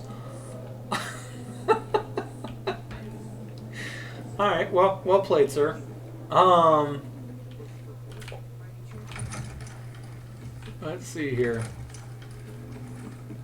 Come on. Yes. Okay. So they work.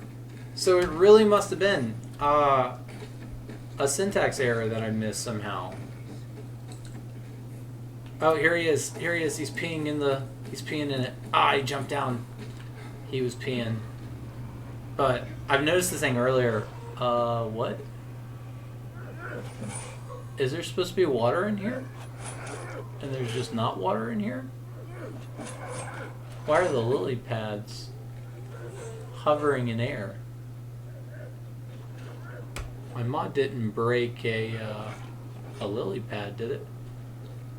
I think one of my favorite things, and I'm definitely gonna upgrade their weapons. I think one of my favorite things is watching the human AI just knock wet like arms off. Like if I could just watch and all of a sudden arms are just flying left and right, that makes me so happy. Oh, cocky.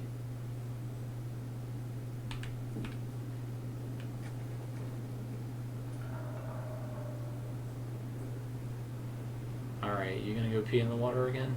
I was gonna try to show you, but he's got another trash can to go look in. He's heading straight for that damn trash can. Okay, I am going to turn off their animations to go search trash cans. We're done with that. No more searching trash cans. That's all these guys do. They need a new hobby. I gotta figure out how to get rid of the trash cans in this. That is just too much. If I'm ever gonna get these guys to act slightly realistic, the trash cans have to go. Okay, the next thing I was gonna do, yeah, they'll constantly be mapping around the city to just go pee. That's all they'll have left. They search trash cans and they urinate. That's it.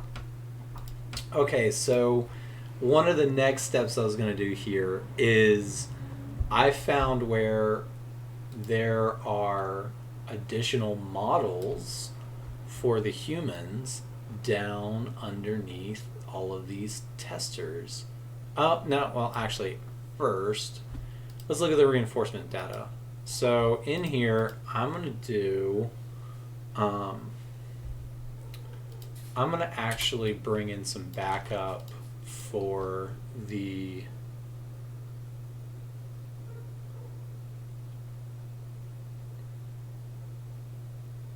Oh, okay, you did like the actual in the model folders kind of thing?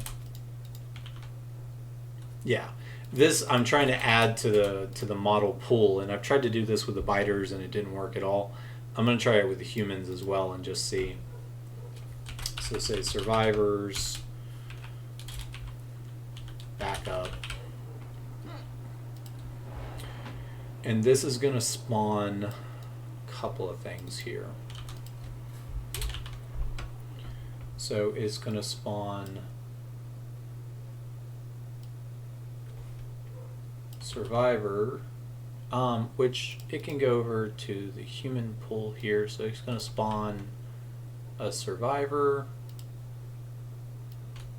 anywhere from 0 to 3, maybe more. Maybe that's the name of the game with these guys, is that I need to just start spawning lots of survivors so it makes more sense of why their population is even still around. It's going to spawn a woman survivor.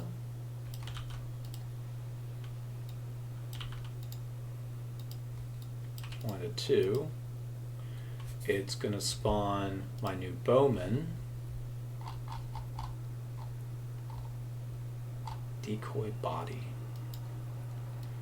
Yeah, so this is currently their like only, it's kind of hard to believe actually that they don't have any form of like defensive group. Like they don't have like a let's go and like fix this. I also looked at the model presets and saw the present weighted. Oh, okay. Woman, bow. So we've got the woman bow, and then also I guess, hang on, before I do any of this, let's go in here and let's stage. Oh, wait a second. It didn't turn back on the general, so maybe it was. So what did I replace? So let's say. Oh, because I did all the way. So it needs to be here, here. There we go. Okay. So I guess now I got to test that really quick to make sure that that works so that I can push that out and call it fixed.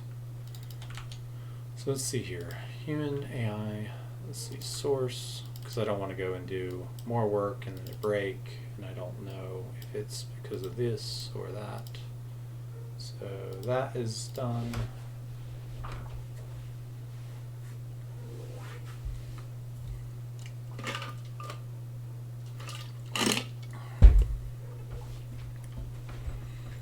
Exactly. Just because I did like 2 hours of work this morning, and I wasn't doing that because people were actually jumping on, asking questions. It's actively rolling through. So I got like 2 hours of video of me just sitting there going like la da da da da, like I'm gonna do all this. I did all this, and then I didn't test enough, and then it took at least 30 minutes to fix where a syntax error broke everything. So the bonus of that is that now with the spawning stuff, if I see a syntax error, I'm no longer freaked out because I'm like, oh yeah, I've seen this before, whatever. Just got to go find the stupid syntax error and it will fix itself. That being said, I haven't tried to spawn a non-existent AI before. Oh man, it's that one script I'm messing with, that AI pull present, or is it preset pull? That thing's like 13,000 lines of code. Like, that's where every spawn script is for the entire game. If you mess up one line in there, the whole thing breaks. Okay, so confirmed. And let's see if I can get over to this guy peeing before he stops. He's like, la la la la, and then he's done. That's interesting. He was actually up on the roof of the car.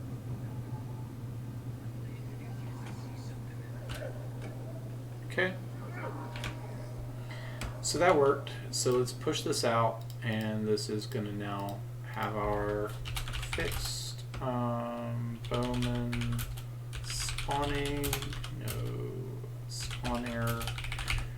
So then let's go through and add, so we can actually kick out this duplication now. Keep that nice and clean. And then over here in the reinforcement data, we're now going to say, give us at least 1 female bowman, give us at least 0 to 2 male bowmen, give us 2 female fighters, and 4 male fighters. That is a shit ton of backup. I'm going to start with that and just see. I mean, based on the amount of zombies, and then also I'm going to make them show up later, so they're going to have a little delay here before they get there. And then also there's going to be a delay, so that's delayed between spawns. So I think I actually messed this up earlier. So this is not going to be delay in between spawns. This is going to be cooldown. So basically after it, exactly. So it's going to have a very long cooldown. So if they call for this many survivors show up, then, and then chance to spawn is also going to be a bit lower because they're survivors, they suck. So delay, yep. Is infected reinforcement? Interesting. No, it's not. So then we need to look at this idea of the summoner, because the summoner is how this is happening. So then if we go over to the, I think we could probably, I think that's the problem, is I don't exactly know the best way to do this.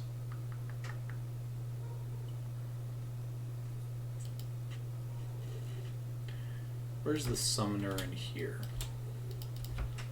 Summoner. There's, oh, wrong one.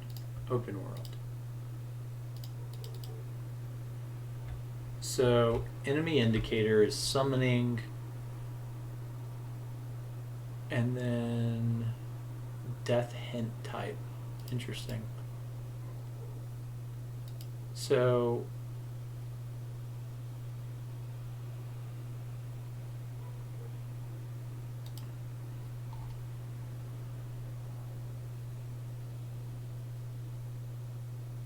nothing special.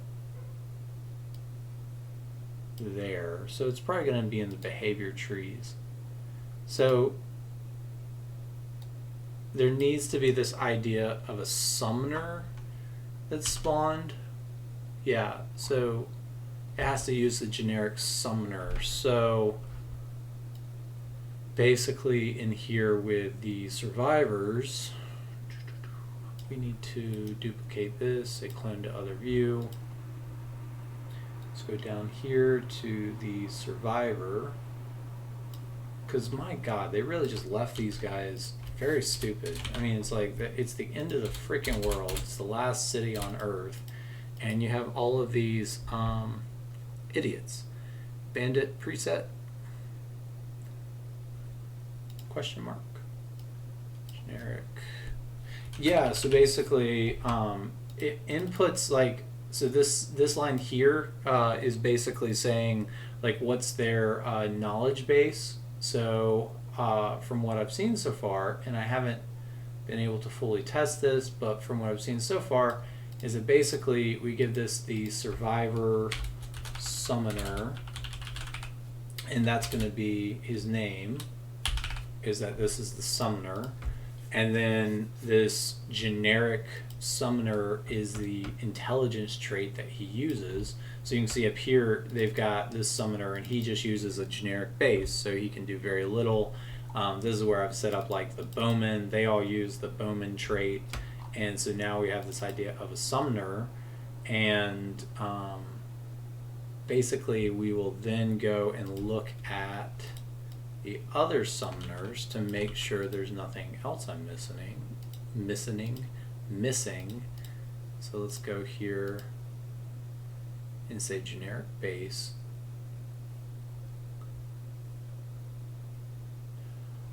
Oh, I get it now. Okay. So it's using both the presets. It's naming it, but then it's also importing it. This is where I was saying before, where I was sitting there going like, wait a second, how do these guys actually move? So how are these guys like actually moving around the map? How are these guys actually doing anything? It's because they're going in here and saying, if I am this type, so like with the bowman, they're actually using the bandit code. So if you have a bowman, they're actually using the bandits. If we're using the summoners, it's also using the bandit low tier. It's using their animations, it's using their navigation, it's using all of that. So basically what I can do here is, instead of letting it use that, we're overriding it with some of the navigation presets, but then certain ones like the animation preset, I'm guessing it'll need some animation. I mean, that's for the like guy that's like cranking on the thing, so that actually probably won't matter. The sync actions are all being pulled in through the generic base, so it's just a human. So it's building onto the generic base, so whatever the generic base is, here's the generic base. Everybody builds off of this system, and then it modifies as you go. So it basically, and this is what I'm going to actually start doing for my AI for the zombies, is that currently we have this idea of the common zombie biter, that's just like, you know, you end up with a common zombie, and I currently have this arc where it's like either you have runners or you have shamblers. I'm actually going to try to write new zombie types, just like I'm doing with this, to where we actually have some zombies that are fresh dead, some zombies that are not fresh dead. The fresh dead zombies are similar to the virals. The difference is that they're kind of the in-between, so they don't use things like the tackle animations and all this other stuff. They're just going to be biters that move faster. Because currently I've had to kind of jerry-rig the code to where I'm replacing code and saying like go and use the viral code instead. But I actually want to write that a little bit better, so it's actually more in line, because I would like for them to be able to like still be able to grab you and all that stuff. Which currently they're doing. It's just I want to make sure that also if they get, like, if they're crawlers or what their other conditions are, they have everything they need. So we have a generic summoner. The summoner is using these animations. Apparently everyone is using these animations if they are a summoner. I think the difference is that will this actually cause them to summon? I forget where I actually did. Yes, that's where. Okay, so then it's in the noise. It's in the noise system. They call the trash man out. Everybody come check out this pile of garbage I found. So they've got all the same stuff as the Survivor.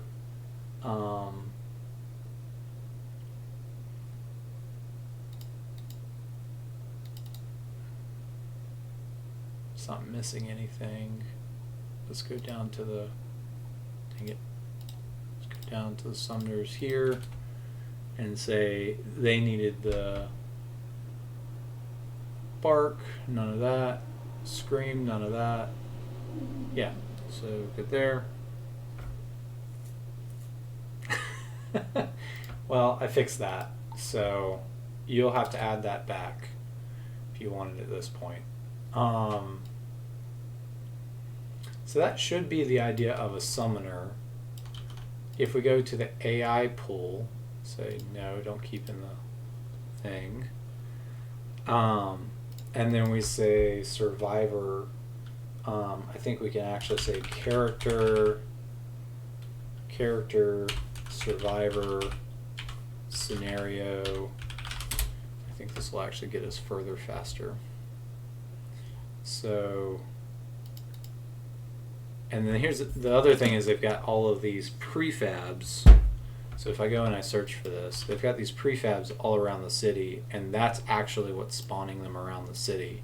So in order to improve these guys around the bazaar, I'm going to have to go and actually change the prefab data, which has not worked in the past. So let's see if we can get that going. So everywhere that they have got, so like with the storyteller, let's also go in here and say like present, survivor, summoner, and is that it? Because in the noise data, if we go over here to scripts, AI, noise data, if we go over here, I'm currently bringing in the reinforcements through this. So, oh, and then it's doing a flag. Spawner activation flag.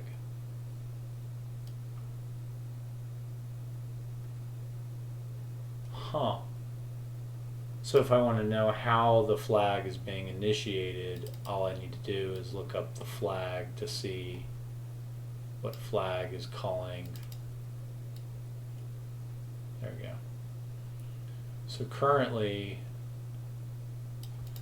I don't think there is the concept of a survivor anything.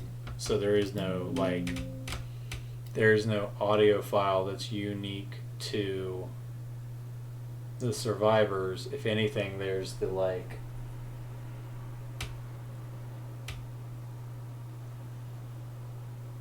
let's see, it's the bandit.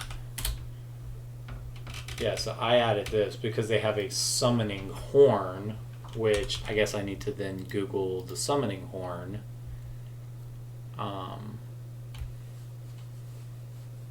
Yeah, so here's where they are. Is it done? Is that it? Well, actually, it might not be that bad if this is it. So dynamic agenda.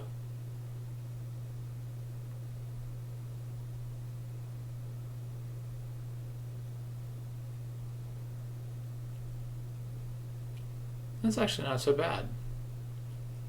So essentially I could go through and just try to up those numbers really quick. Let's go through and do that really quick before I dive into another one. We'll hit find on this and let that go and do its thing. And then make noise, human call reinforcements. Human base chase call reinforcements. Oh, well, let's start here then, because that is very straightforward. So if we're in humans, AI, data tree or behavior tree, AI, human base, there's no survivor base, it's human base, and then profiles, survivor one-handed, because that's all there is. It's either a survivor one-handed or it's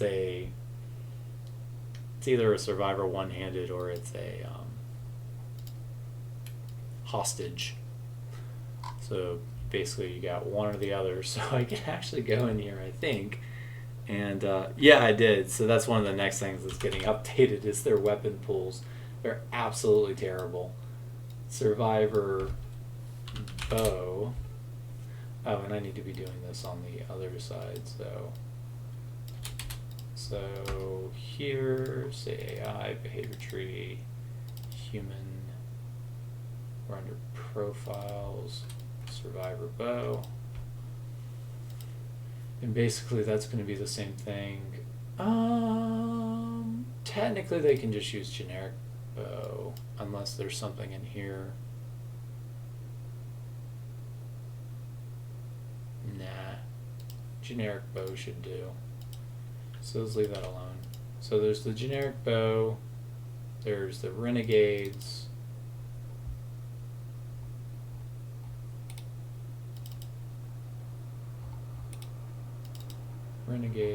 bow, spear. So then there's the survivor bow, which the survivor one-handed, we need to find the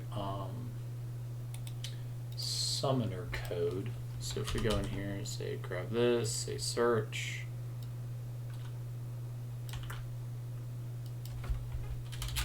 summoner, here we go.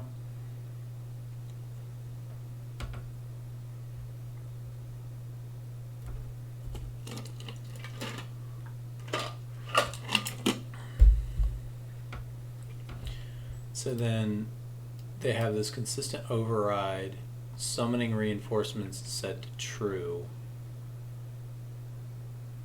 So I'm guessing that the tier system just basically says add this. So the generic summoner adds the ability to summon,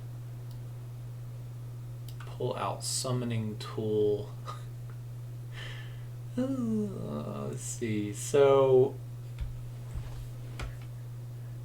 weapon type summoning tool. So then could I just give them summoning tools?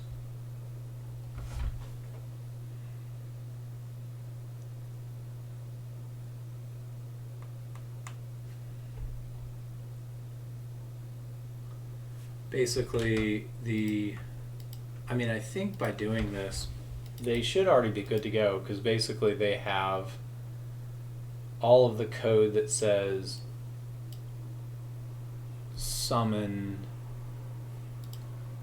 Let's see, it's under human pullout summoning tool, call reinforcements under the chase. So technically by doing this, they should already have that code enabled by making them a basic summoner or generic summoner. So I think they're good.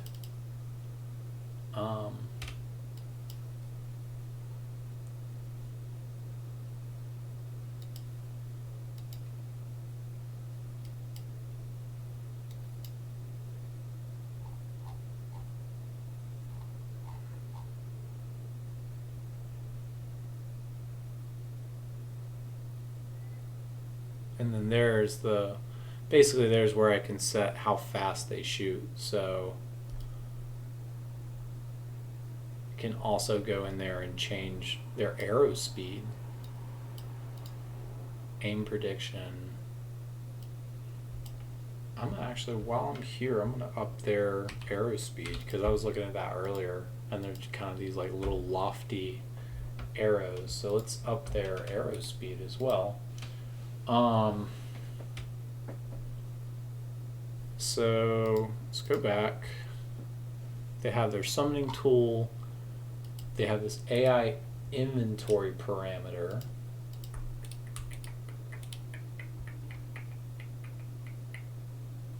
Attachments, inventory parameters, back, bow, holder front, summoning tool, disable looting of dropped weapons.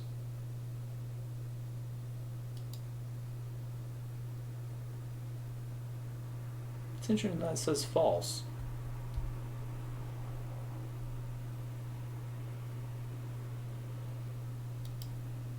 Considering it's already set to false. So we go here and we change this to, first let's do fork.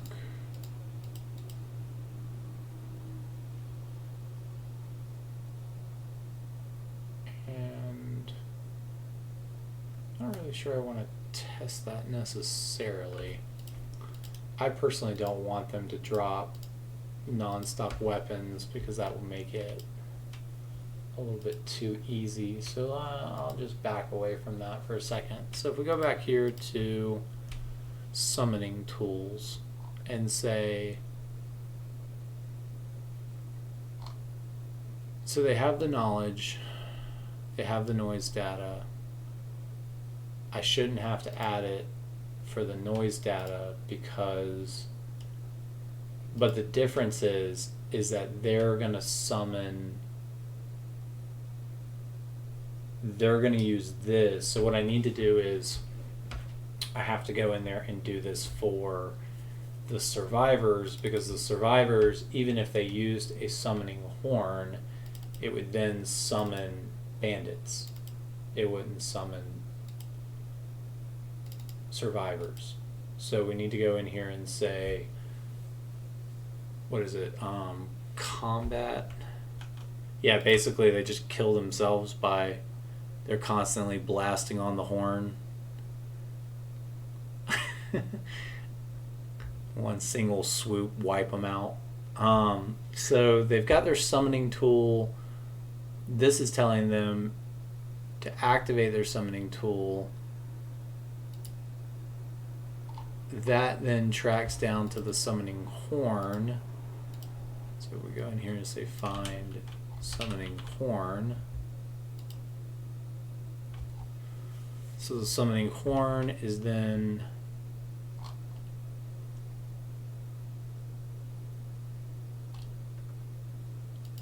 humans base chase.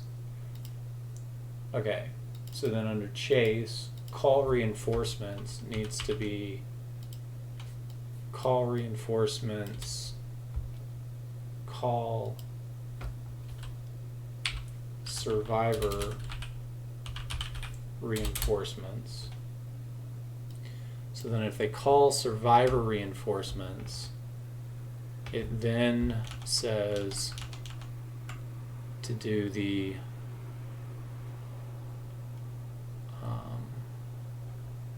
summoning horn. Where is that? So if they say summoning horn, then it does the summoning. Alright, we're making some progress here.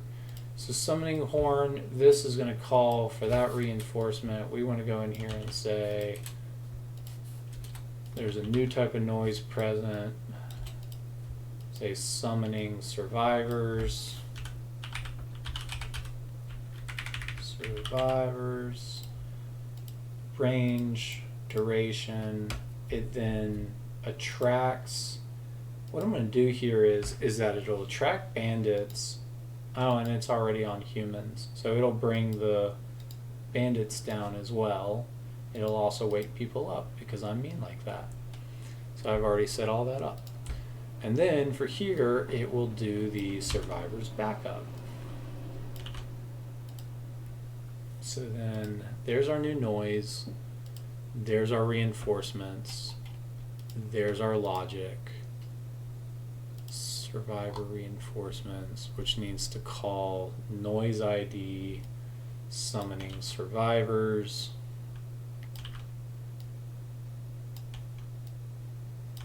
Which in this case, they don't need to use the summoning tool. I could just pull that out to where it doesn't have to do this, so the summoning tool doesn't have to be used.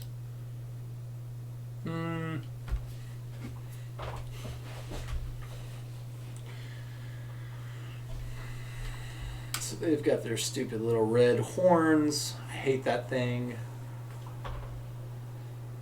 How would you know the difference between a red horn and the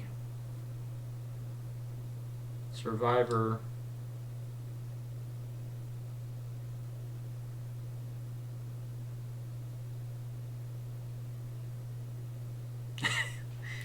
They all need whistles. So they use summoning tool. The weapon type summoning tool. They then have a concept of a summoning tool. They then have the inventory summoning tool. Going all the way down the rabbit hole with this one, say scripts, inventory, prototypes. We've already modified prototypes. I'm a little less annoyed to go and do this. So they have a summoner horn.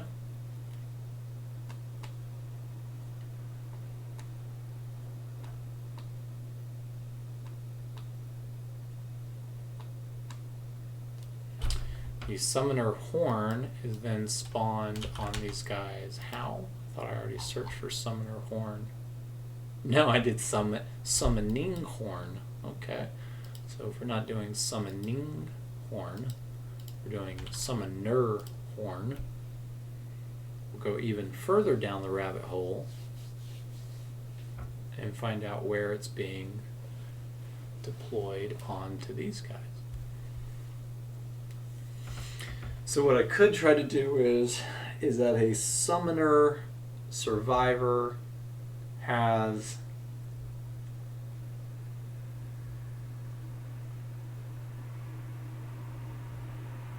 they have the weapon presets. So are they really just giving these guys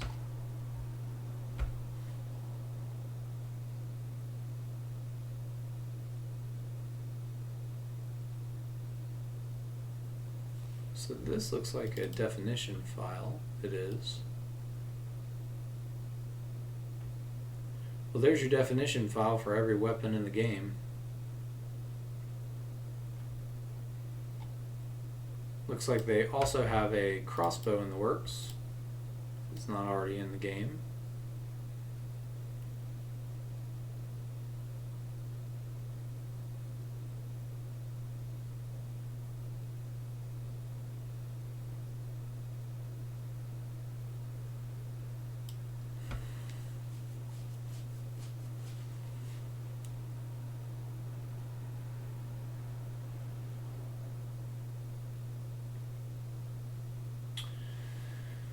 I think I have a compromise here. There is a concept of a flare gun. I've noticed that I don't think there's actually an animation that plays. I think it just fires a flare. Could be wrong though. So with this concept of a flare gun,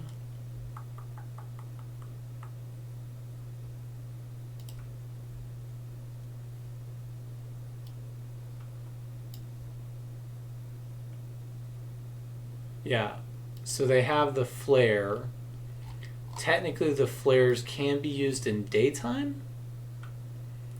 So maybe that's what we'll do, is that I'll search for flare, which, yeah, that's probably going to bring up a shit ton of stuff. But, so if there's ideas of an actual animation that's played,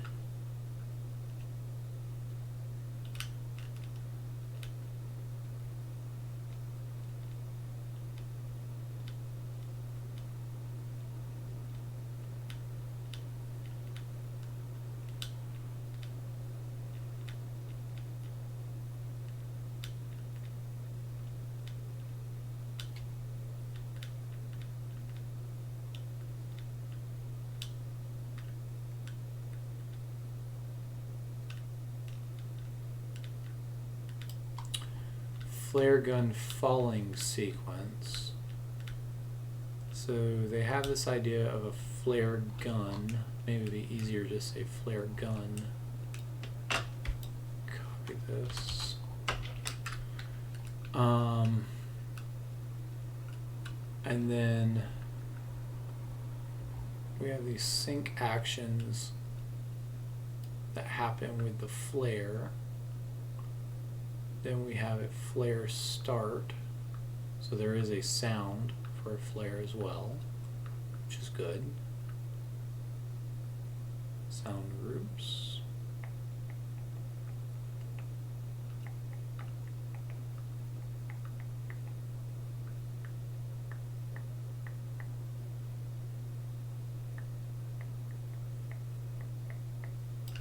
Wonder if they already have an idea of a flare in here. They have a throwable. Charm test. Reinforcement flare.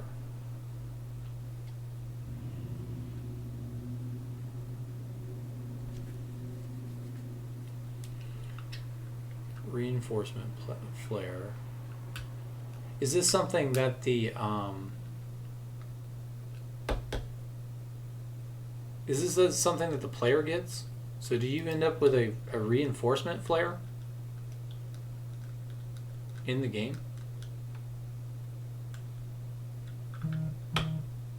Exactly. That I didn't think so either.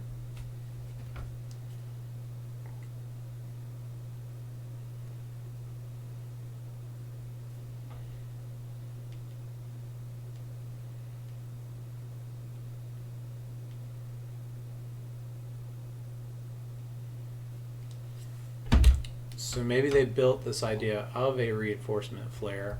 They have a dynamite stick. So let's see where they're calling reinforcement flare in the game, if ever. I would have probably seen it if I gotten down just a little bit more.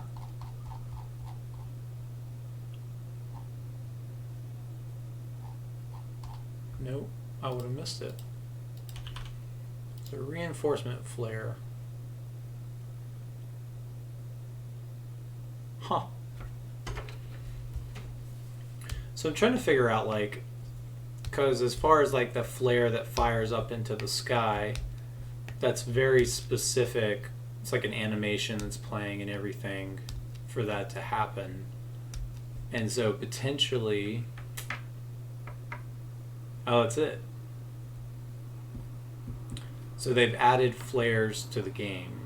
So they've added reinforcement flares to the game, but they haven't actually implemented them, it looks like.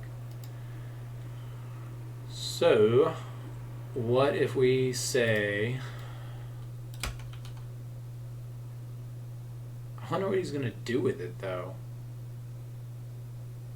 Because like with the other survivors, they have like the summoning tool and stuff like that. So I gotta go back and say like, okay, so what's the connection here again? So kind of lost the connection here. So they have the summoning tool,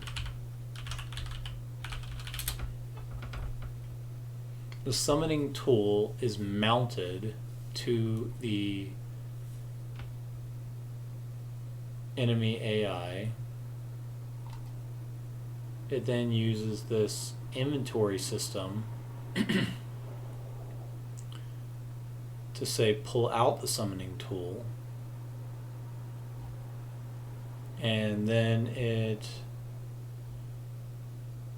so then at item type summoning tool. So then under the actual inventory prototypes, they have this idea of a inventory type. So I would need to write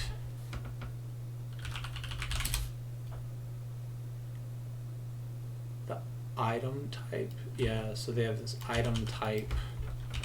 You go to flare, go back down to the other flare, reinforcement flare, item type. So they already have it. So then they have this item type reinforcement flare. So if I go here and change the summoning tool, which again, just to confirm, that is correct, right? Yeah, summoning tool. So if I change summoning tool to reinforcement flare,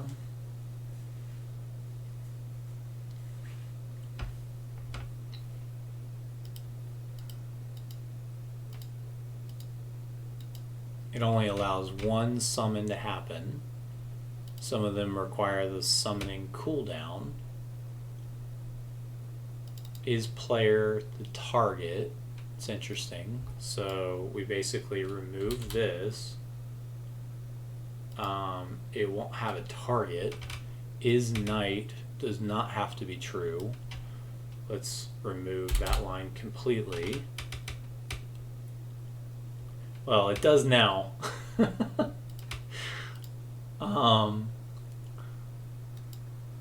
Is height difference to the target greater? We can probably get rid of that. Target and radius. So I guess that's the key, is that it needs to figure out what the enemy is, because right now it's using the player. It's saying if the player is in range, then summon. But with these guys, they need a definition of a target. Get self position, get direction, strafe to death. Interesting. Require one. Human pull out summoning tool, pulling out summoning tool. I might have definitely gone too far down a rabbit hole here.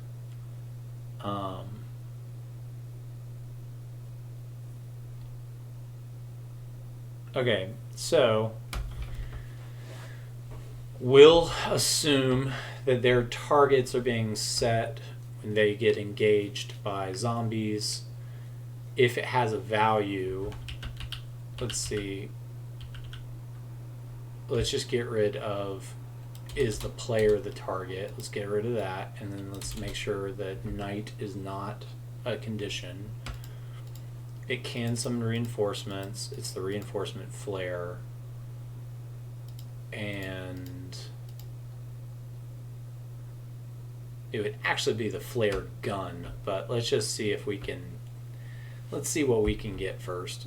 I can't really go that far down the rabbit hole yet.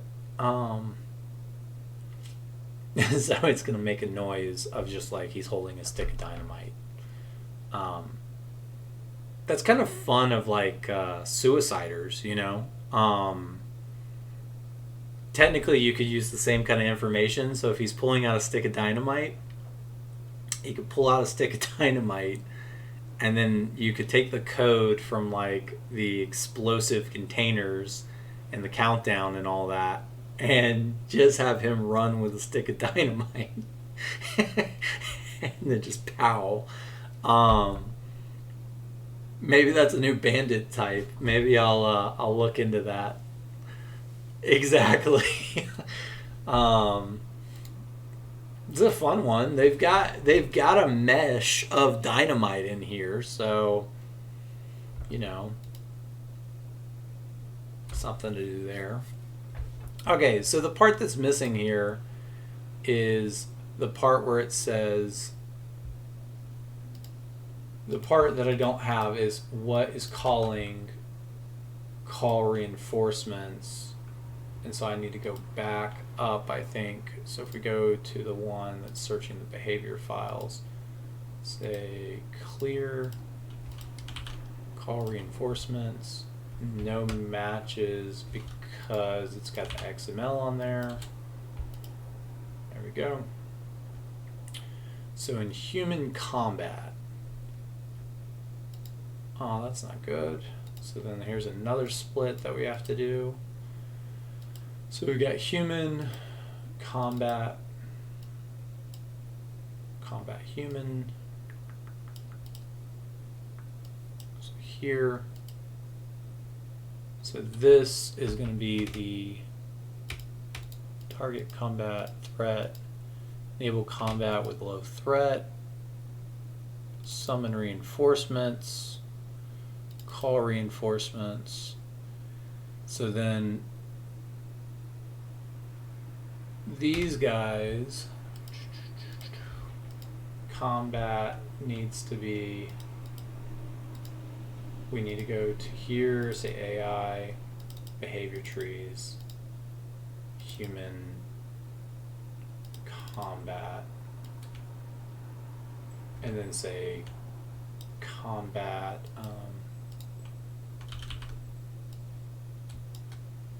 combat survivor.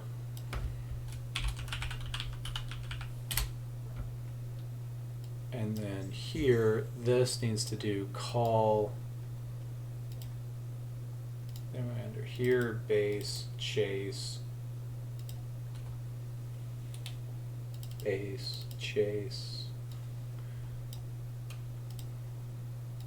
call survivor reinforcements.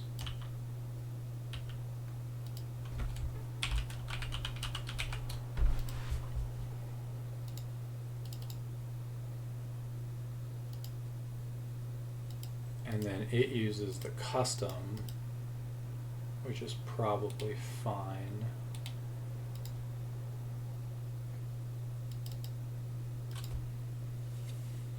Yeah, I'm way too far down the rabbit hole on this one. I need to back off, or I need to go back up. So we have the combat here. We have this initial. Let's see where they can do the, so if we say combat, what calls human combat, we have to find all the ones that can call human combat.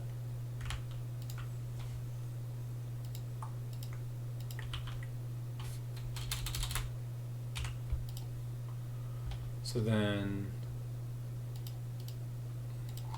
human combat, bow, grenader, one-handed.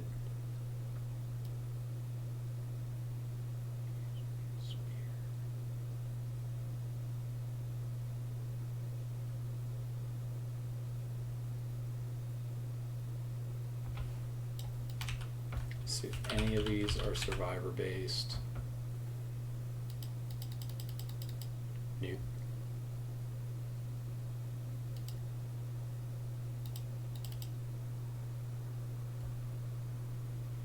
So none of these are survivor based, all of these are generic.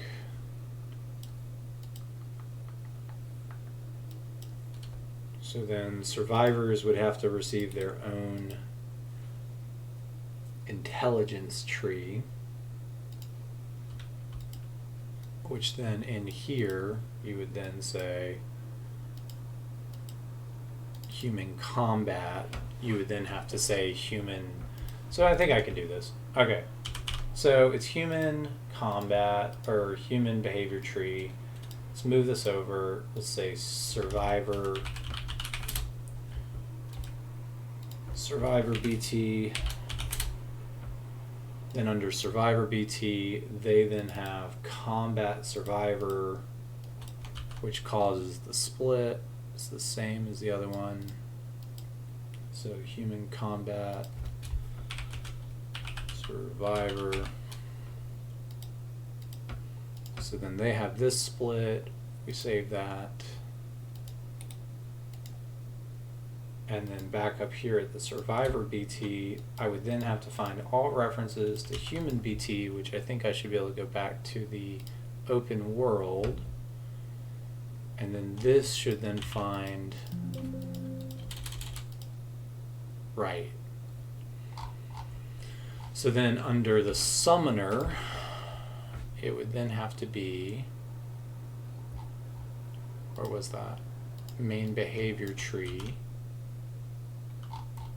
for the summoner would then have to be, I'm going to be pretty proud of this if this actually works. I mean, that's assuming that this whole thing doesn't crash to the ground, which it absolutely will.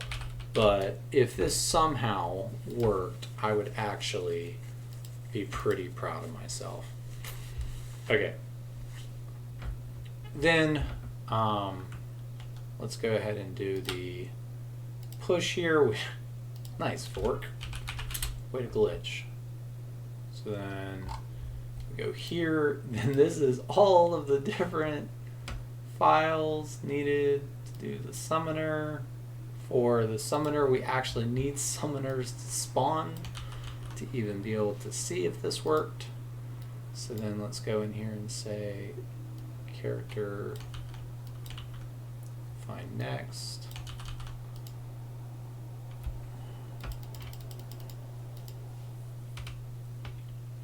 I think this is actually, so I think this is where, so they have this idea of the hangman. I think this is actually where a majority of the survivors are being spawned. So let's put this to the test. So if we go in here and say preset, character, this is how you have typos in here. Say survivor, man, bow, scenario, generic, right? General. Huh? There's a typo and a half. And then we could paste this. So now we have 2 guys spawning for every encounter with the hangman. That will probably break it if nothing else. The hostage, he's always the hostage. Here's another hangman. So let's give him a bow as well. This is fun, you know. You build on this principle that you could take survivors and actually make them, you know, not idiots. They actually go outside the wall and you know, do things like not be stupid. These are all the gangs, so let's skip the gangs really quick. These are supposed to be, no, that's the one place that's allowed. So survivor woman general. Here's these pools where it's supposed to do these. I thought I added my bowman back to this, but I guess not. So let's go in here and say survivor woman. Hey, and I'm a dreamer, okay? You remember when I am all the way burnt out on modding this game and twitching in the corner, you just remember that I tried.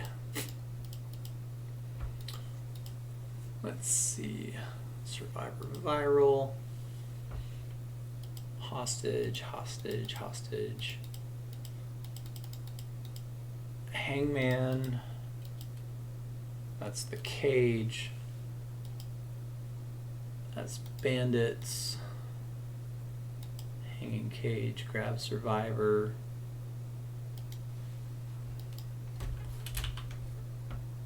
go in here and say, even the odds up a little bit here.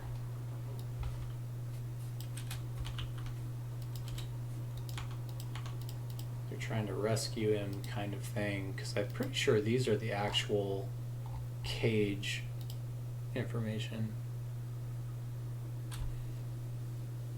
Nice. Make sure to release that as like the COVID extension to the game. So you specifically went and made this like COVID centric. Really wanted to add immersion to what it looks like at the end of the world, and as we've learned, sadly, that's you know, people fighting to the death over freaking toilet paper. Let's see here.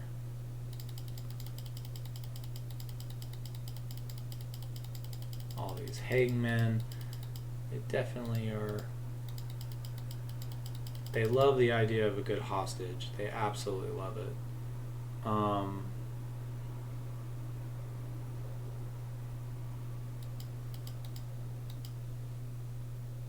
Okay. And then, well, no, here's more. So now we have this idea of a summoner. So let's see if we can get the summoner in here. And then also, let's find out where it's actually spawning these guys. Okay, and now before I change much else, they should officially be deployed in certain locations. We have the idea of a summoner, we have this reinforcement, we have the noise data to back it up, we have all these changes to the specific stuff to make all that work. So, Survivor, I don't know if that was worth it. Summoner, I could have gone and written all the biter updates in the time that it made me look at one stupid concept for a Survivor holding a stick of dynamite. Needs testing.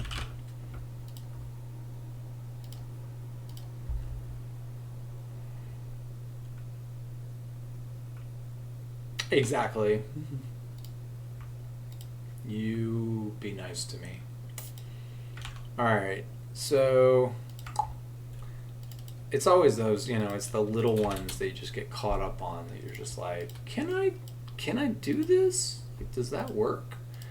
I'm pretty sure if I can get this, the summoner code requires noise data and all that other stuff, but the Molotov guys just throw a weapon, and the weapon is a Molotov, and the UV flares are the same thing as a Molotov, only they're UV flares. So I'm pretty sure I could take the exact same code of the Survivor and the Bandit Molotov guy, the Grenader, copy that over, and then make them throw a bunch of UV flares, which I think actually would look really cool. The problem is that I think that would be night specific. Do the UV flares, so I haven't used the UV flares in the game yet. I really just need to stop modding the game and play the game. But with the UV flares, do they do damage to the zombies during the day?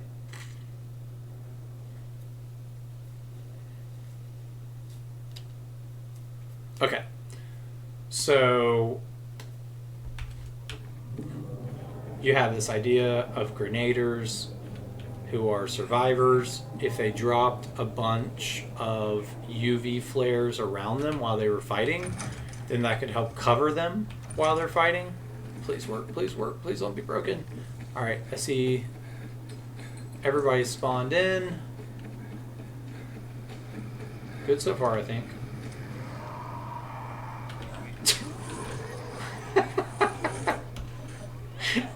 I gotta figure out a way for their senses to be turned up. This is just ludicrous. That'll be one additional thing I do before I actually do this update, is I gotta actually make them have better senses.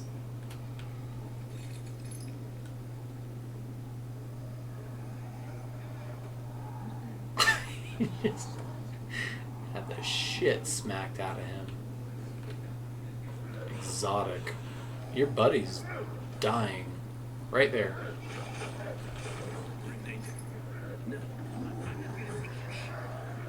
I'm not gonna take your shit.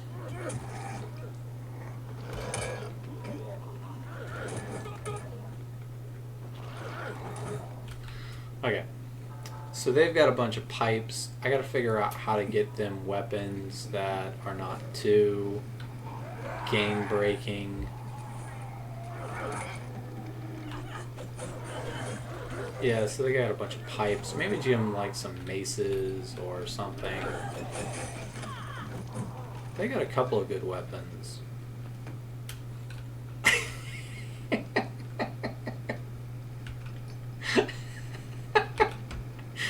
Oh, they can't be interrupted. They are dedicated. And then he left an arm on their grave. I mean, that's pretty good.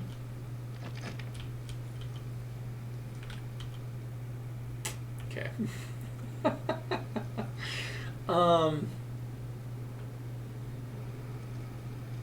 Okay, couple of things really quickly. So that didn't break anything.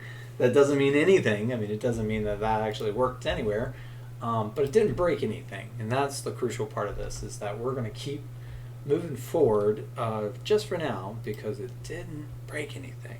So it's beautiful.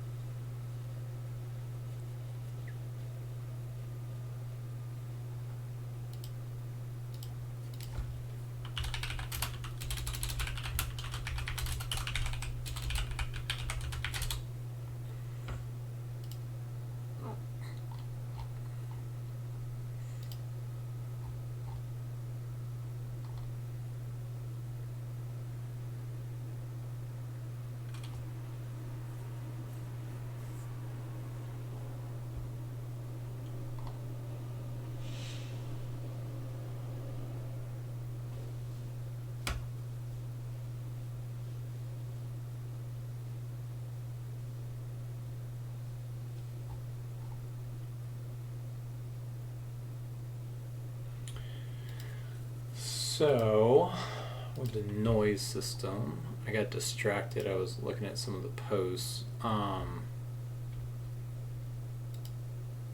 So, let's see. Let's go back over here to say Molotov, Grenader, not him, Renegade Grenader. So they actually have like special guys that they've made that have Molotovs. It's interesting. So generic Grenader. So I think we can go down and do kind of the same thing that I was doing before, which is let's go here to the survivors. And basically we want to create another group that this is also going to have the generic Grenader attached to it. And basically, the problem with this one is going to be the behavior trees, I think. So, let's say generic Grenader, let's go back up. He uses the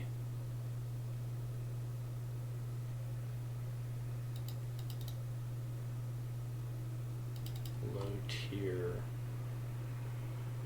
Interesting.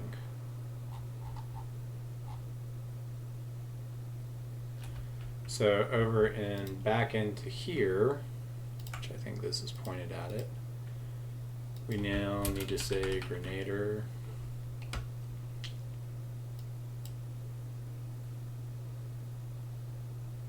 He does throw Molotov, which basically we just need to figure out a way to say enable Molotov throw. Let's find out where all that's listed.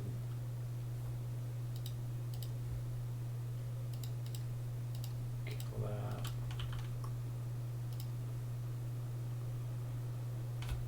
So it's in the constant space. Enable Molotov throw. That's still not telling me throw Molotov.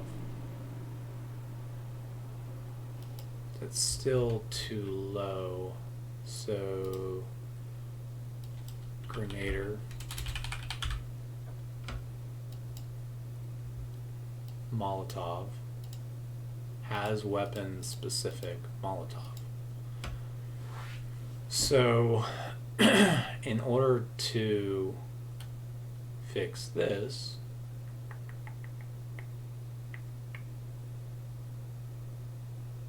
Oh, because he does that stupid spit thing too. I forgot about the.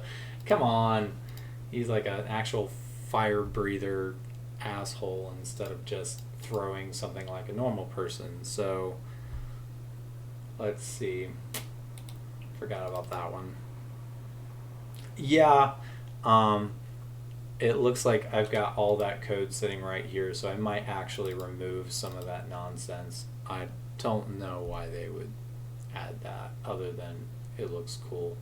So we say context AI, human, combat, of course it is, combat grenader, that's where I'm at. So then in combat grenader, let's go through here and say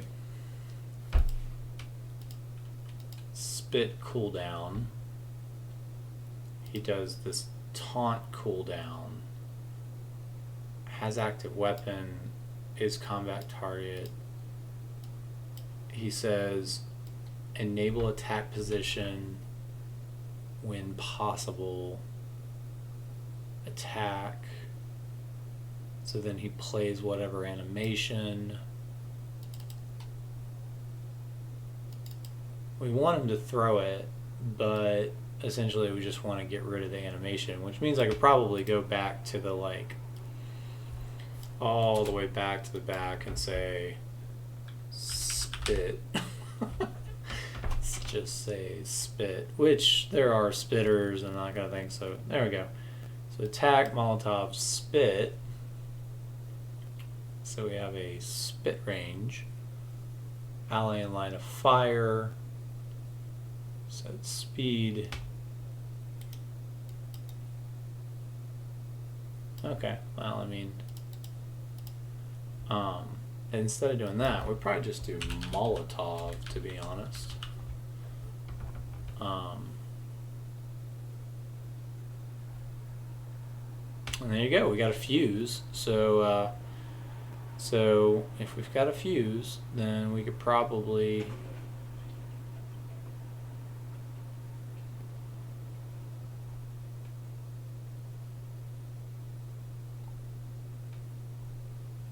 Alright, I'm getting distracted again. I need to focus. Alright. So we have a combat grenader.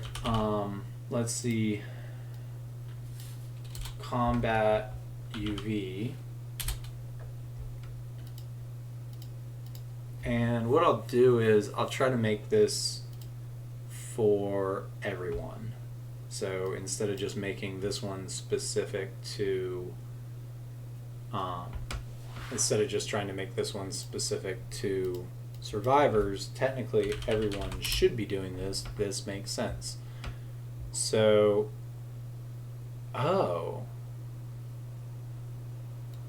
UV flares are identified as Molotovs.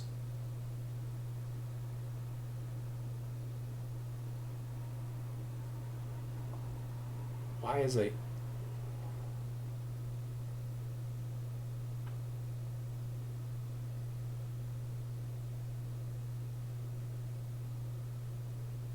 So that's an actual Molotov. Why is it called a UV flare? Throwable liquid. Okay. Any others?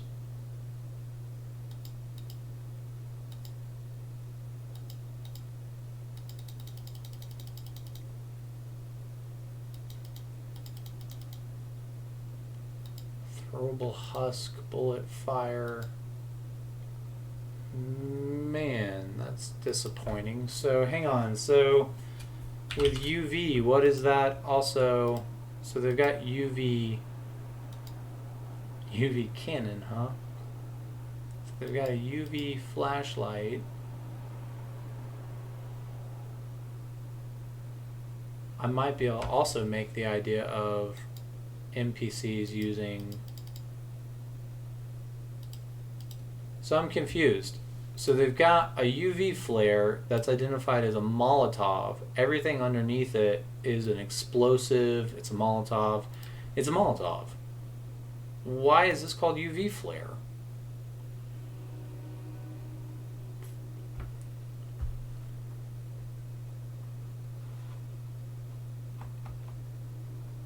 So for the player, there is actually a UV flare that I've seen before. So maybe we go in here and say flare? Reinforcement flare.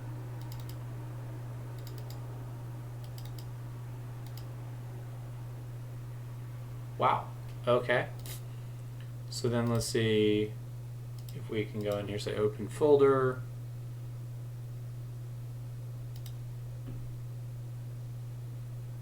Let's go in here and say extracted, scripts, inventory,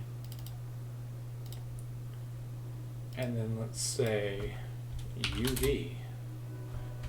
UV flashlight, those are craft plans, that's useless. Flare upgrades, UV flare.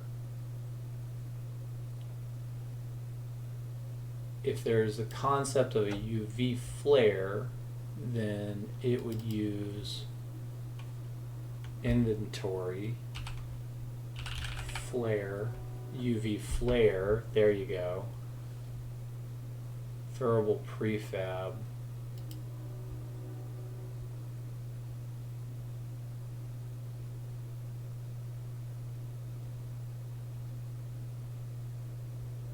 Huh. So what if we take the UV flare here, we go back up to this one, we then say, because it doesn't need the splash or any of this other stuff, technically I think you can call it regardless, so it's a throwable prefab. Like there's not other throwable prefabs. So let's see, inventory, combat. I gotta go all the way back here, say extracted, scripts. I gotta start wrapping up for the day.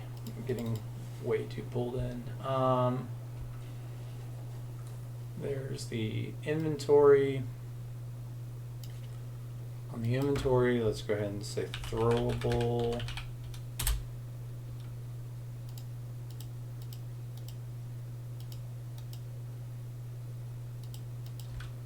Item type.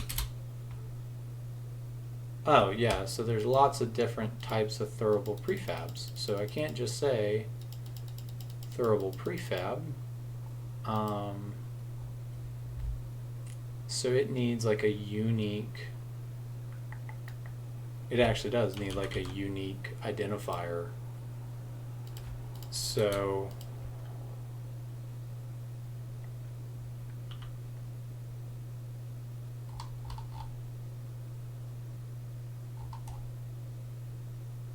I wonder how much of the game would break if I just rename this to Molotov, throwable Molotov. It is not a freaking. So let's say rename throwable prefab. Let's do UV flare.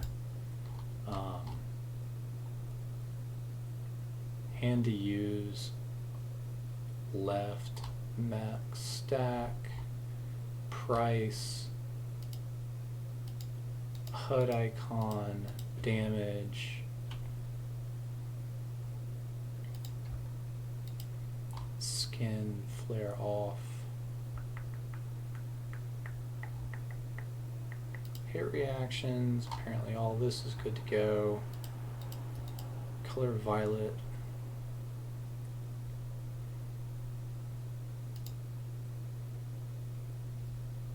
Slow delay.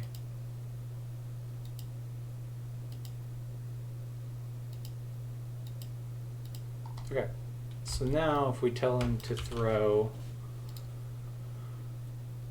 a UV flare instead, so on the human, go back,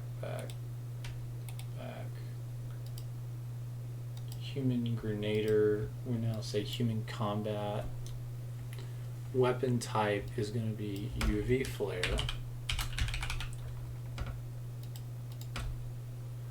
I guess the question is again, how am I spawning it onto them? Because it's somehow putting these flares down on the NPCs. That's under the spawn list, I think. Molotov.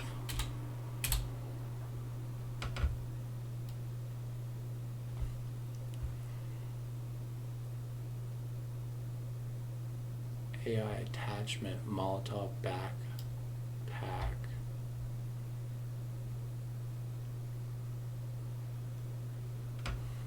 AI attachments.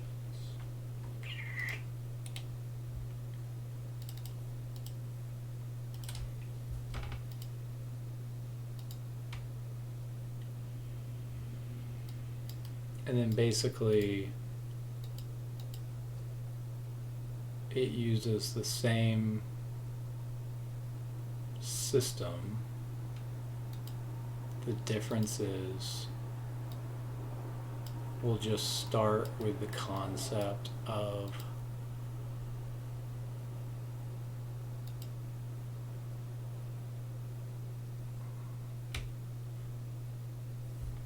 let's just start with the system of he's supposed to do it like this. If it doesn't work, then hopefully it just won't cause any problems.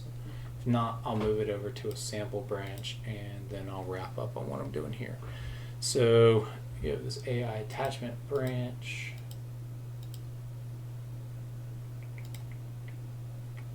Which is under the AI attachment presets.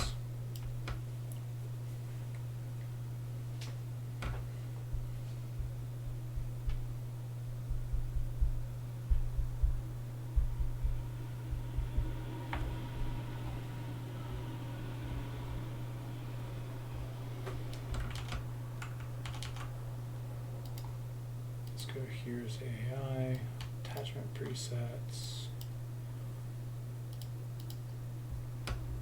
And then this part is something I was going to do the other day. This is a fun little update that I'm trying to add in general. I'm also going to do this to see what I can get away with. But basically the idea is I want some of the biters to look like they've had damage done to them before, so that they're not just walking around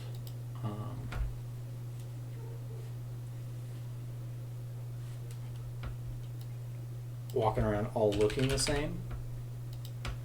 So the idea is I want to find where they're using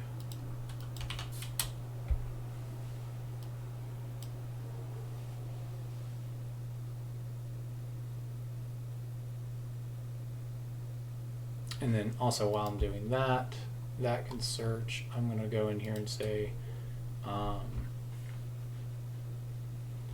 with the human difficulty,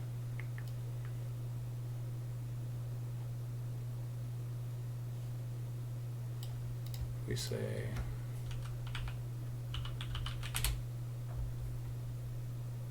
oh, look at that.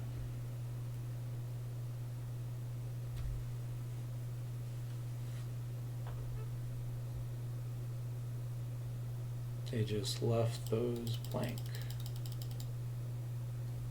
Wow. Okay. So essentially what we'll do is we'll just, for now, these are all one-handeds. Let's go through and give them some actual weapons. And what we'll do is we'll just cap these off at a certain level. So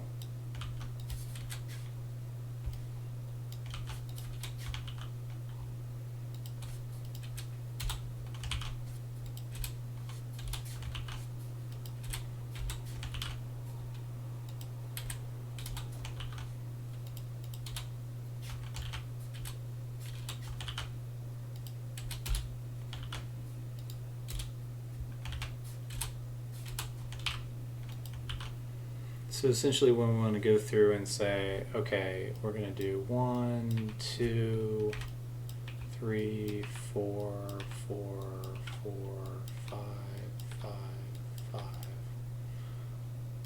so we can at least give them some better stuff. This should be in, that's the wrong file. I know I've got this in my other ones, so hang on. So this should be in presets, logic, human logic, difficulty. Go in here and say survivor,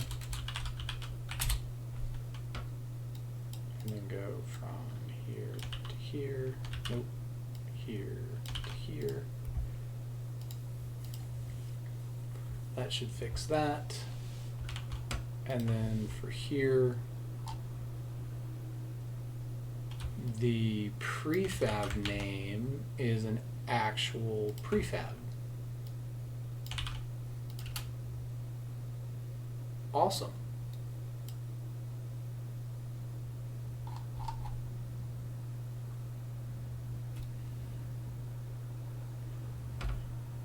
So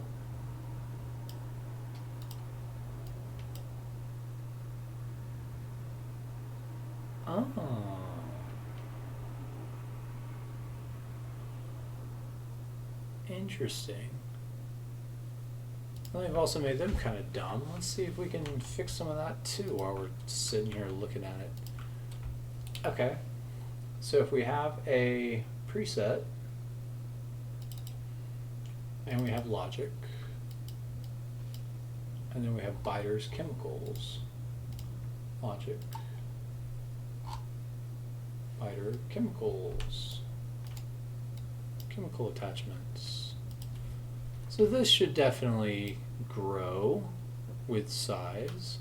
We'll do this a little bit at a time, and let's find out how much people hate this. But basically the idea is that if you have one of these suckers nearby, that sucks, because now they're infected with radiation. Cool.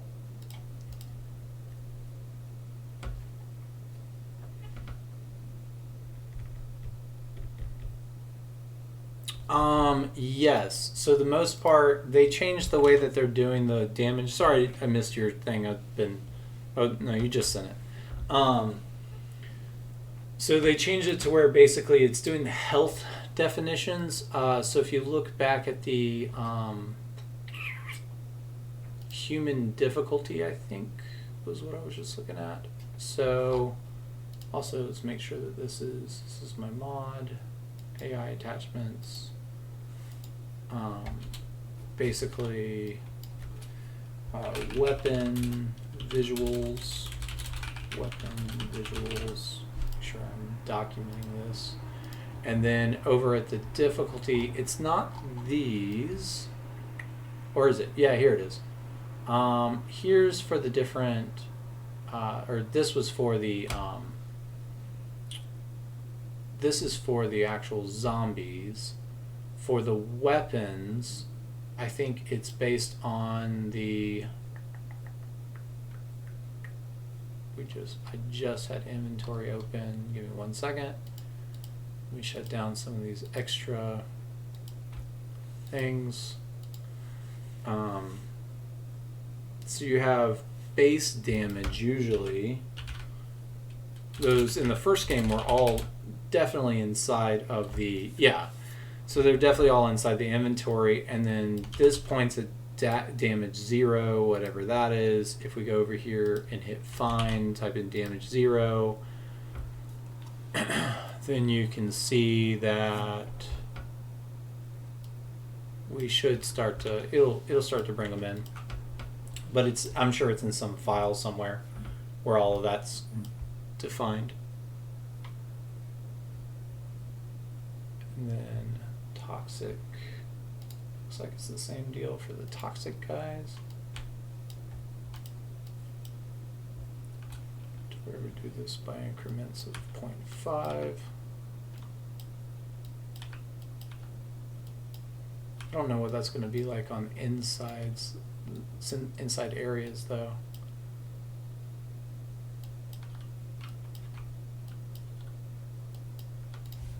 Like that.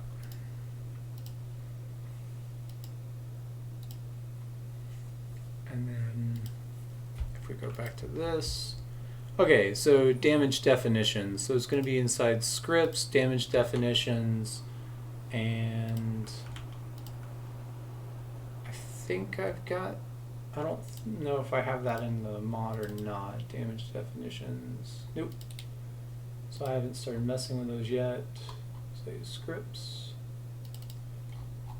damage definitions. And from here, it then looks at each weapon that you're feeding into it, and you can basically add modifiers. I'm trying to look at this now for my configuration file because, for the love of God, it's a lot of entries. There's like 8,000 lines of code here, and so I'm trying to see if I can basically go in here and change some of that. But if we say damage _0. Yeah, so basically it just does 0 physical damage kind of thing. But you can add modifiers in there. So as you see to all these different ones, you could go and just add like physical damage higher than that. But that damage definition is definitely going to be where most of that's coming from. And then, so to start wrapping up on my side, let me go back and say chemical difficulties. These I haven't started tweaking with yet, but the AI attachments. So the idea was we have these chemical attachments here, which can be found here. It's pulling in the actual prefab name. So if we open, so one's the preset, one's the chemical tier,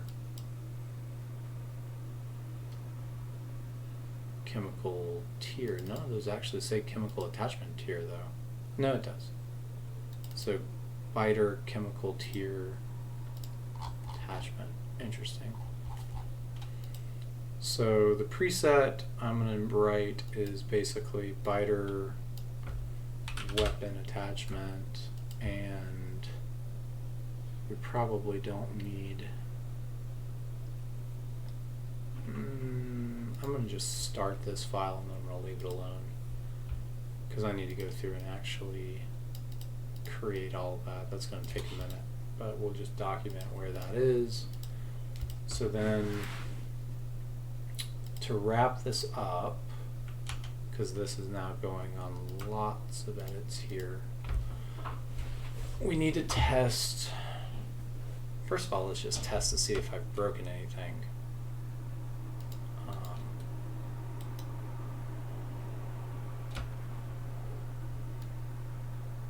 Stage everything. Early testing of human AI survivor branching types includes several test scripts to be edited later. Let's undo these chemical ones. Unstage, push, stage, biter updates for toxic and chemical zombies. Plus attachment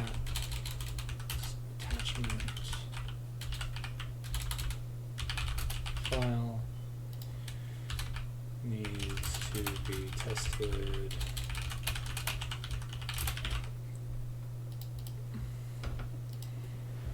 Okay. And then lastly, let's go ahead and, well, not lastly, let's just go ahead and open this up.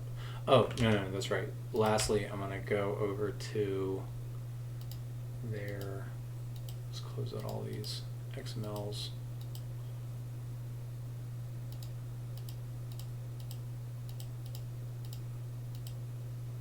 So in here. We have this open world. Let's go to survive. And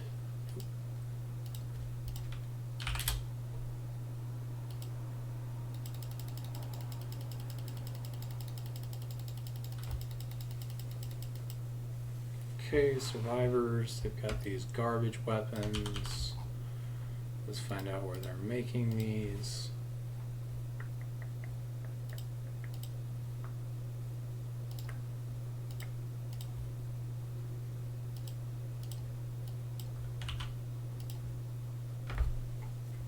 Actually, no, there's no way that this is actually like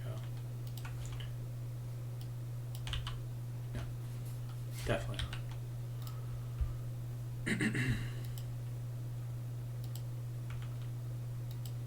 And then lastly, let's go back over to extracted, presets, logic, human AI.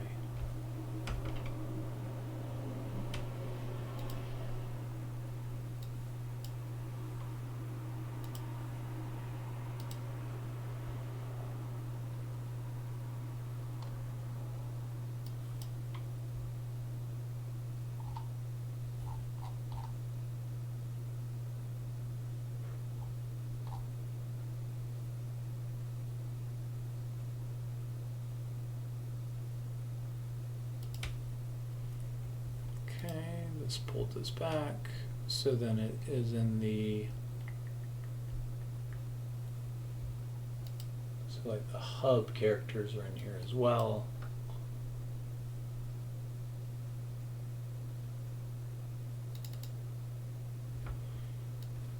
Here and grab this really quick. Say,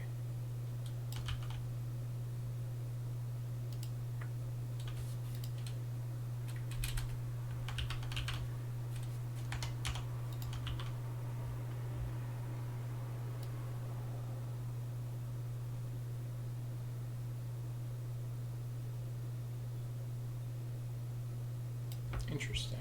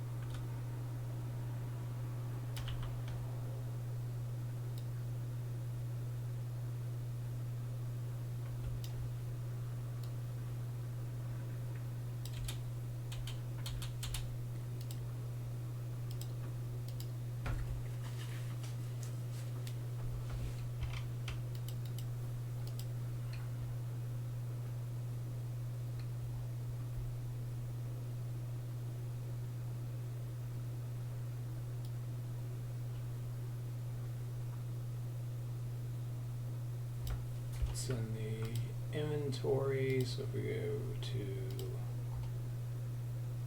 scripts,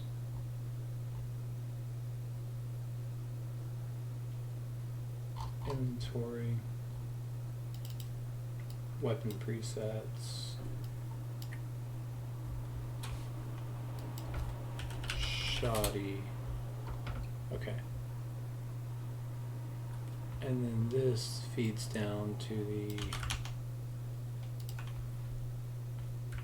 other one here, so let's say fine.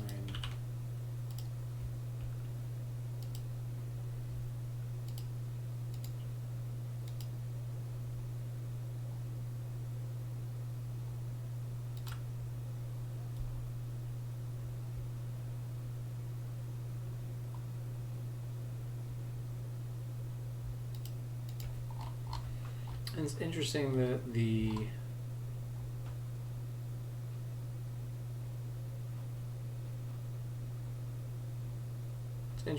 shoddy weapons says use AI throwables. Some of them have stones and other ones don't.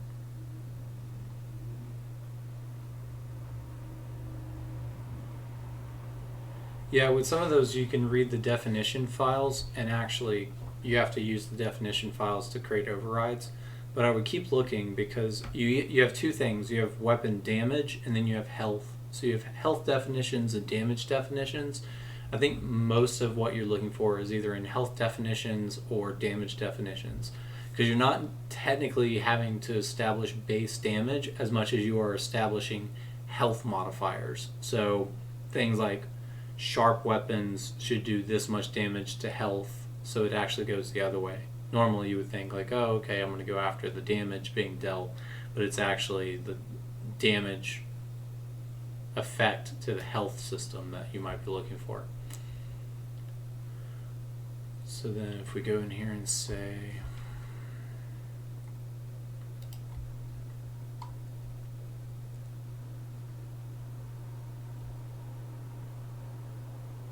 probability presets here, and then here's going to be our shoddy weapons.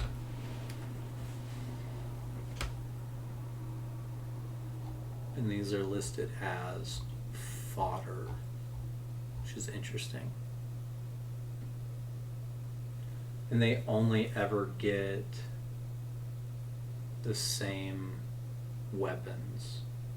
Like, their weapons never change as things level up.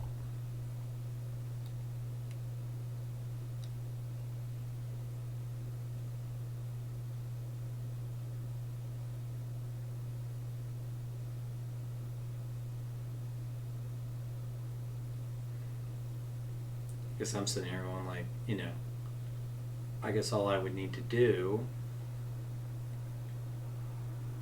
to at least give them, I mean, sure, they have shoddy weapons, but like, maybe let's just increase the chance that those weapons are, you know, better. You've also got these two-handed pulls. So they literally have an entire, and they never scale them. So it's not like these guys are getting scaled weapons ever. So they're always at a disadvantage.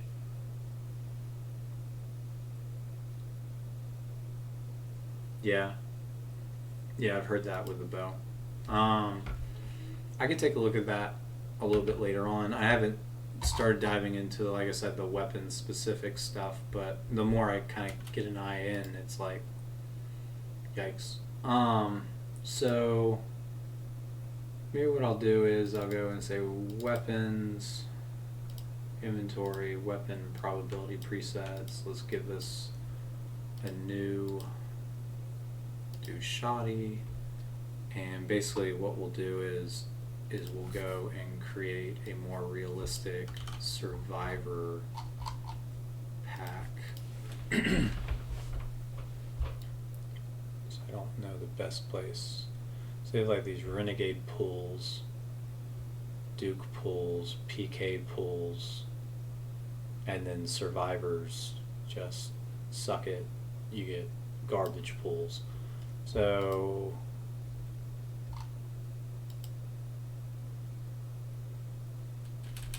what if we do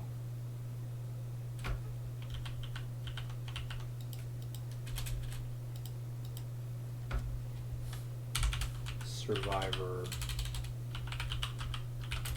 pool, and then let's duplicate this over, climb to other view, go back up to shoddy, and basically what we're going to do is give them all of these. Why not? Let's just say like, okay, they can go and get all these different weapons. The difference is I'll be spawning them all into a single dump. You have to be careful with that one though. Is that only for bows? Or is that just in general?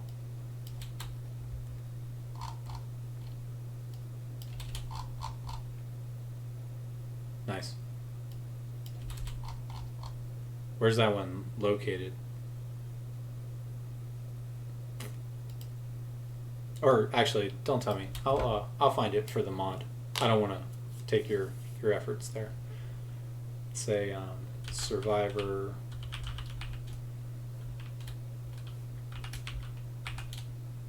random pool. So then that way, over on the human AI, we can then now say give them the random pool.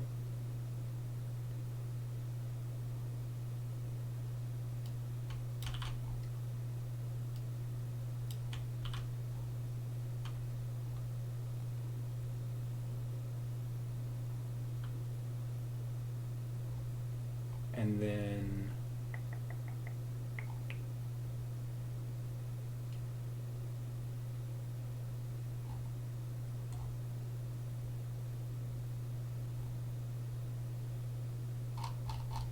okay, so that should give them weapons from the survivor pool, which the survivor pool now has a massive amount of random weapons that it can choose from.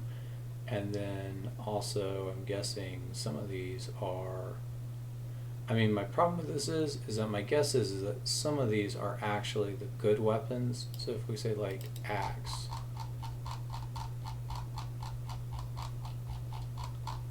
nope, not a single one, huh? So what's the differentiator here? R1? No. Axe, E? I don't get it. What's the change? The tiers? The E or whatever? So these are the axes all the way up to that. But you would imagine that like, so I see like a bunch of like J's. I see an S. You would imagine that they would like, and also I just went through and did every single pull. Actually, what I'm going to do is go through and do up to the 5th pool. So we'll get some of the late game stuff out of here.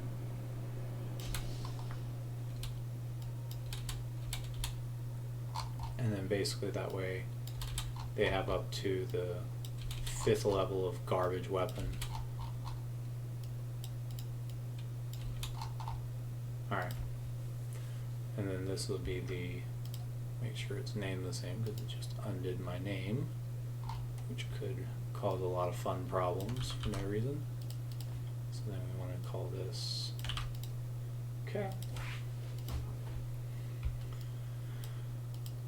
So yeah, that should take care of that. And then for the, you mentioned this is in the inventory weapon definitions. Yeah, okay. And then if we go in here, I've seen this value before. Yeah, so it's under each individual weapon. With the head damage, yeah, the harpoon gun I saw a while back. I think that that's left over from Dying Light 1. They had a harpoon gun as a DLC.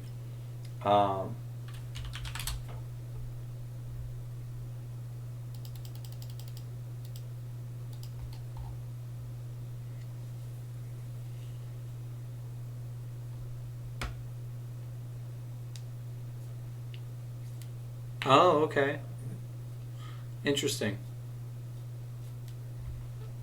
So is it, you haven't found it? It's like in the game, but you just haven't found it in there?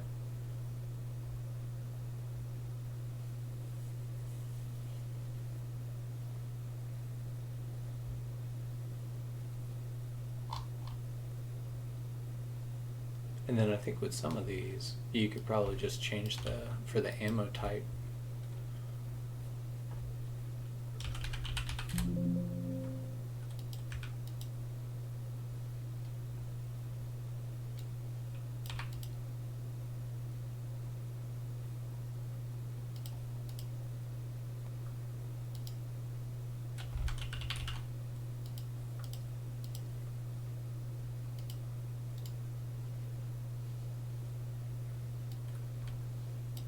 And this will actually help with the, now that I've added all these bowmen,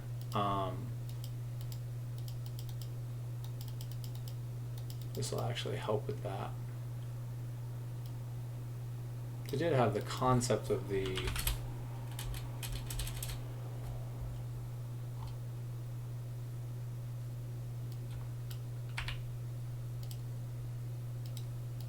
just literally that one line. Yeah, I've seen it in several places. They refer to that code a couple of times. So I just assumed that it was still left over. So if we go in here and we say weapon updates to the survivors, improved headshot damage on bows, commit, push, and then let's test this out real quick, and then I am actually jumping off for the day. Can only do this for, where are we at? We're at 7 hours now. And someone has actually watched me for 7 hours. Okay, so going on a full-time job.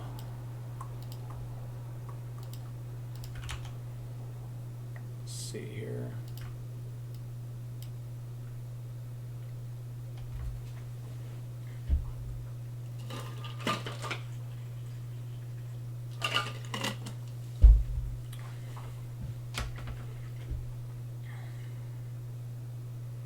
Interesting. I wonder if they've got it hidden in the game somewhere. It looks like it has all of its values.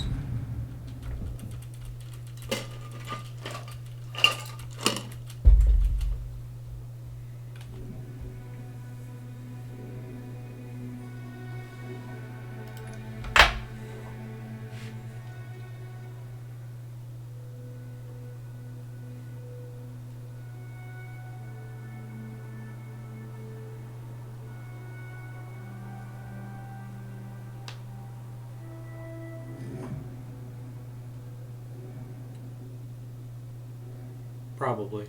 It'll probably be one of the first official DLCs. I know that they officially released some skins the other day, but it might be one of the first official DLCs coming up.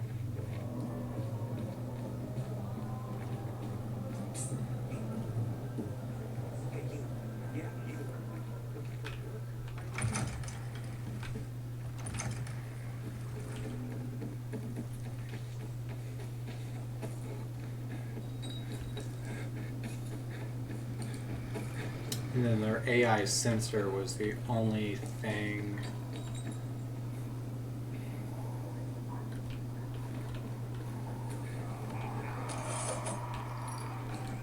So he's got a blade.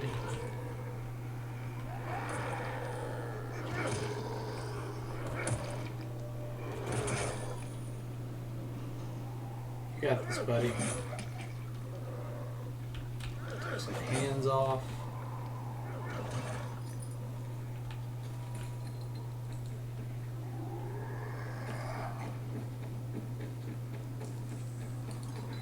What do you got? Still got a stupid pipe.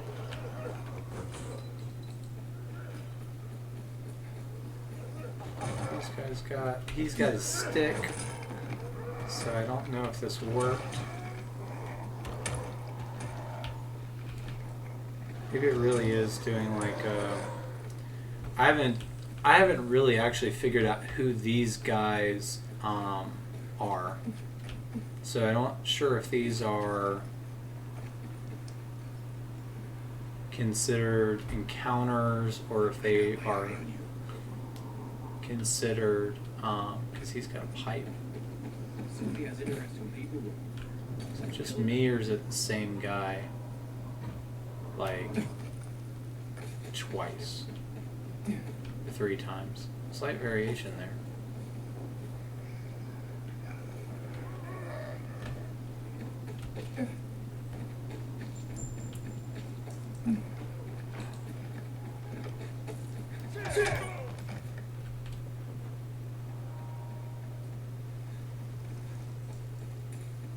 So I think at this point,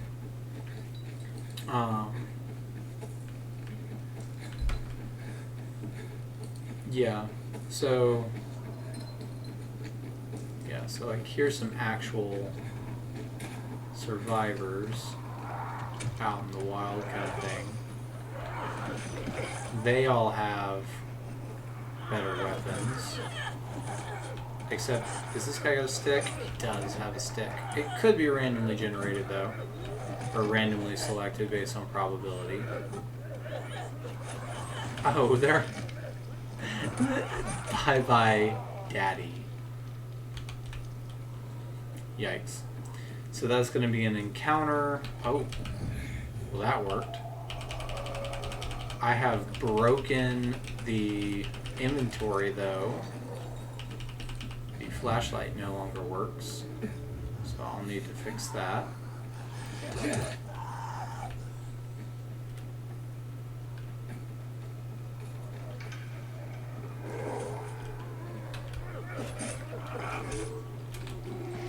And what's the deal with so many of these guys spawning in vehicles now? That guy was definitely spawned down in the ground.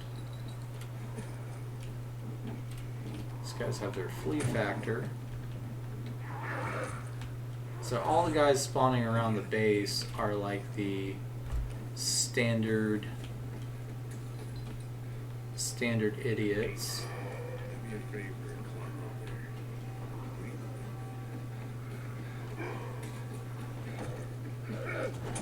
They all have pipes, they all have...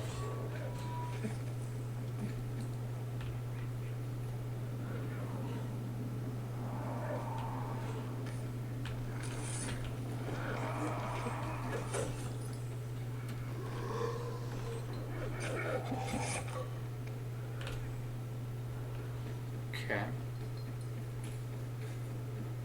So I'm probably going to have to find the actual prefab that's spawning these very unique people around the... Oh, he's got weed whacker blades.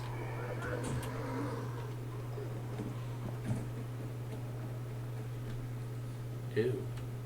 I don't think I've actually ever stopped to look at the ads. And then is this a bandit? Nope. He's got a pipe too.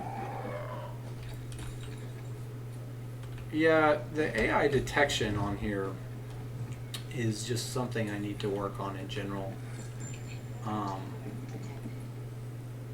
Because I'm not really sure what the heck they're doing as far as like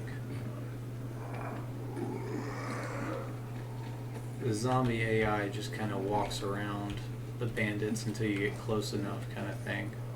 And even then there's some weird artifacting here. Let's see if we can spot some bandits really quick. I think I saw one that way.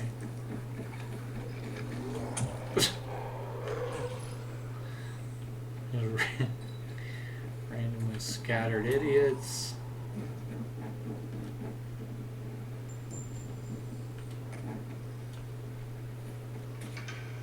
Got him armored there. I actually liked him. He looked like he was moving with a purpose. Those are not bandits. Those are my guys. There's bandits. So there's actually only 2 of those. That's interesting. Here's some bandits. Oh shit, he's mean.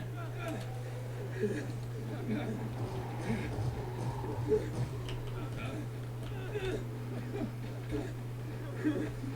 the actual horde, which there's definitely not going to be guys over here, so...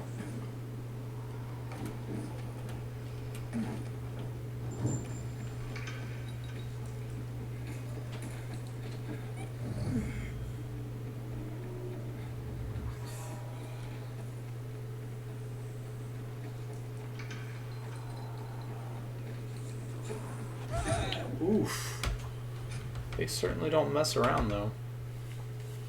Okay, so the last thing I'm going to look at is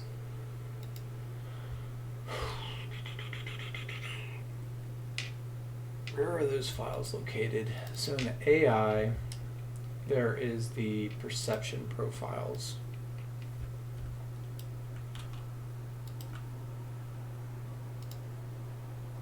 Nope, nope, nope.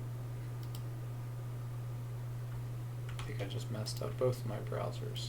There's the perception profiles.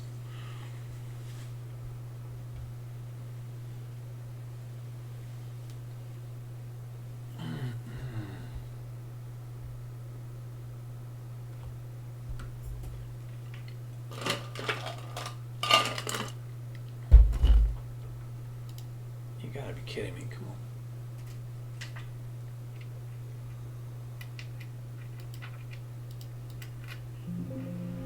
There we go.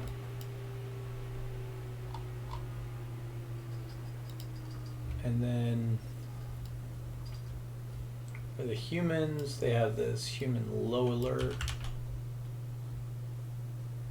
Basically, the problem with this is that, as you guys have mentioned, if you turn up their perception, then stealth and all of that becomes a problem. But I absolutely hate how these guys just kind of look around cluelessly and they just stand there and then all of a sudden they're attacked and that kind of thing. They're just kind of, you know.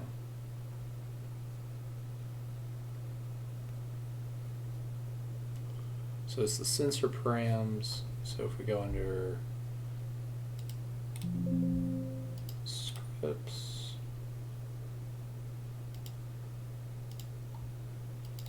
scripts,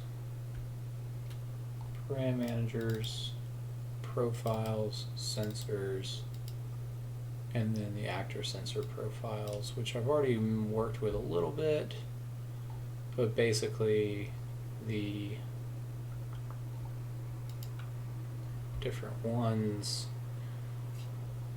recognition time, sight, min, max, crouch recognizer.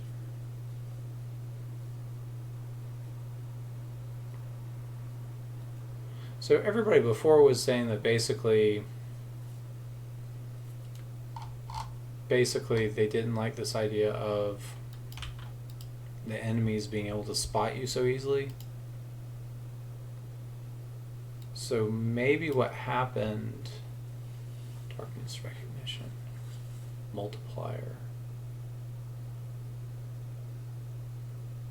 is maybe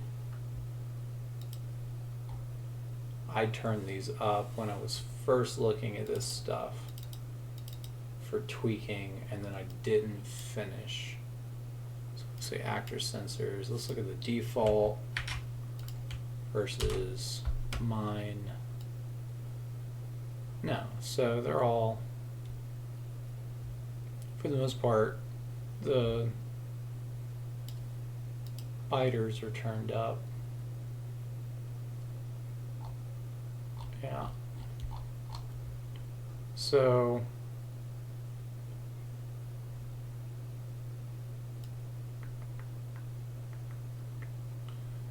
essentially these human ones could basically be turned down on crouched to help with that. So if we go in here and say crouched, maybe it's 0 and it's 1, or that's gonna do, it's a multiplier. So let's just make the multiplier at 1, and then let's make these other ones at 1, and I've set those details in other places as well on the noise, on the different noise ones. So let's turn these back down, and potentially that will help with that.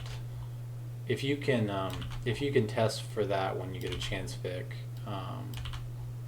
we'll see if we can get these ranges a little bit more acceptable for you guys to be able to do stealth with these humans. And then for the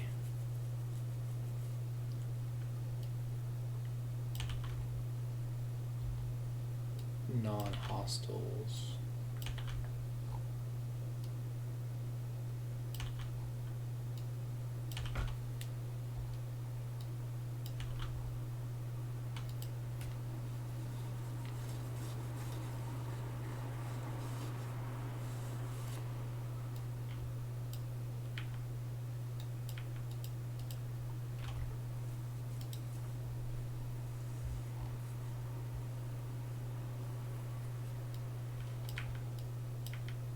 let's just up our ability, because I've upped their actual sensor data as far as the noise goes.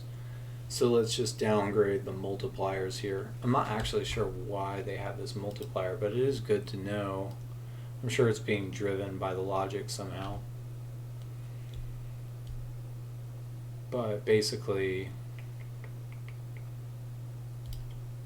actually, you know what? Let's just go in real quick and say replace. I'm cool with this. If it's 2, let's change it to 1. For now, I'm not going to do that 41 times. And let's see if that helps. And then also it said look for non-hostiles, I believe is what it's called.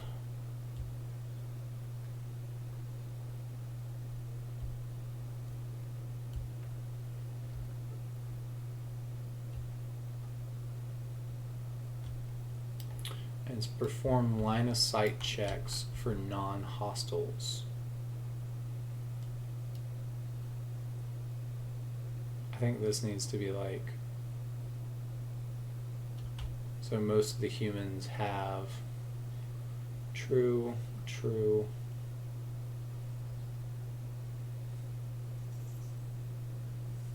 Okay. So then say check for non-hostiles. Maybe that's what true, true, true, true, all the way up. So then those are the humans, and then the survivors should also be on this as well. So I'll just have to keep dialing that in. But okay, so I'm going to go ahead and push this out, and then I think I'm going to go ahead and this really isn't everything I was hoping to get in for. Yeah. Let's see. Say update sensors for AI. That's detection when crouched.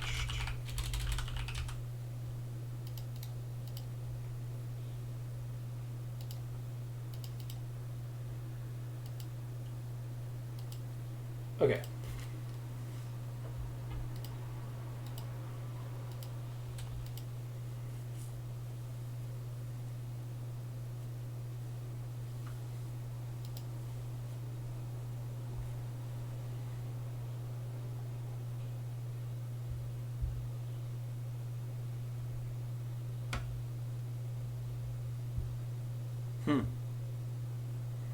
Yeah, I'm looking to try to get that going once I actually hit stable. So I'm gonna try to play a little bit more, but I'm kind of hoping to do like a full official playthrough once I get the mod where I want it. And that's why I'm actually benefiting a lot from your guys' feedback and you guys finding the bugs, is because if I stop, I don't have a lot of time. So if I stop doing the modding and I switch over to playing, then I won't have time to actually mod it anymore. So it probably would, the rate at which I'm playing games these days is like not a lot of time at all. So that would probably be a long time. If I'm not working on this project, then I've got other projects that are like waiting for me. So it's like, you know, an hour, 2 hours at that, like per 3 days, 4 days. So you're looking at probably beat the game in probably like a month. So I need you guys to test for me, and then once I actually have it where I want it, then I'm gonna actually like kick back and come all the way down and actually play it all the way through. But again, that will probably then take about a month. So I've got way too many projects going on to slow down right now. So what I'm going to do is I'm going to go ahead and zip this up, and I think I'm going to go ahead and do a soft release for 7.0 so that people can start giving feedback on the bugs and the glitches that they're seeing, and then I'll continue to dial in from there. I think the well, no, that's not true, because the scripts inventory, there's a lot of early stuff that I put in there. So with the changes to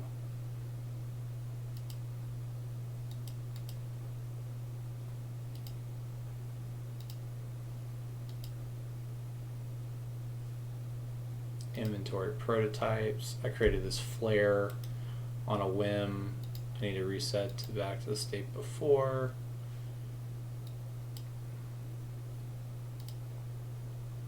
Get rid of that. Missing flashlight.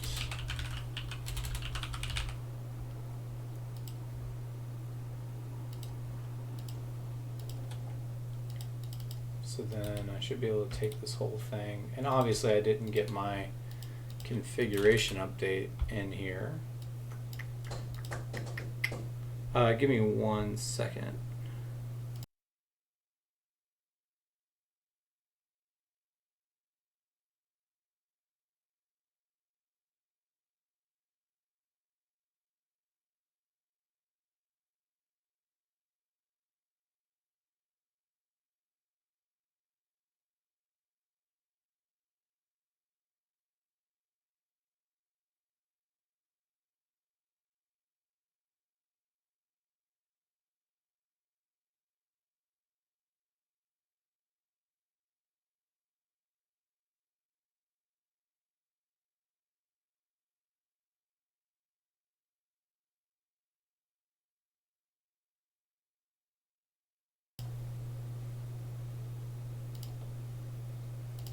Okay, go ahead and launch this up.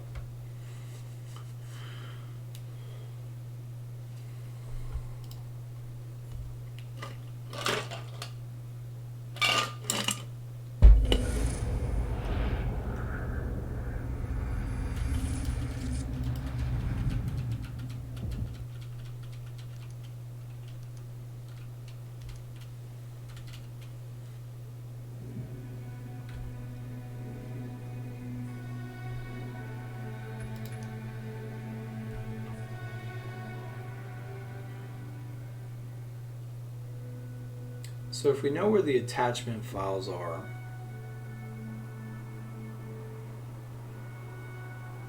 and they have the concept of the flashlight, I've seen a lot of code turning off flashlights.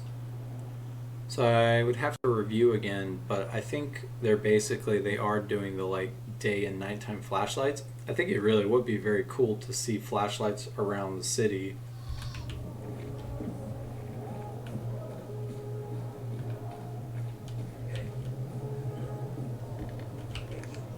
Alright, flashlights fixed. And let's head over towards the PK base and see if I can find some of these. Oh, there's a guy up on the roof.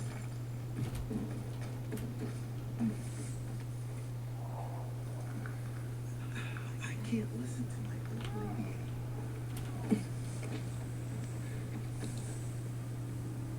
I think for most of these reasons is why I would redo the AI to where climbers and stuff like that, like I want them, but at the same time I want them to be well thought out to where they're not just all these guys are climbers.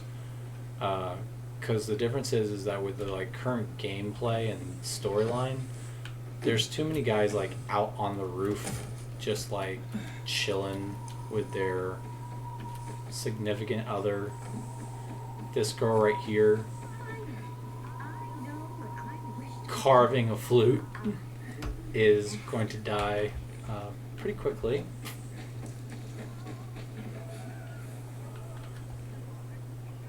There is a good sign. So you can see there's now renegade bowmen everywhere. Ooh. So what is this singing? Ooh. Ooh, shit.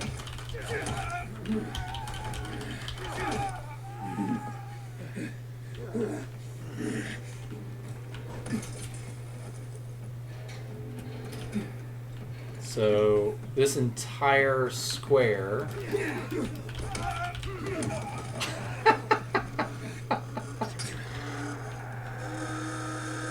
Okay, here we go. Here's the test. Look at that shit. They came diving out the windows. And it caused the other lady to flee, which is perfect.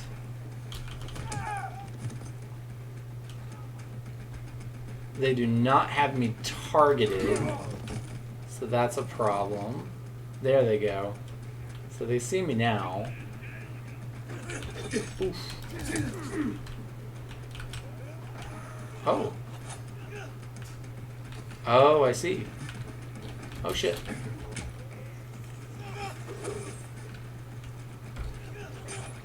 Let's let Mr. Peacekeeper take care of it. I'm gonna be impressed if this Peacekeeper just wipes. Oh, shit. Ooh.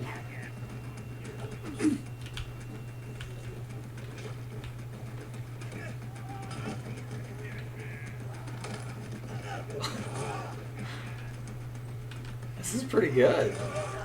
Oh shit! PK is down.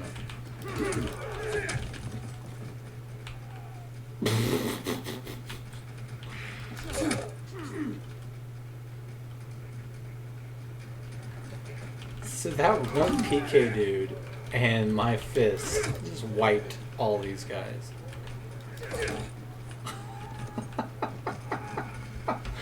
I gotta fix the fall damage.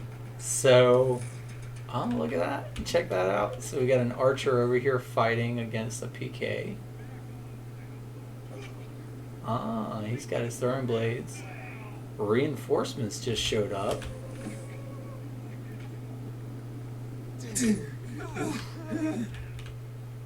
Oh, that must have been the archer that hit me. Oh, shit. I'm about to get my ass kicked by a rock.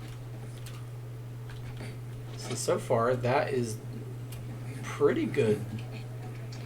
That's pretty good so far. Like, that's a big difference from anything I've seen from these guys for a while, but they are clearing the streets here.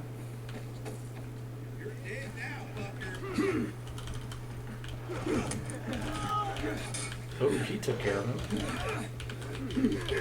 Ooh, he's good at dodge. I'll help you, PK.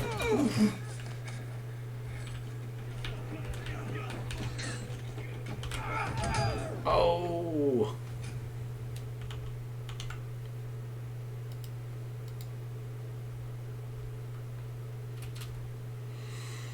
Yeah, so it looked like, so far, it looked like a mix there between bandits and renegades. So that particular group looked like renegades. So let's head back, I think this way. So now we have zombies in the area. The event's gone. Got a bunch of zombies. We got these PK guys on the rooftops. I gotta figure out this spawn event to figure out, like, if we're gonna spawn these guys up here, how we make this a little bit better. As you can see, this get overrun pretty quick.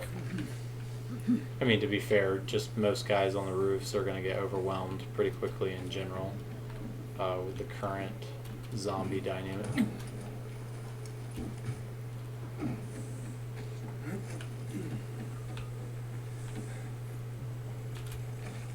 But those reinforcements, yeah. So the group that you just saw spawning in is actually a group that I wrote, and so normally they do.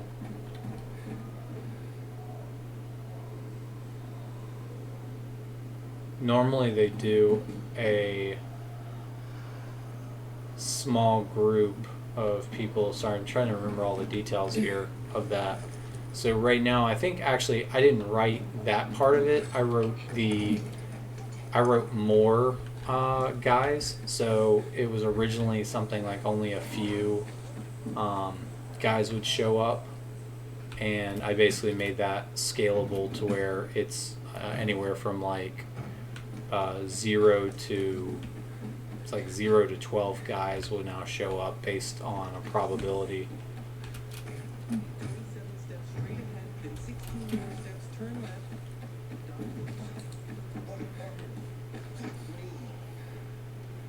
So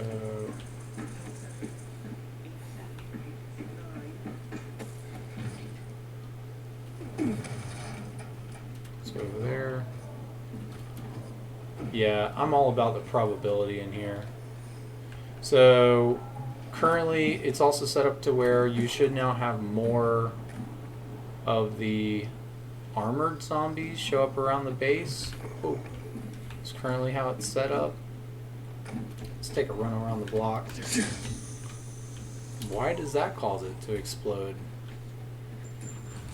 Got those magic hands. So let's see if we can find the standard PK encounter here. There's some armoreds. You might want to watch out, dude. So I don't know what he was doing. He's dead now, though.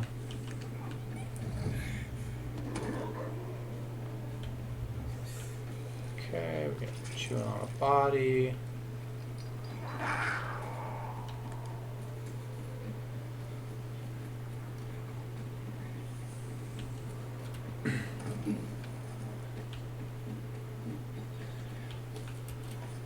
Yeah, so the spear units are now being spawned. So I definitely got the spear guys in here.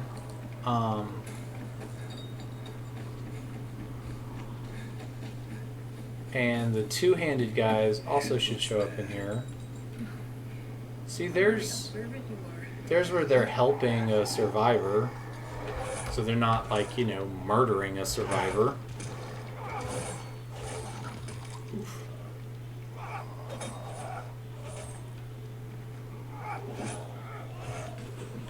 So they're friendly. And here's another one. Oh, he's actually... Is that a bandit?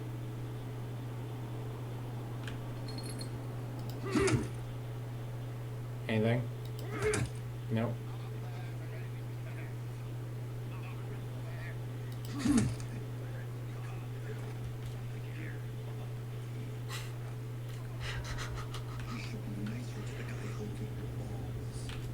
Okay, well. So there's that guy. Oh. That witness wasn't exaggerating. Smells like fireworks. Oh, yeah, these are the, oh, shit. Why? Why? Why?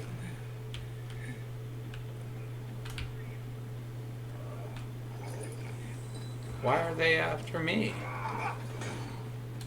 So this is the one that I read about. Hell yeah. Thank you.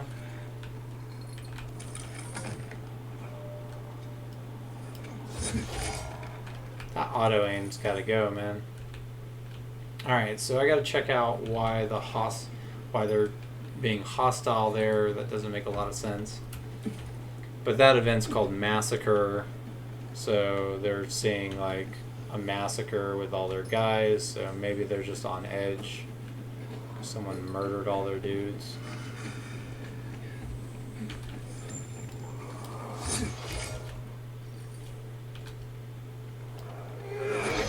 I like this weapon.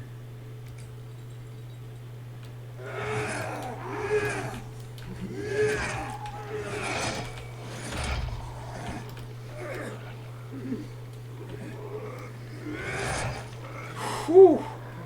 That felt good.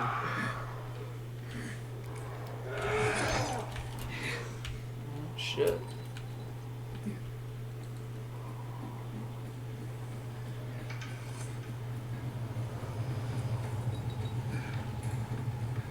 Born free as the wind blows.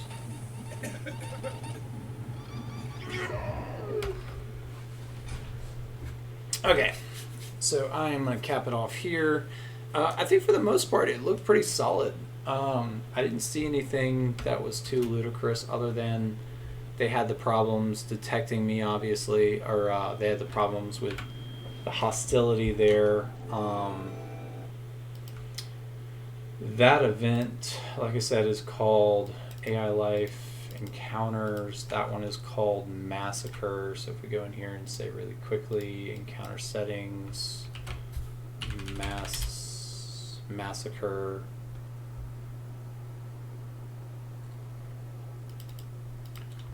And then if we go to the pool here, and then type in massacre,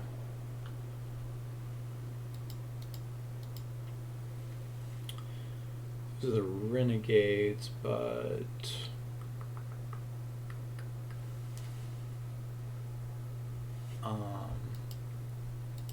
you know, I'll just have to take a look at it another day, though.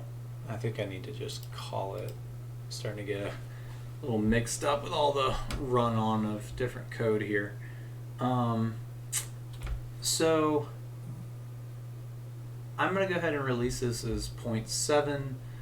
If you want to help me by doing some testing and figuring out what the issues are, I look forward to hearing all the feedback. I think this should be pretty good. I think the only thing I would probably change is that I need to go to like the where I now created these variations for these guys. I think the next thing I'm going to do on another day, obviously not today, is go through here on the biters definitions and create some new variations to the biters, and so that way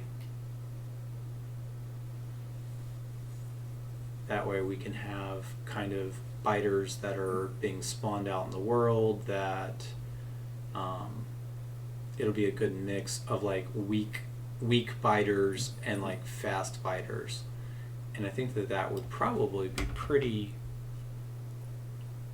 easy.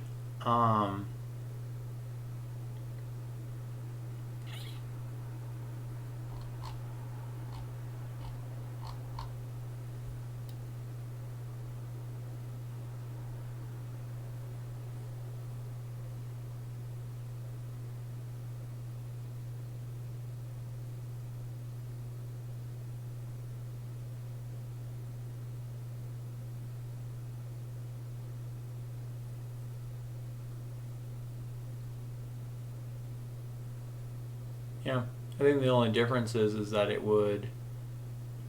Why does this one keep happening?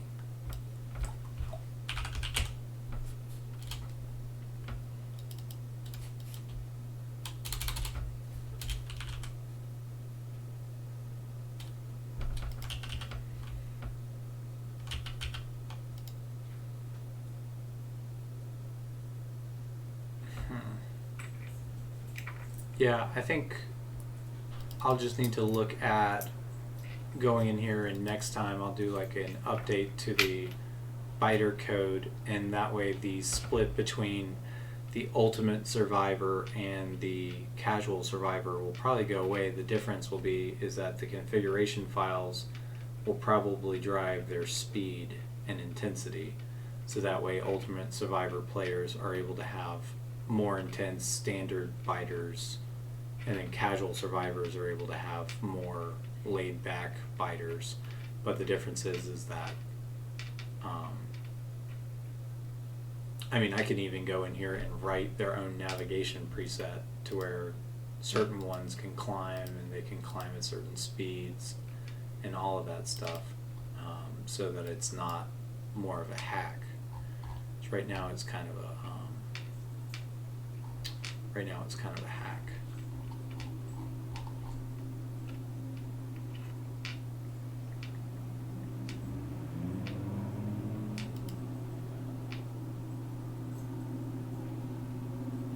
And then I guess that is the problem, is that I lost my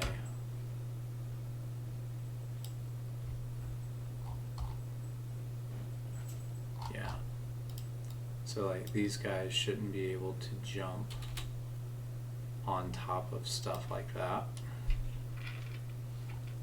And then they can technically not, well, we'll let them climb high.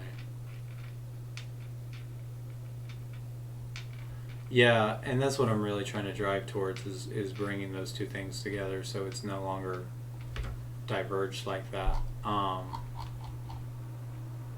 let's see. Base, climb low.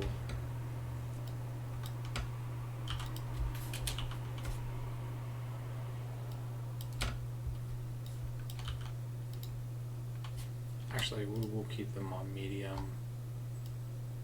And then those guys,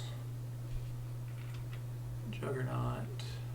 Yeah, so that's what I'm gonna do. I think I'm gonna go through and write my own edition of these guys, probably for one of the next updates, and that way they can have their own code that works a little bit better, and then that way the config files can change some of these values, and that will probably just fix most of these issues. Also, the Banshee should be able to climb higher than everyone. So why is she... I think my navigation preset got reset on some of this stuff. Yes, I did. So only the goon will show up during the day. Okay, so let's go here, say update navigation, humans, and then we will go ahead and I'll just go ahead and release this. So yeah, I'm gonna go ahead and start wrapping this up, and let's get this actually out there so people can try it. Yeah, it's a lot of change fixes. It's the config stuff is not in there yet, but the like cage events appearing randomly, and most of the bugs that you guys have mentioned at this point are now cleared out. So it should only come down to it should now only come down to expanding. I think the only one that's obviously left is the howler bug is still in there for now, but the virals or the volatiles are now patrolling at night and on rooftops and all that good stuff. And the virals, the human virals, are no longer in there, so you're no longer seeing a bunch of humans run around. And just a lot of other good stuff. I'm gonna have to post a pretty long README here. So let's see. The walkers. Let's go in here and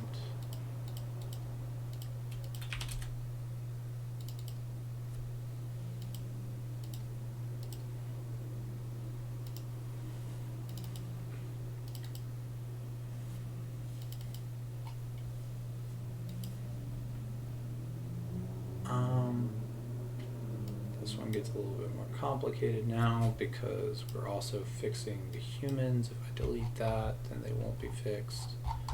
So let's go in here to the biters and let them climb on cars. Okay.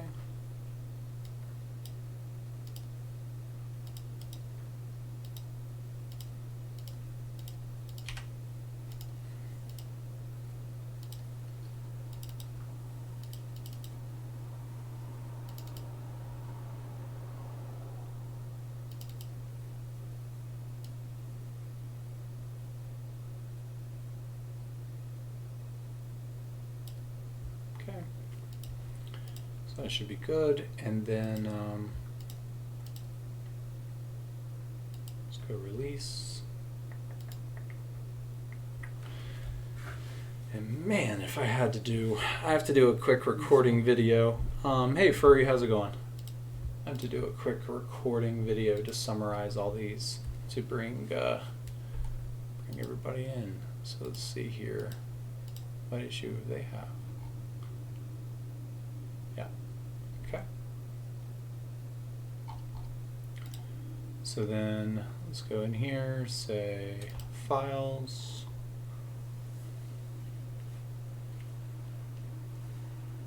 And then we're going to upload a new version, do casual 0.7.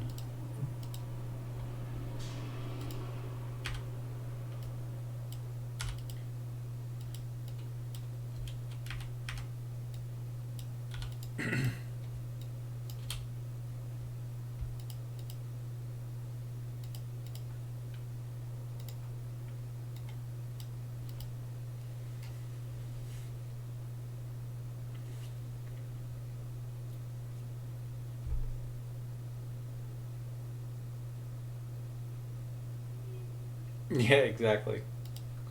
Let's go ahead and hit save. So casual is now up. And then for the reborn, let's get this on here as well. Say upload new version. It's exciting. It didn't get everything that I was hoping to get in there, but I think that compared to some of the feedback that people have been giving, I think this will go a long way to getting everybody happy again. So let's see here. Say save file.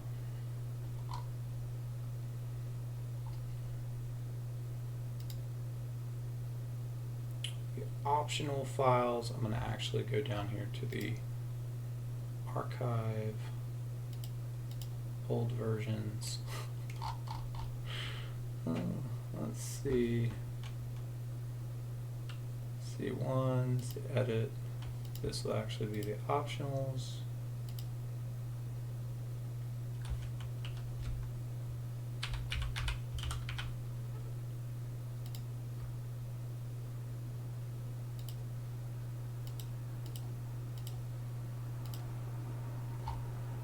Okay, and then send these back to archive. Go.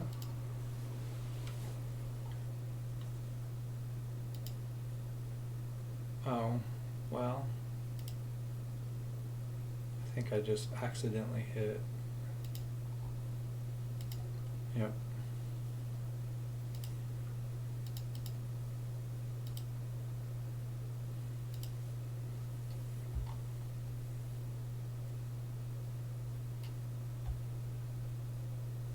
Okay. And then I need to actually go on here and record that video. Let me go and actually type up the notes really quick. Save.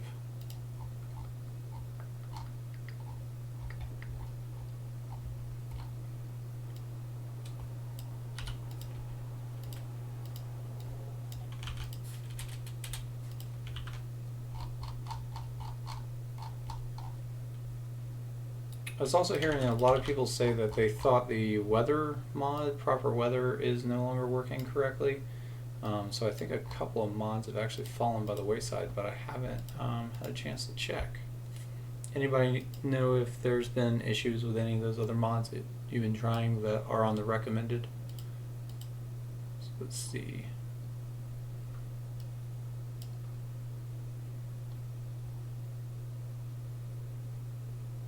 Gotcha.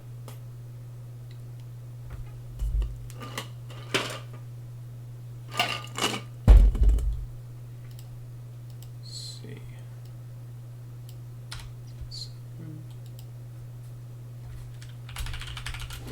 Daytime. Special affected. Removed. Firewalls. Humans.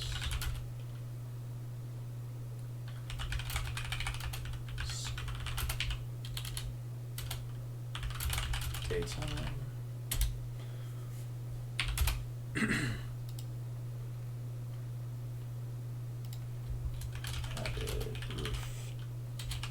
tiles,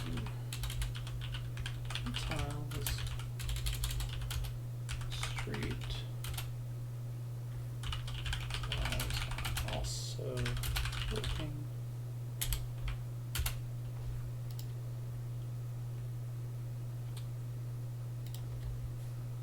Spawning floating cages in the world.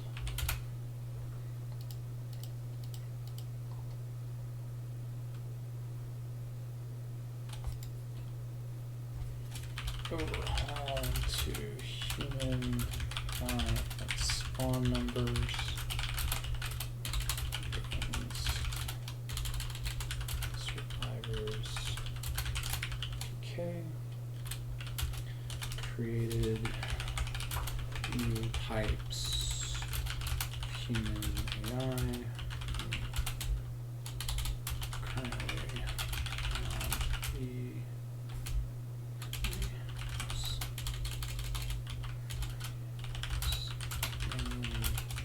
survivors. We have those. All humans are updated to use more rows for clearing streets.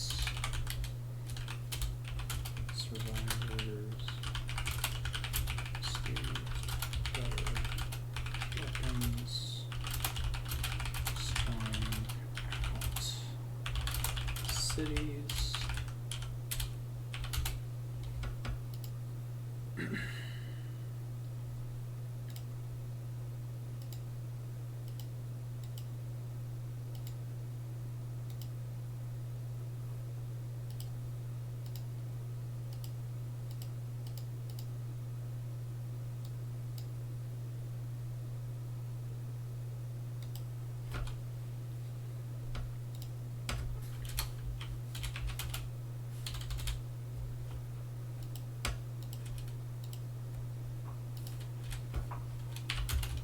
Update to the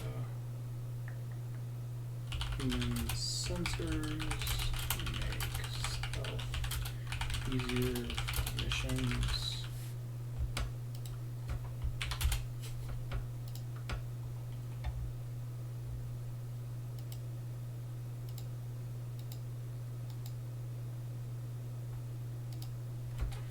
Increased toxic chemical fighter effect areas by level.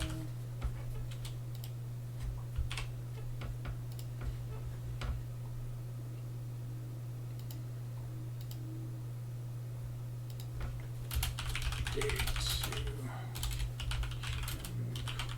human jumping.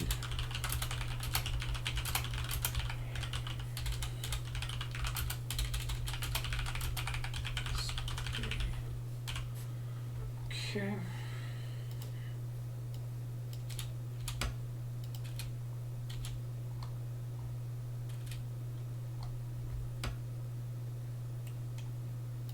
Save.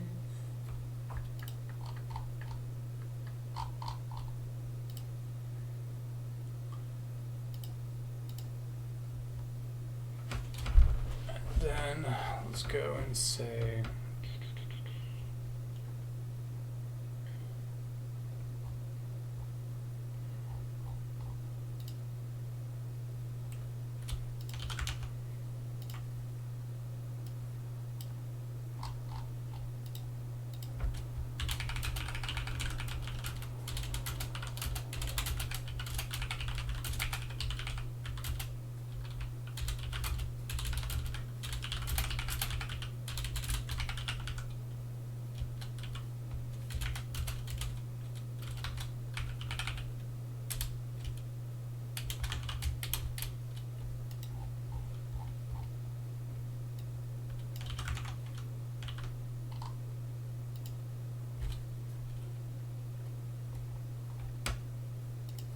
Just make sure I didn't miss anything here.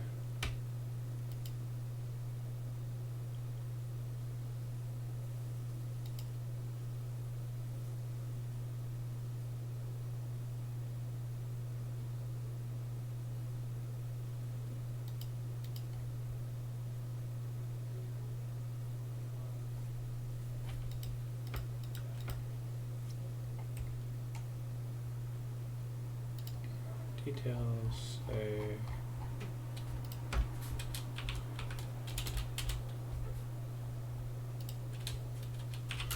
watch towers are now manned 24.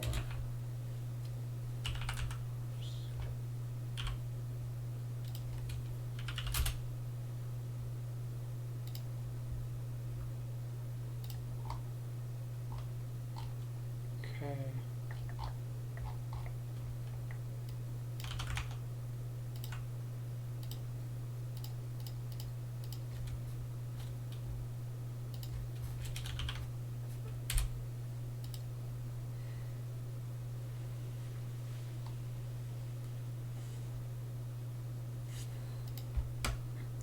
Alright guys, I'm going to go ahead and cut this off on here so I can actually get the recording of the video done. And thank you guys again for all your feedback. I really appreciate it.